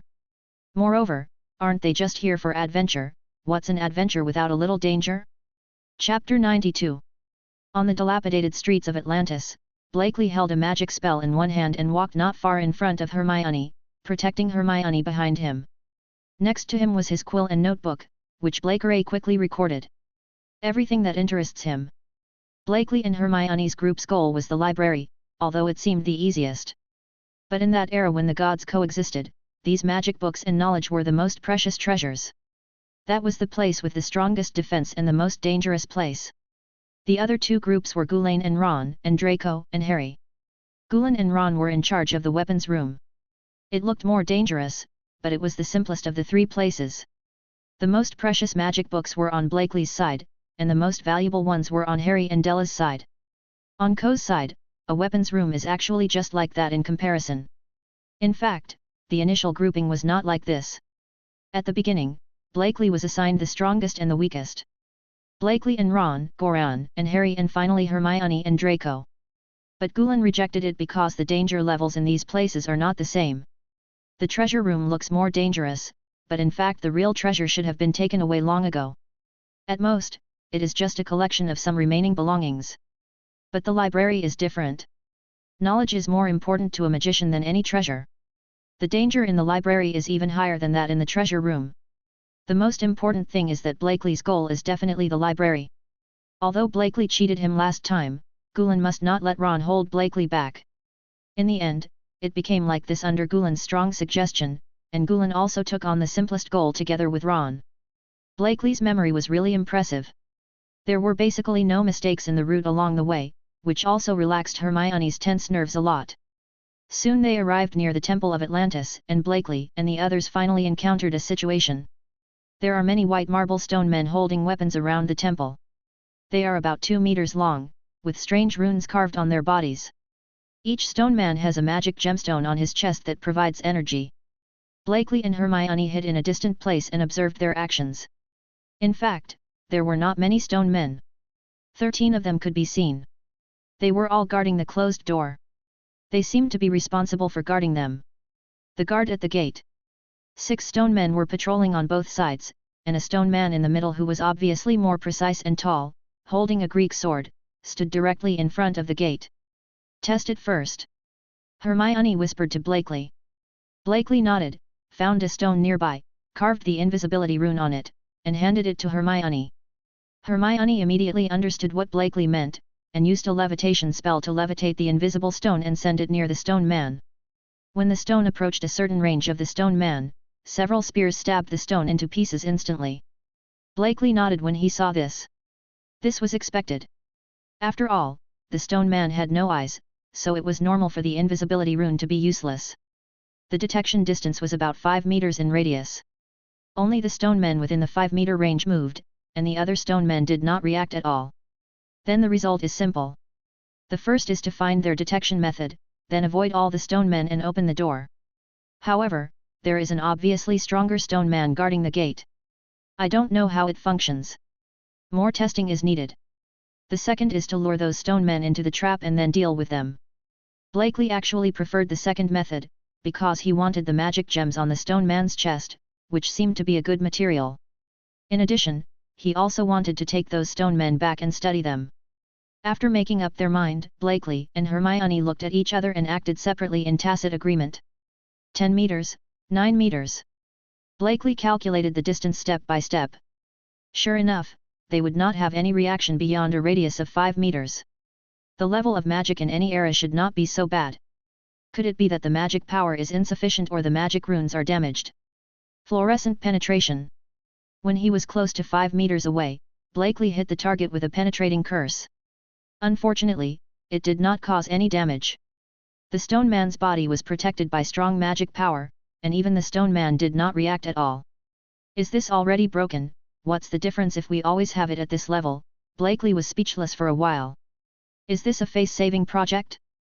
Levitating spell, iron armor spell, defensive rune. Blakely added some strengthening spells to himself. What if he couldn't escape? Taking another step forward, the stone man reacted instantly and swung a shot at Blakely. Blakely jumped upwards with great agility. He jumped more than 4 meters in one go and dodged the blow. Then Blakely kept a distance of about 4 meters and kept the stone man hanging in the direction of Hermione. Looking at the cute look below while chasing and jumping up to attack him from time to time, Blakely felt that the floating spell was really useful. It's just that the time is too short. I must study the flying spell or the animagus when I go back. His level of transformation class is enough to complete the animagus. I hope it is a creature that can fly. Transform quickly. Hermione saw Blakely floating over and released a transformation spell in Blakely's direction, turning a piece of ground into a swamp. The stupid stone man who knew how to jump to beat Blakely jumped into the swamp without any precautions. The stone man seemed to have just reacted and started to struggle, but he sank deeper and deeper and soon sank past his waist. Blakely saw this scene, but he didn't feel any joy at all that his plan was successful. He fell next to Hermione and looked at the stone man with a complicated expression. He rubbed his wand with his thumb. He wanted to make up for the gravity, but he held it back. He still wanted the magic gem. Add a spell and it will go away completely. I always feel. Blakely said helplessly. Bullying mentally retarded children. Hermione also felt the same way. Anyone with a little IQ wouldn't be so easy to deal with this thing, right? Anyway, let's deal with it first. Blakely pulled out the snake-tooth dagger from the outside of his calf and walked towards the stone man, preparing to take off the magic gem. The stone man's magic protection is very strong, and the only thing in his hand that has the function of breaking magic is the snake tooth. I hope it can be more powerful. Upon seeing this, Hermione used the transfiguration curse to turn the swamp into an iron block, sealing the stone man's chest below. Blakely stabbed the snake fang hard into the stone man's magic protective layer, and actually stabbed a crack in the protective layer. Blakely could feel that the stone man's magic protective layer was very hard. If it weren't for the snake fang dagger, it would not be able to break through it. The lack of defense made Blakely frown slightly. It took several hits to destroy the magic protective layer and remove the magic gem inside. After the magic gem was removed, the stone man also lost the ability to move.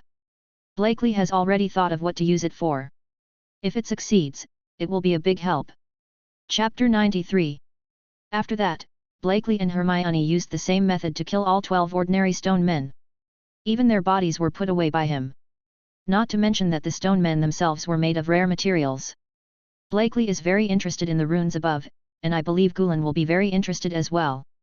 But the special stone man at the end gave Blakely some headaches, because it would not leave the range of the gate, and Blakely was a little at a loss when he thought that the magical protective layer was not something they could break. Of course, it's just a little bit, but it's not completely helpless. Aren't Snake Fang and Demon Banner specialized in destroying demons? It's just a little more troublesome. He still has 12 bullets for the Demon Banner, and Hermione still has 18 bullets. Let's touch them. Hermione, cover me. Black asked Hermione for the 12 bullets in Hermione's hand, and at the same time activated the runes on her body to strengthen her strength, restore her magic power, and strengthen her defense. Feeling the changes in his body, Blakely's eyes were filled with excitement, even though he acted like a scholar. However, he is also a militant. Thunderbirds are all irritable, and they finally have a chance to have a good fight. Invisible Flying Blade. Blakely shot a solid invisible flying blade at the stone statue. Almost at the same time, accompanied by the gunshot, 3 bullets shot towards the magic gem of the stone statue, and Blakely himself also ejected. It's his style. The invisible blade was actually blocked by the stone statue's sword. Blakely got the first information. This stone statue could sense the surrounding situation based on magic power. Then, 3 bullets hit the magic protective layer in front of the stone statue's chest. The bullets were stunned at first, and then rushed forward at a faster speed. Unfortunately, they did not leave any traces on it. The magic power has been specially processed and is very solid, making it difficult for the demon banner to absorb the magic power. So it's not so much a magic protective layer as it is a magic armor. Blakely came up with the second piece of information instantly. The stone statue faced the charging Blakely and raised his long sword to slash at him. The speed was so fast and the force was so powerful that it produced a sonic boom. Iron armor protection. Heavy gravity. Hermione's support was timely. An invisible shield protected Blakely in front of him. At the same time, a gravity spell caused the center of gravity of the stone statue to deviate, thus creating an opportunity for Blakely. Blakely took advantage of the situation to get closer, jumped hard with both legs, and passed the stone statue's arm holding the sword with his left leg. He kicked the stone statue in the face with a roundhouse kick with his right leg. His left leg was wrapped around the arm of the stone statue, and 3 more shots were fired at the location where the bullet was initially hit. Bang bang bang!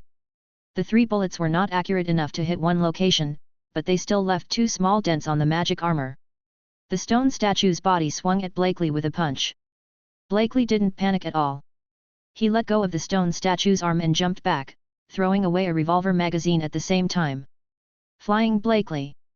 Hermione's flying spell saved Blakely out of the attack range of the stone statue in time, allowing him to fly to Hermione. The coordination between Blakely and Hermione was perfect. In fact, if the stone statue had not had eyes, Hermione would have blinded the enemy with a fluorescent burst when Blakely started attacking. That magic spell is really useful, it's a magic field control skill. Blakely reloaded the magazine, mentally calculating whether the number and destructive power of the bullets could destroy the stone man's magic armor. If not, then there is no way to fully obtain this material. However, the calculation result is no. Even with the bullets in Hermione's hand, the chance of success was less than %. Hermione, the fire is raging. Blakely said with some regret, it seemed that he only got a broken stone statue. Got it. Hermione immediately understood what Blakely was going to do. Your shield would be damaged internally if it was hard enough. Have you heard of the 2 heavens of ice and fire? See how long you can last under the huge temperature difference? Just as they were told, Blakely and Hermione left the warning range of the stone statue and began their performance. The blazing fire and freezing spells are not difficult, both Hermione and Blakely can do them. Moreover, the stone statue will not move when there is no one in the warning range. It will not move unless it is attacked. Moreover, this silly setting actually attacks whoever attacks. Blakely and Hermione, you and I, this Hanon kept swaying from side to side without taking a step out. Under the extremely strong temperature difference, its body and magic armor finally could no longer hold on. Its body was covered with cracks and then shattered to pieces. Blakely was surprised, because the magic gem was not damaged at all, which surprised him. However, the humiliation of bullying a weakling made him not so happy. I have mixed feelings. Don't think about this, just hurry in. Hermione looked at the door, not wanting to recall the process of bullying the fool. There are strange patterns on the door, and in the middle there is a relief sculpture of a god with wings on his back. There are 3 circles of inscriptions around the relief, and each circle of engravings has 3 peculiar marks. Blakely collected the fragments left by the stone statue and looked at the door. As a god, holding a god's weapon, I will perform the duties of a god. I will witness, I will remember, and I will pass on. Blakely read as he looked at the words above. Blakely's glasses can translate these words. The door is not locked. Hermione reached out and pushed the door open without any weight. As Hermione was about to walk inside, Blakely quickly grabbed Hermione's little hand and pulled her back. Wait. Before Blakely could wait for Hermione to react, he used a floating spell to hold up a stone and directed it to float inside. Hermione also knew what Blakely meant, and it was indeed better to be careful. In this way, after the stone wandered around inside, Blakely felt relieved and led Hermione into the door first. Blakely was stunned as soon as he stepped through the door, because he and Hermione were still where they were and hadn't stepped through the door at all. Blakely and Hermione both looked at each other with wide eyes, full of confusion. How is this going? Why did they come back here? Blakely frowned slightly. They couldn't get in because it was probably a guard mechanism. So what mechanism was it? Hermione, I'll try it alone, and you can observe what happens. Blakely said to Hermione after making up his mind. Yet, although Hermione was worried about Blakely, she still nodded. She knew that no one could change what Blakely decided. With that said, Blakely entered the gate again, and then appeared in front of the gate again. Blakely turned to look at Hermione and asked, "What happened?" "From my perspective, you didn't move after you finished speaking, and then asked me what happened," Hermione replied. Chapter 94. Blakely and Hermione tried several more times, but still couldn't get through the door. In the end, Blakely and Hermione had no choice but to set their sights near the door, but unfortunately they found nothing. "Blakely, what's the writing on the door?"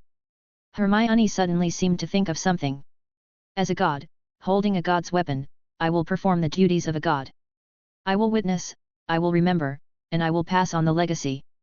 Blakely once again set his sights on the door, turned around for a moment, and then seemed to think of something. He excitedly grabbed Hermione's shoulders and shook her happily, almost going up to kiss her. "I understand. Hermione, you are such a genius." Blakely's words stunned Hermione, and then she showed an expression of surprise. It turned out that the puzzle had been in front of her all along. At this time, the two people carefully observed the door. In the middle of the door, there was a god with wings on his back, and there were 3 interlocking circular runes with the god as the center. Each circle of runes has 3 unique special symbols. The 3 symbols in each circle form an equilateral triangle. The special symbols in the outermost circle are sky, sea, and land.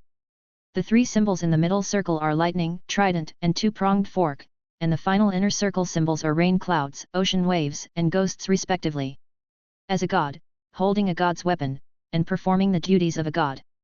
It's really a clear answer. Blakely felt that his mind must be short-lived, because he didn't find the obvious answer.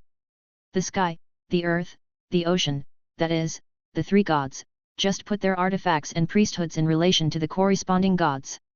Blakely felt that these glasses were really easy to use. You know, the words on them have never been, I have never seen, or even ever, any type of writing that is similar to it. If someone else came in, they would never be able to discover this. Hermione nodded in understanding, but then another question came up: how to move them? Then how to move? This question is probably hidden in the next sentence. Hermione muttered quietly to herself. So, what can be witnessed forever, remembered forever, and passed down forever? Blakely also lowered his head in thought, but did not think about it for a moment. Blakely, who is the Greek winged god? Hermione seemed to have noticed the relief of the god in the middle of the door and was thinking. Cupid, Hermes, Nike, the goddess of victory, the god of death, and... Blakely's eyes suddenly lit up. He knew who it was and what the answer to this question was. It's time, Kronos, the god of time, and besides him, the god of time is the 3 goddesses of time, which correspond to the 3 circles of runes. Blakely hammered his right fist on his left palm, suddenly realizing. Then look around for any portraits of the 3 goddesses of time. Hermione remembered that she had seen such reliefs nearby. Soon Blakely and the 2 found the 3 reliefs nearby. The 2 looked at each other and pressed on one of the reliefs. A circle of runes on the door slowly rotated, turned 1/3 of a circle clockwise and then stopped. Come down. Looks like this is it. Hermione was very happy, finally able to see the wisdom of the ancient gods. Blakely was similar, but much calmer than Hermione, turning the 3 circles of runes to the corresponding position bit by bit. The sky, lightning, and rain clouds correspond to Zeus, the earth, the 2-pronged fork and ghosts correspond to Hades, and finally the sea, trident, and waves correspond to Poseidon. Actually, Hades also has some authority related to the god of the earth in legends. He is even the patron saint of merchants' journeys and has many other clerical responsibilities. In fact, Hades himself still has many clerical responsibilities. After the 3 circles of rune symbols correspond, all the runes on the door light up, and then the wings of the god relief in the middle of the door slowly close from the unfolded state. The door folds and closes in 3 directions with the relief as the center, and finally closes completely. Get up, leaving a threshold empty. Blakely and Hermione looked at each other and saw the joy in each other's eyes. The 2 people walked through the door side by side again, and this time they finally entered without any obstacles. In fact, the library management room should be called the Stone Tablet Management Room. In that era, there was no paper or similar things. Most of the content that people wanted to record was carved on stone tablets or animal bones, or made into a clay tablet. Then record on it. Fortunately, the things here are not convenient to carry, so most of them are still preserved, but the erosion of time has made it difficult to read many of the words. Even so, Blakely and Hermione were still very excited. The only problem was that Hermione didn't recognize the ancient Greek text on them, so she had to rely on Blakely to distinguish their contents. The two of them wandered around the huge building for a long time. Blakely and Hermione found a total of 7 relatively complete stone tablets whose contents could be seen, all of which were translated and recorded by Blakely in his notebook. That was the record of magic spells. There were 7 magic spells in total, 1 Age of God magic and 6 war magics, and Blakely also saw 2 magic spells that he was very interested in. They are demon summoning and soul devouring. These 2 magic spells are ancient war spells, and both have high upper limits. Demon summoning is actually divided into 2 parts. The first half is demon production, using props and raw materials to create mindless demons. The second half is the devil's contract, which uses a special method to make the devil always have a certain degree of wisdom, and then uses a certain item as a medium to sign a contract, so that the devil completely obeys the orders of the person holding the medium. Blakely speculated that the legendary 72-pillar demon god of King Solomon was made using this method, except that the medium of his contract was a pillar. And soul devouring is an out-and-out black magic. You can strengthen your soul and magic power by devouring souls, but you must pay attention to the devoured soul, because there is a devouring process. If you use it without hesitation, you will be killed by yourself. The devoured soul bites back. The 2 magic spells can just make up for Blakely's current disadvantages, which are manpower issues and magic power issues. Besides, isn't there a lot of material? There are actually many stone statues around the building, including inside the building, but they seem to be immovable. This is a benefit to Blakely. Everything that can be used is taken away, which highlights that a thief cannot escape empty-handed. Really, how come there are only 7 contents that can be read in such a big library? Hermione said with some pity. The whole building has 5 floors, and each floor is densely packed with stone tablets, but what can be clearly seen is just $7.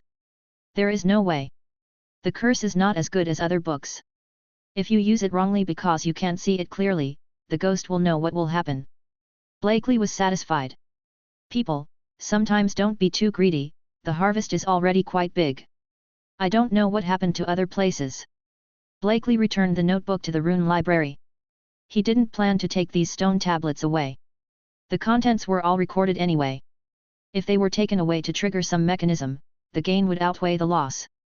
Chapter 95. On the other side, things went smoothly for Gulen and Ron. There was no mechanism at all on this side. Gulen and Ron were still a little surprised about this. They didn't get the answer until they arrived at their destination. The weapons room was a complete mess, with various items scattered everywhere, most of which were damaged. If there are things guarding a place like this, there will be ghosts. It seems that the people of Atlantis took almost all the weapons with them when they fled. Gulen and Ron had no choice but to look among these things to see if there was anything that could be used. After a long search, they were able to find 8 items that were still in good condition, and they didn't know what they could be used for. Gulen put them into his pocket of the invisible stretch spell and prepared to distribute them when he found Blakely. The group of Harry and Draco also went relatively smoothly. Most of the treasure house's mechanisms were damaged and only a few innocuous mechanisms could be activated, which caused no trouble for them at all. There was actually nothing left in the treasure house. They also collected some few treasures and a mask and planned to distribute them uniformly. Originally, Draco wanted to keep a little extra for himself, but after thinking about it for a while, he gave up. He was no longer the Draco he once was. And for no other reason than the blood potion obtained from Blakely's house is already worth it. People cannot be too greedy.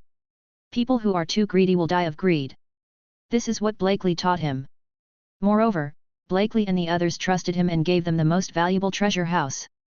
How could he keep it to himself?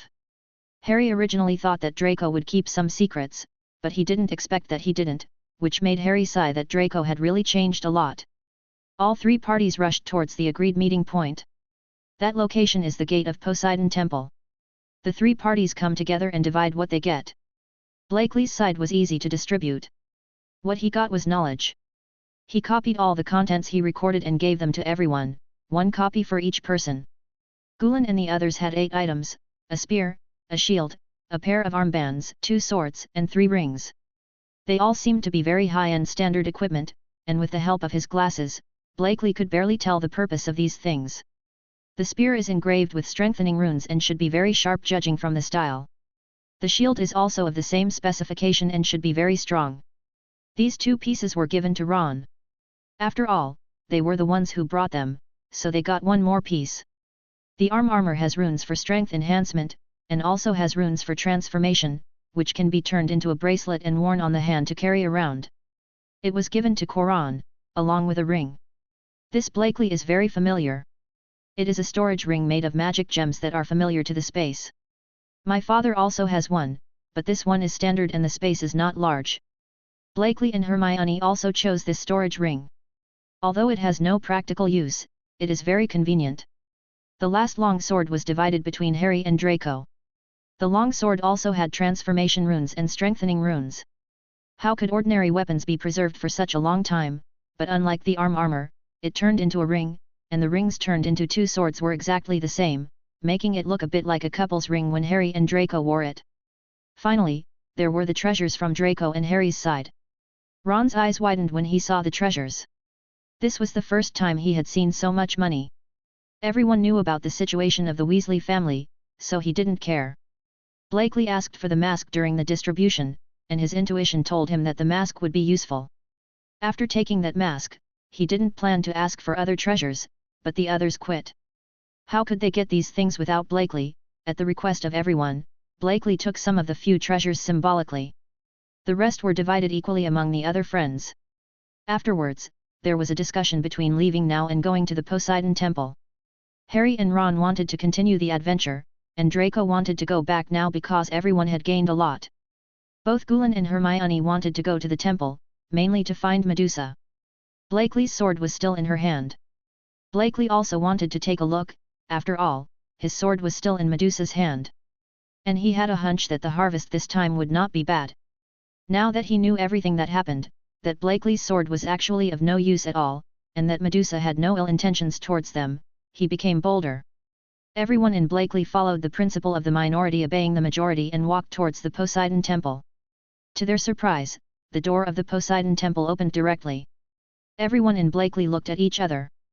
Blakely and Gulen walked to the front. Draco and Hermione also understood and retreated to the back, sandwiching Ron and Harry between them. After all, their strength was theirs. The weakest among them. Harry was embarrassed for a moment. He really didn't care about magic as much as they did, and he felt a little ashamed. As for Ron, he didn't respond at all, so he thought it was hopeless. The light in the temple was very dark, but wherever they went, light came on to illuminate their path and guide their path forward. It seems that the master of this place is welcoming us. Blakely held his wand and pretended to be relaxed. After all, no one would be relaxed when facing a terrifying guy who has survived from the age of gods to the present. He subconsciously touched the rune library in his pocket. If there was any unforeseen danger, he would directly use the teleportation magic of the rune library to teleport everyone out. Blakely has accumulated a lot of magic power during this period of time, which is in his bracelet. It should be enough to teleport to the ship of Otto, if there is no way to deal with the space spell here. Don't be nervous, I've been waiting for you for a long time. Medusa's voice came, making everyone shiver. It turned out that Blakely and the others had reached the deepest part of the temple unknowingly. There was a huge pool in the center, and in the center of the pool was a high platform. On the high platform was the cocoon of life they saw in their dreams. There is also a high platform behind the pool. On the high platform is a relatively simple but very majestic throne, or a throne, because it is the seat of Poseidon, the god of the sea. Medusa was standing next to the seat, with her back to Blakely and the others, as if looking at the throne. Did you lead us here? Ron, the tough guy, spoke first. Yes, there are 2 main purposes. One is to return this thing. The other is to say thank you. Medusa's voice was cold, and there seemed to be relief and freedom in the coldness, as if she had let go of everything. It's like someone who is seeking death or someone who is about to die. Chapter 96. Medusa's words seemed to have magic power, making Blakely and the others feel relaxed, and even their vigilance dropped a lot. Blakely was taken aback and bit the tip of his tongue. The stimulating pain made him wake up. I don't mean any harm, child. I attacked you because there were other tribesmen watching from a distance. Medusa sighed. In fact, there are not many people left in Atlantis. After this time there were even fewer people, probably around 200 people. But Medusa didn't feel sad about this, only relief, the relief of completing her promise to her beloved. She doesn't love her people. On the contrary, she hated them. He hated them for taking away most of her lover's time, he hated them for putting her lover on the road to a dead end, she hated that they were all living here but her lover died for them. The only one who loves his people is Poseidon, and his high priest only loves him. You mean to say thank you? Hermione asked. Yes, child. Medusa walked slowly towards Hermione's direction with a gentle smile. Time is a terrible thing, it can consume everything. Even the soul. Medusa walked up to Hermione, looked at Hermione's little face and slowly squatted down to look at Hermione.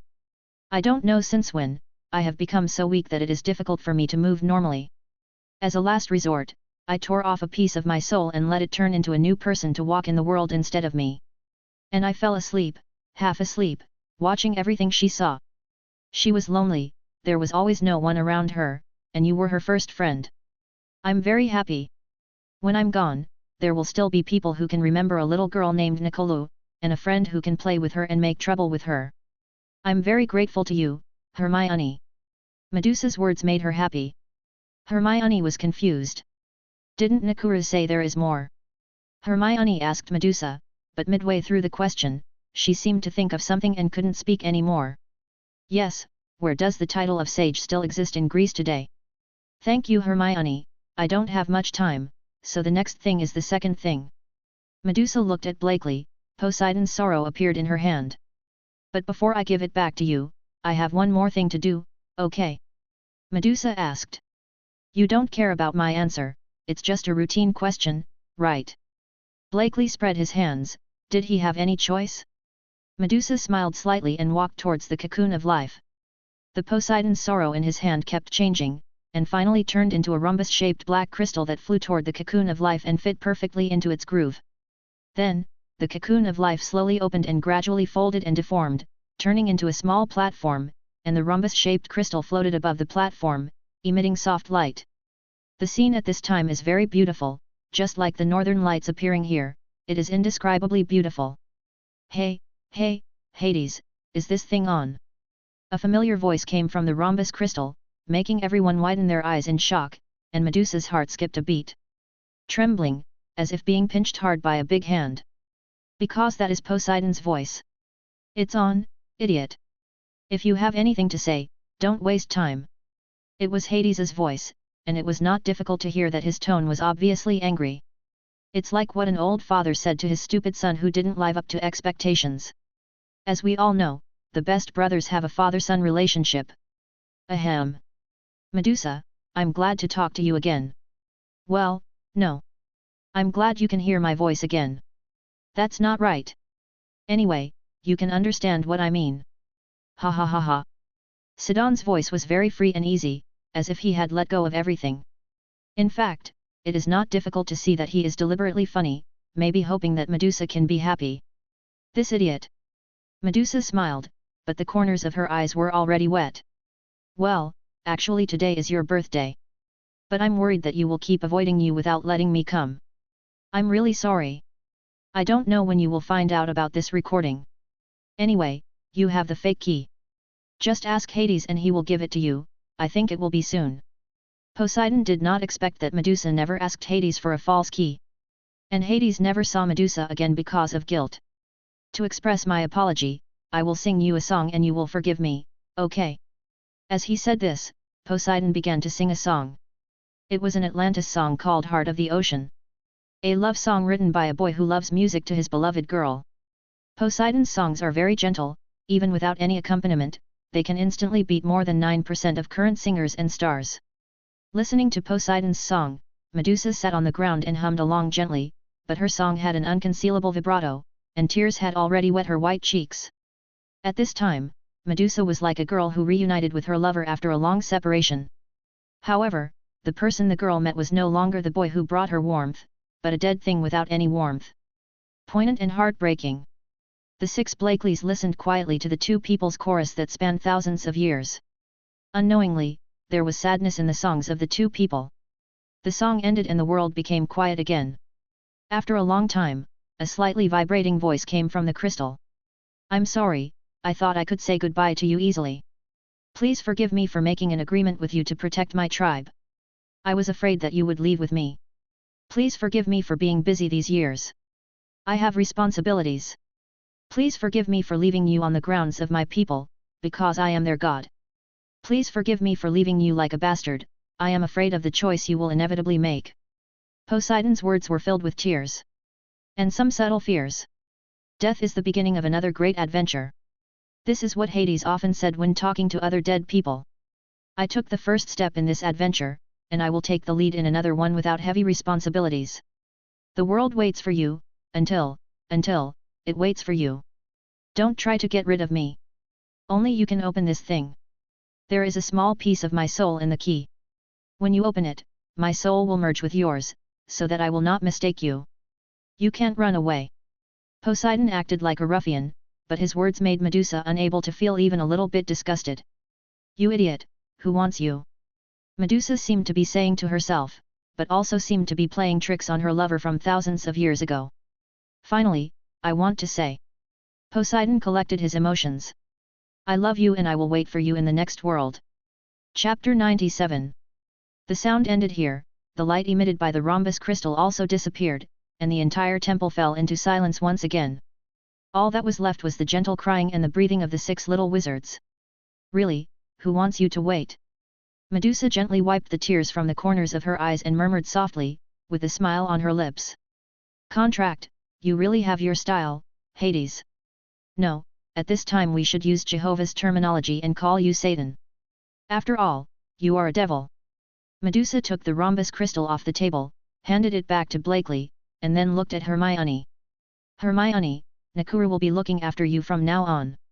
After Medusa finished speaking, she waved her hand and everyone in Blakely disappeared, leaving no chance for everyone in Blakely to react. Medusa looked at the empty temple and slowly walked towards the throne, and looked at the empty seat again, as if saying her final goodbyes. "I'm here to fulfill the contract, old friend." Dis's voice came from behind her, with a hint of complexity in her tone. "Sign a contract with the devil, and the devil will fulfill the contract no matter what time. However, most of the signers are the victims. People like you are really rare."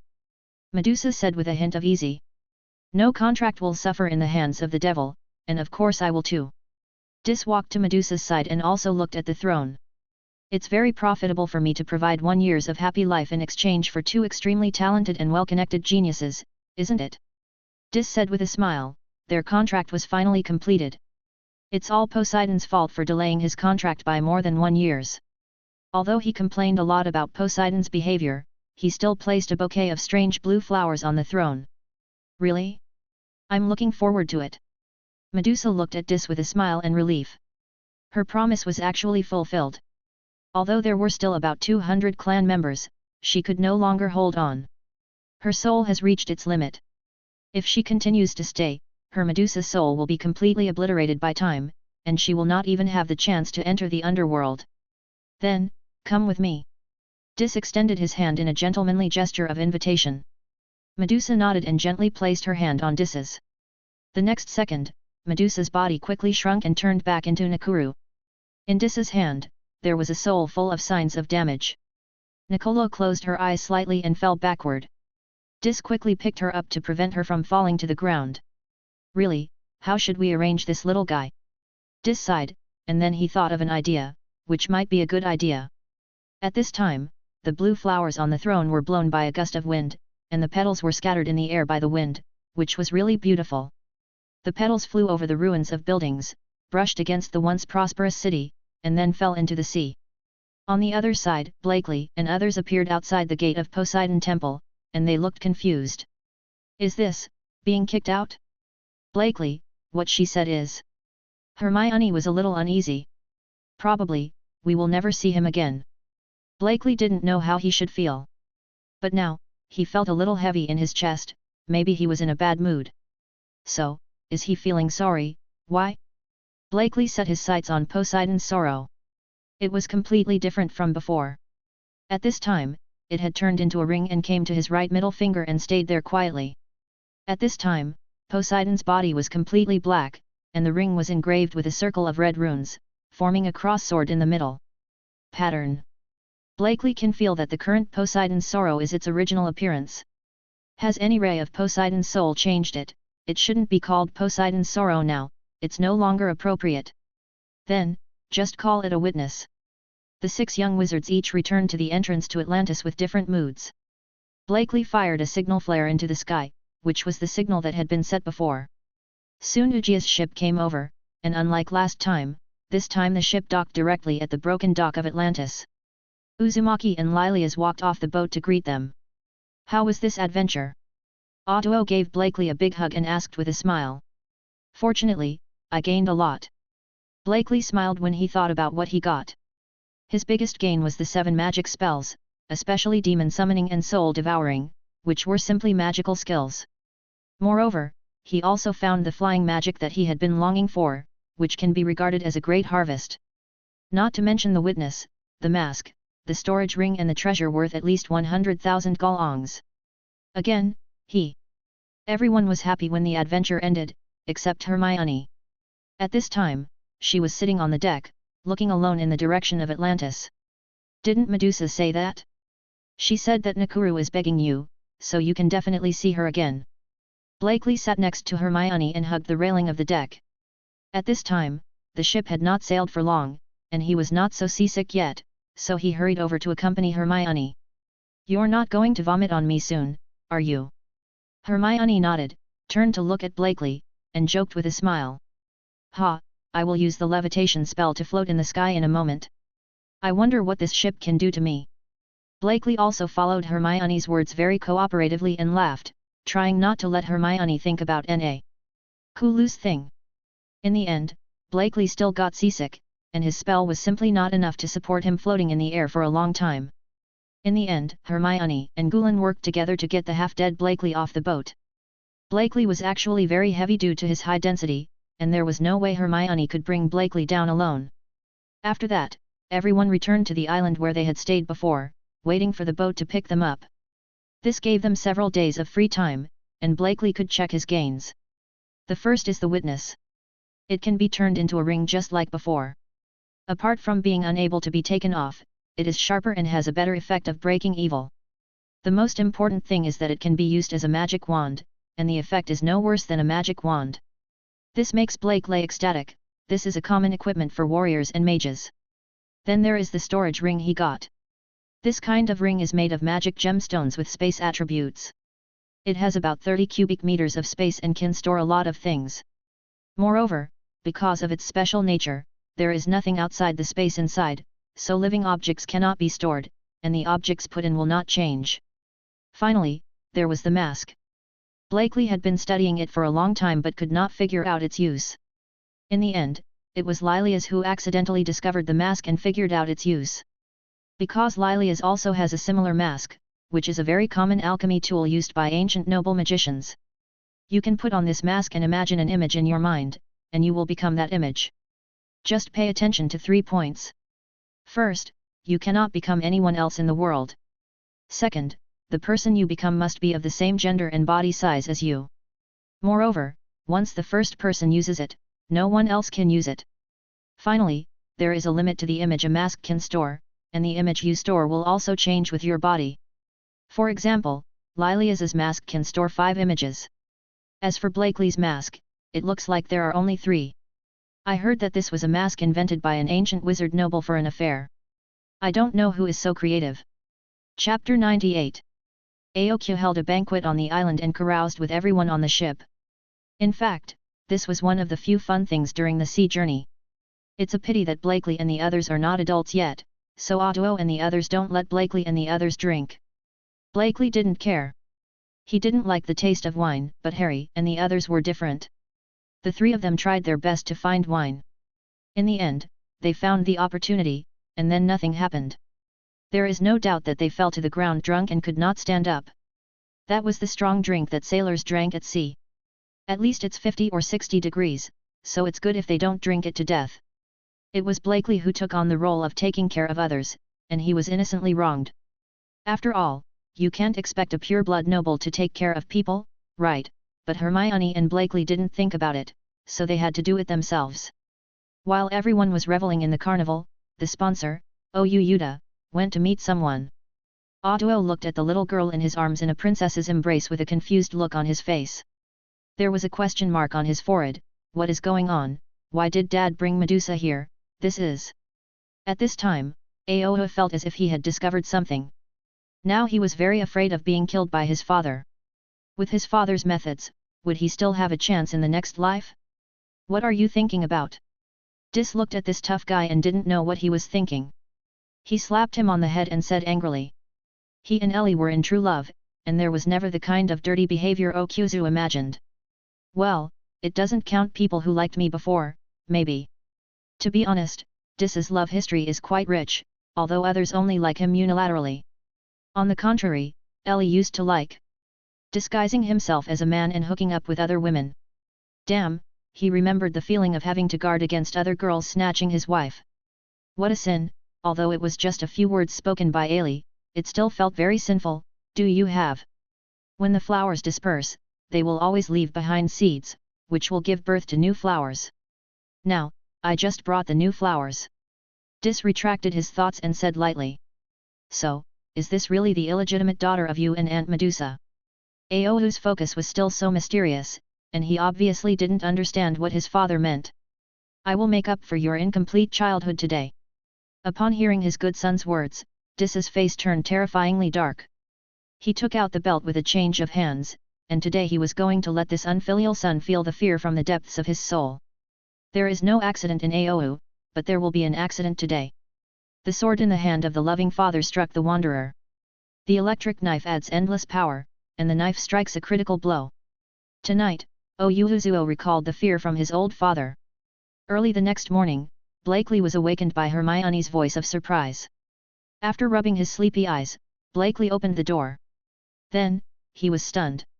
He saw Medusa as a child, sitting obediently on the sofa in the living room eating snacks, while Hermione was standing behind her, looking at her blankly, but unlike Blakely, Hermione still had surprise in her eyes. Who are you? Blakely asked even though he had already guessed it. I'm Nakuru, aren't you welcome? Nakuru made a V gesture with his right hand, winking at Blakely and Hermione and said playfully. Haha, Nakuru is so cute, of course we welcome her. Blakely replied with a smile. It's Nakuru here. Does that mean that Medusa's time has come? Grandpa Sage said he was going far away and could no longer take care of me. He asked me to come to you. There was obvious sadness in Nicola's tone. In her world, the only family member left her, how could she not be sad? But he left me a lot of books and some money, saying he wanted me to live a good life. He would come back when I finished reading the books. Nicola then remembered something and said excitedly. But the two people who knew the truth couldn't stop laughing. Her sage grandfather would never come back. So, before you read those books of mine, where are you going? Nicola. Hermione sat next to Nicola gently and poured her a glass of juice. I don't know, I haven't thought about this problem yet. Nicola didn't know where she was going. In the past, Grandpa Sage took her to all parts of the world. Now that Grandpa Sage is gone, she is very confused. How did you get here? Blakely had other ideas, but he wanted to figure one thing out. I discovered this little cutie. Lilia's voice came, answering Blakely's question. I found this little cutie near the beach last night. I thought she was your friend, so I brought her back. Lilia spread her hands, and this was actually true. Why don't you take her back? Anyway, Dad likes to adopt children, so he might adopt her as well. Otto's voice came from behind Lilia's. He was busy in the kitchen and did not come out. That's fine. How about Nicola returning to England with us? It's better to be with us than wandering alone. Blakely thought for a moment and thought that this was fine. Hermione and Nicola had a very good relationship. Moreover, she is part of Medusa, and her magic talent is ridiculously high. If we build a good relationship with her, she will be a strong help in the future. Britain? Okay, I haven't been to Britain for a long time. Nicola also felt that what Blakely and the others said was correct, so she agreed. She had nowhere to go anyway, and it was much better to stay with her friends than wander around. Britain, how long ago was this title? How old is Nakuru now mentally? That Nakuru, how old are you this year? Blakely had a hunch that they might have to meet Nicolo often. 10 years old, she will be 12 years old in 11 days. Nicolo replied. In her mind, she was 10 years old, about to turn 11 years old. It's true, her bone age is really about 11 years old. Lilias said and patted her magnificent peak, indicating that her skills were very good. That's right, she's the same age as my sister. Gulen walked out of his room without any surprise. It seemed that he had been eavesdropping for a long time. Hey, is it true? Nicolo was obviously very interested in Gulen's words. Yes, she is also a little wizard like me. She will become a freshman in our college this time when school starts. Gulen thought of his sister, and his eyes became doting. She seemed to be a complete girl control. Speaking of which, Professor Quirrell has made it clear that he will no longer be the defense against the dark arts professor, so who will be the defense against the dark arts professor next semester? Chapter 99. Several people chatted in the living room about the next semester. As for Nicolo's problem, Blakely was not worried at all, believing that someone would arrange everything. Right? And as long as they arrive in England, all children with magical powers will receive a notice of admission to Hogwarts. This is an ancient alchemy product of the Academy and is absolute, so there is no need to worry at all. Blakely and others also explained this matter to Nicolo. Nicolo was very interested and happy about this. She wasn't interested in where to go, as long as she wasn't alone. Grandpa Sage used to go out often, and he would stay there for a long time. Nicolo, who was alone, felt very lonely at this time, as if she was derailed from the world. Now she can finally no longer be alone. It feels so good. Harry and the others were surprised when they came out to see Nicolo, but after Blakely called them away, they also expressed their welcome to Nicolo when they came back. After all, they probably knew what happened to Nicolo, and Medusa had never made things difficult for them, so they would not be disgusted with Nicolo. Everyone also held a welcome banquet for Nakuru. In fact, it was Oa who wanted to hold a banquet for some reason, but no one objected. After everyone played wildly for a few days, they completely became one. Although Nicolo is mentally young, her knowledge and knowledge reserve are really terrifying. It seems that Medusa has retained a lot of knowledge and insights for Nicolo, and it is not known what Nicolo's mental state is now. Blakely thought of this and became very interested in Nicolo's mental state, or in other words, her soul. Otherwise, do some research? Nakuru, who was chatting with Hermione, suddenly felt a chill on his back, as if he was being targeted by something, but it lasted for a moment and then the feeling disappeared, so he didn't care. After all, Nakuru was Hermione's best friend. It was impossible for Blakely to take action against Nakuru, so he gave up the idea. It is better for everyone to keep many things mysterious. A wise man knows when to put aside his curiosity. Am I right? Blakely has been practicing magic spells and ancient swordsmanship with witnesses for the past 2 days. Although Dis taught Blakely the spells in a mess, his physical skills and weapons are absolutely excellent. And Dis is good at almost all weapons, especially the 3 types of spears, one-handed swords and double knives. Blakely's main weapon is Dis's swordsmanship. Coupled with a long sword that can release magic spells, his combat effectiveness can definitely be greatly improved. Watching Blakely's practice, Gulen expressed his envy. He also wanted a cold weapon that could release magic spells. He is a rune mage, so it is normal to have a melee weapon, right? In response, Blakely said that he could go back and learn how to make this kind of rune weapon and see if he could make it. He always responds to his friends' requests, which is why his friends rarely ask for help from him. Gulen's current words are actually more of an invitation, inviting Blakely to study rune weapons together. You must know that Gulen's rune talent is so terrifying that even Professor Flitwick is amazed. When Blakely and Gulen studied runes together, Blakely played more of an assistant role. Of course, everyone has something they are good at. When studying magic spells, the roles of the two are reversed. Hermione, on the other hand, was very interested in the research of both, and had been studying together between the two of them. Most of the time the 3 of them studied together, occasionally joined by Harry and Draco. Although Draco and Harry are more playful, their talents are also top-notch, so their actual strength is actually very strong among students. Blakely was already on his learning curve about rune weapons, but now, Blakely still planned to learn how to summon demons and devour souls first. A ship came to take them back to England. Along the way, Blakely almost always locked himself in the ship's room to practice using the witness magic and the other two spells.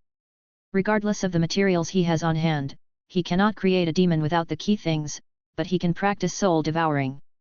Before boarding the boat, Blakely caught a lot of small animals on the island, such as crabs, bugs, small fish and shrimps. This kind of creature with a weak soul and easy to find is perfect for practicing this spell. Blakely also met Draco on the way, and at Draco's request, he and Draco studied and practiced this spell together. Draco was very talented in this kind of dark magic, and the two of them succeeded quickly. Soul devouring. Blakely's wand touched the shell of a crab, and the next second the crab, which was already somewhat lively, stopped moving. A ray of cyan light appeared on the tip of Blakely's magic wand, and it slowly penetrated into Blakely's body along the wand.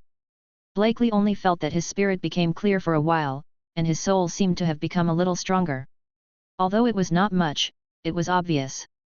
At the same time, Blakely also discovered the problem with this curse.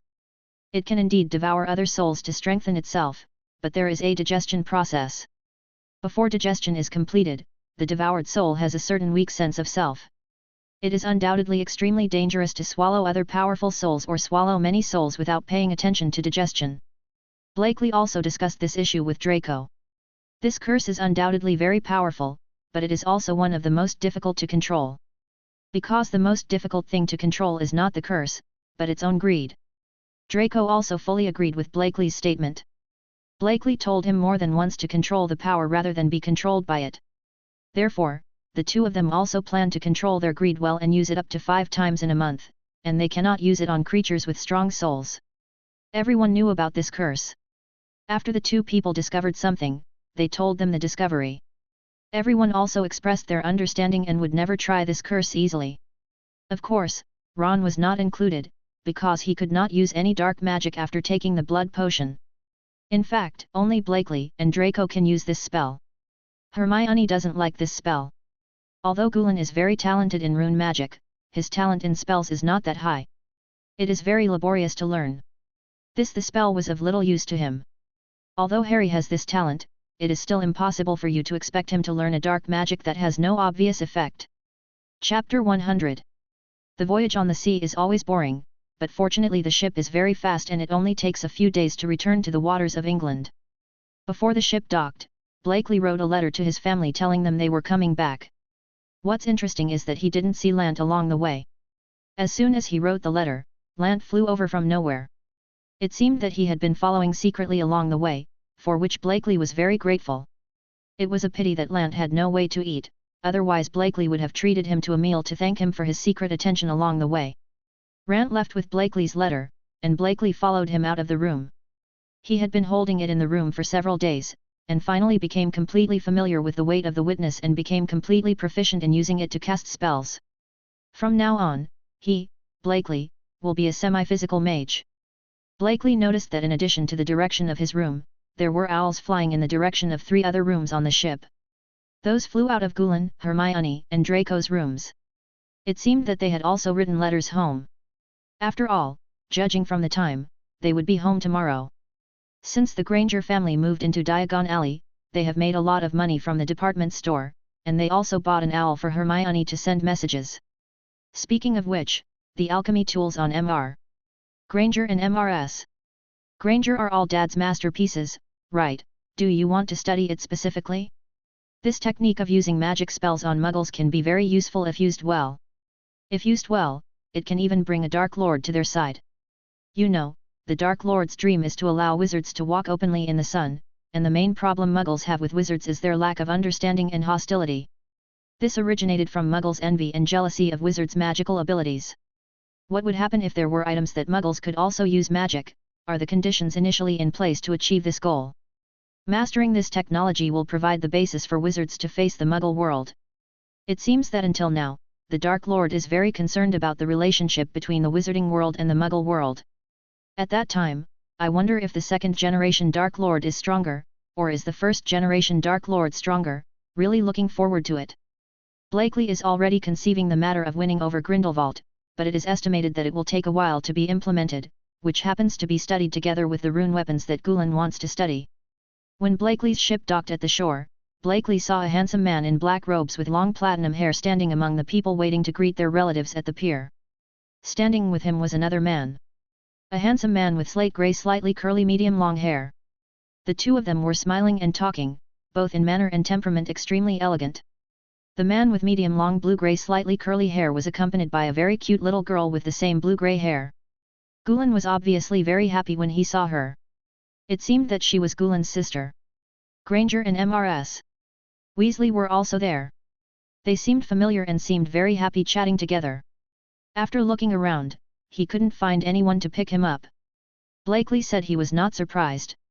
His parents must still be at home, and he had no time to care whether they had an adopted son. Wait, he seemed to see a familiar figure. It was a female figure with long white hair and a height of 1 meter wearing a white dress. With this height and long white hair, she is definitely my old mother. She walked out of the ice cream stall, holding 3 ice creams in her hand and walked towards Granger and Mrs. Weasley. They seemed to know each other very well. The arrival of the ship attracted people's attention. As soon as they got off the car, they saw a cute little girl throwing herself on Gulen. "Brother, did you miss me?" The cute little girl coquettishly looked towards Gulen, with expectation in her eyes. Gulen looked at the little girl, showed a very doting smile, gently stroked her head with his hand, and spoke softly. "Of course I miss our lovely Lanela. I wonder if Lanela misses her brother. Of course, I miss my brother so much."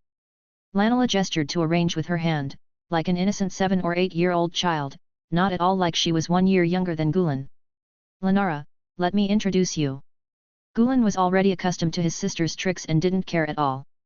He just introduced his friends to her one by one. "This is Blakely, my brother's good friend." The first person Gulen introduced was Blakely. Although Blakely and Gulen usually fight, Gulen actually respects Blakely very much. Blakely was always the first person introduced on formal occasions. "Hello, Miss Camel." Blakely smiled gently and extended his right hand in a gentlemanly manner. Only then did everyone remember that Blakely was actually an elegant gentleman with good manners and thoughtful manners. Once you get familiar with this guy, he becomes a joke and you forget this. "Hello, Brother Blakely. I often mention you to me, and it's exactly what I said." Lanela happily shook hands with Blakely, looking familiar. "I was not surprised at all that the Curran often mentioned me. I just politely chatted with this lively little sister for a few words before introducing other people, and said that she also wanted to enter Ravenclaw College when she enrolled this year. However, Blakely thinks this little sister is more likely to go to Hufflepuff House, because she seems to be the type who loves life very much." Then, Gulen introduced other friends to Lanela in turn. Lanela was very polite to other people. It seemed that she would only be more lively with people who were closer to her. "It seems that you guys had a good chat, so I'm relieved." At this moment, the 2 adults who had been watching here came over. "Hello, you are the Mr. Fit that Gulen often mentioned. I am Gulen's father, Grace Camel. Thank you very much for taking care of my children for so long. Mr. Grace he is a man with a very gentle temperament. Gulen and Lanela inherited their blue-grey hair from him. He seems to be very kind-hearted, and I heard from Gulen that he is a very open-minded parent who always supports any positive ideas of his children." "Yes, I am Blakely Fight. What happened?" "It is Gulen who has been taking care of me, Uncle Camel." Blakely gracefully performed an aristocratic courtesy and asked the platinum blonde man who was watching on the side. The man seemed very fond of Blakely. After that, the 2 people, one big and one small, exchanged some pleasantries. Both of them had a good first impression of each other. However, as the patriarch of the Camel family, Grace is usually very busy and can squeeze out some time to pick up Gulen is already very rare. Blakely heard Gulen say that the Camel family had always been a second-rate family before. It wasn't until his father became the patriarch and personally took over the family's affairs that he led the family to become a first-class pure-blood family second only to the 28 holy families within a few years. He was actually very busy at ordinary times, but he would also make time for your family regularly. This also made him very famous in the aristocratic circle, and his prestige even surpassed that of the patriarchs of some old pure-blood families. After all, he was only 32 years old at this time. No one could ignore a young pure-blood patriarch who was capable, skilled, talented, and had unlimited potential. "Ha ha ha, you are so humble Mr. Fit. Gulen has told me many things. The Camel family will always be your friends. We also welcome you and your family to our home at any time. I have something to do today. If I'm busy, I'll take Gulen back first, and I'll bring him to visit me some other day to say thank you. Grace's speech was not impolite at all, which was not so polite among nobles, which made everyone like him very much when getting along with him. He looked at his pocket watch. He was really leaving, and said to Blakely apologetically. Blakely understood this very well, and repeatedly stated that he had delayed his time, and said that he would go to Camel's house as a guest, and then Mr. Grace left with the Gulen brothers and sisters.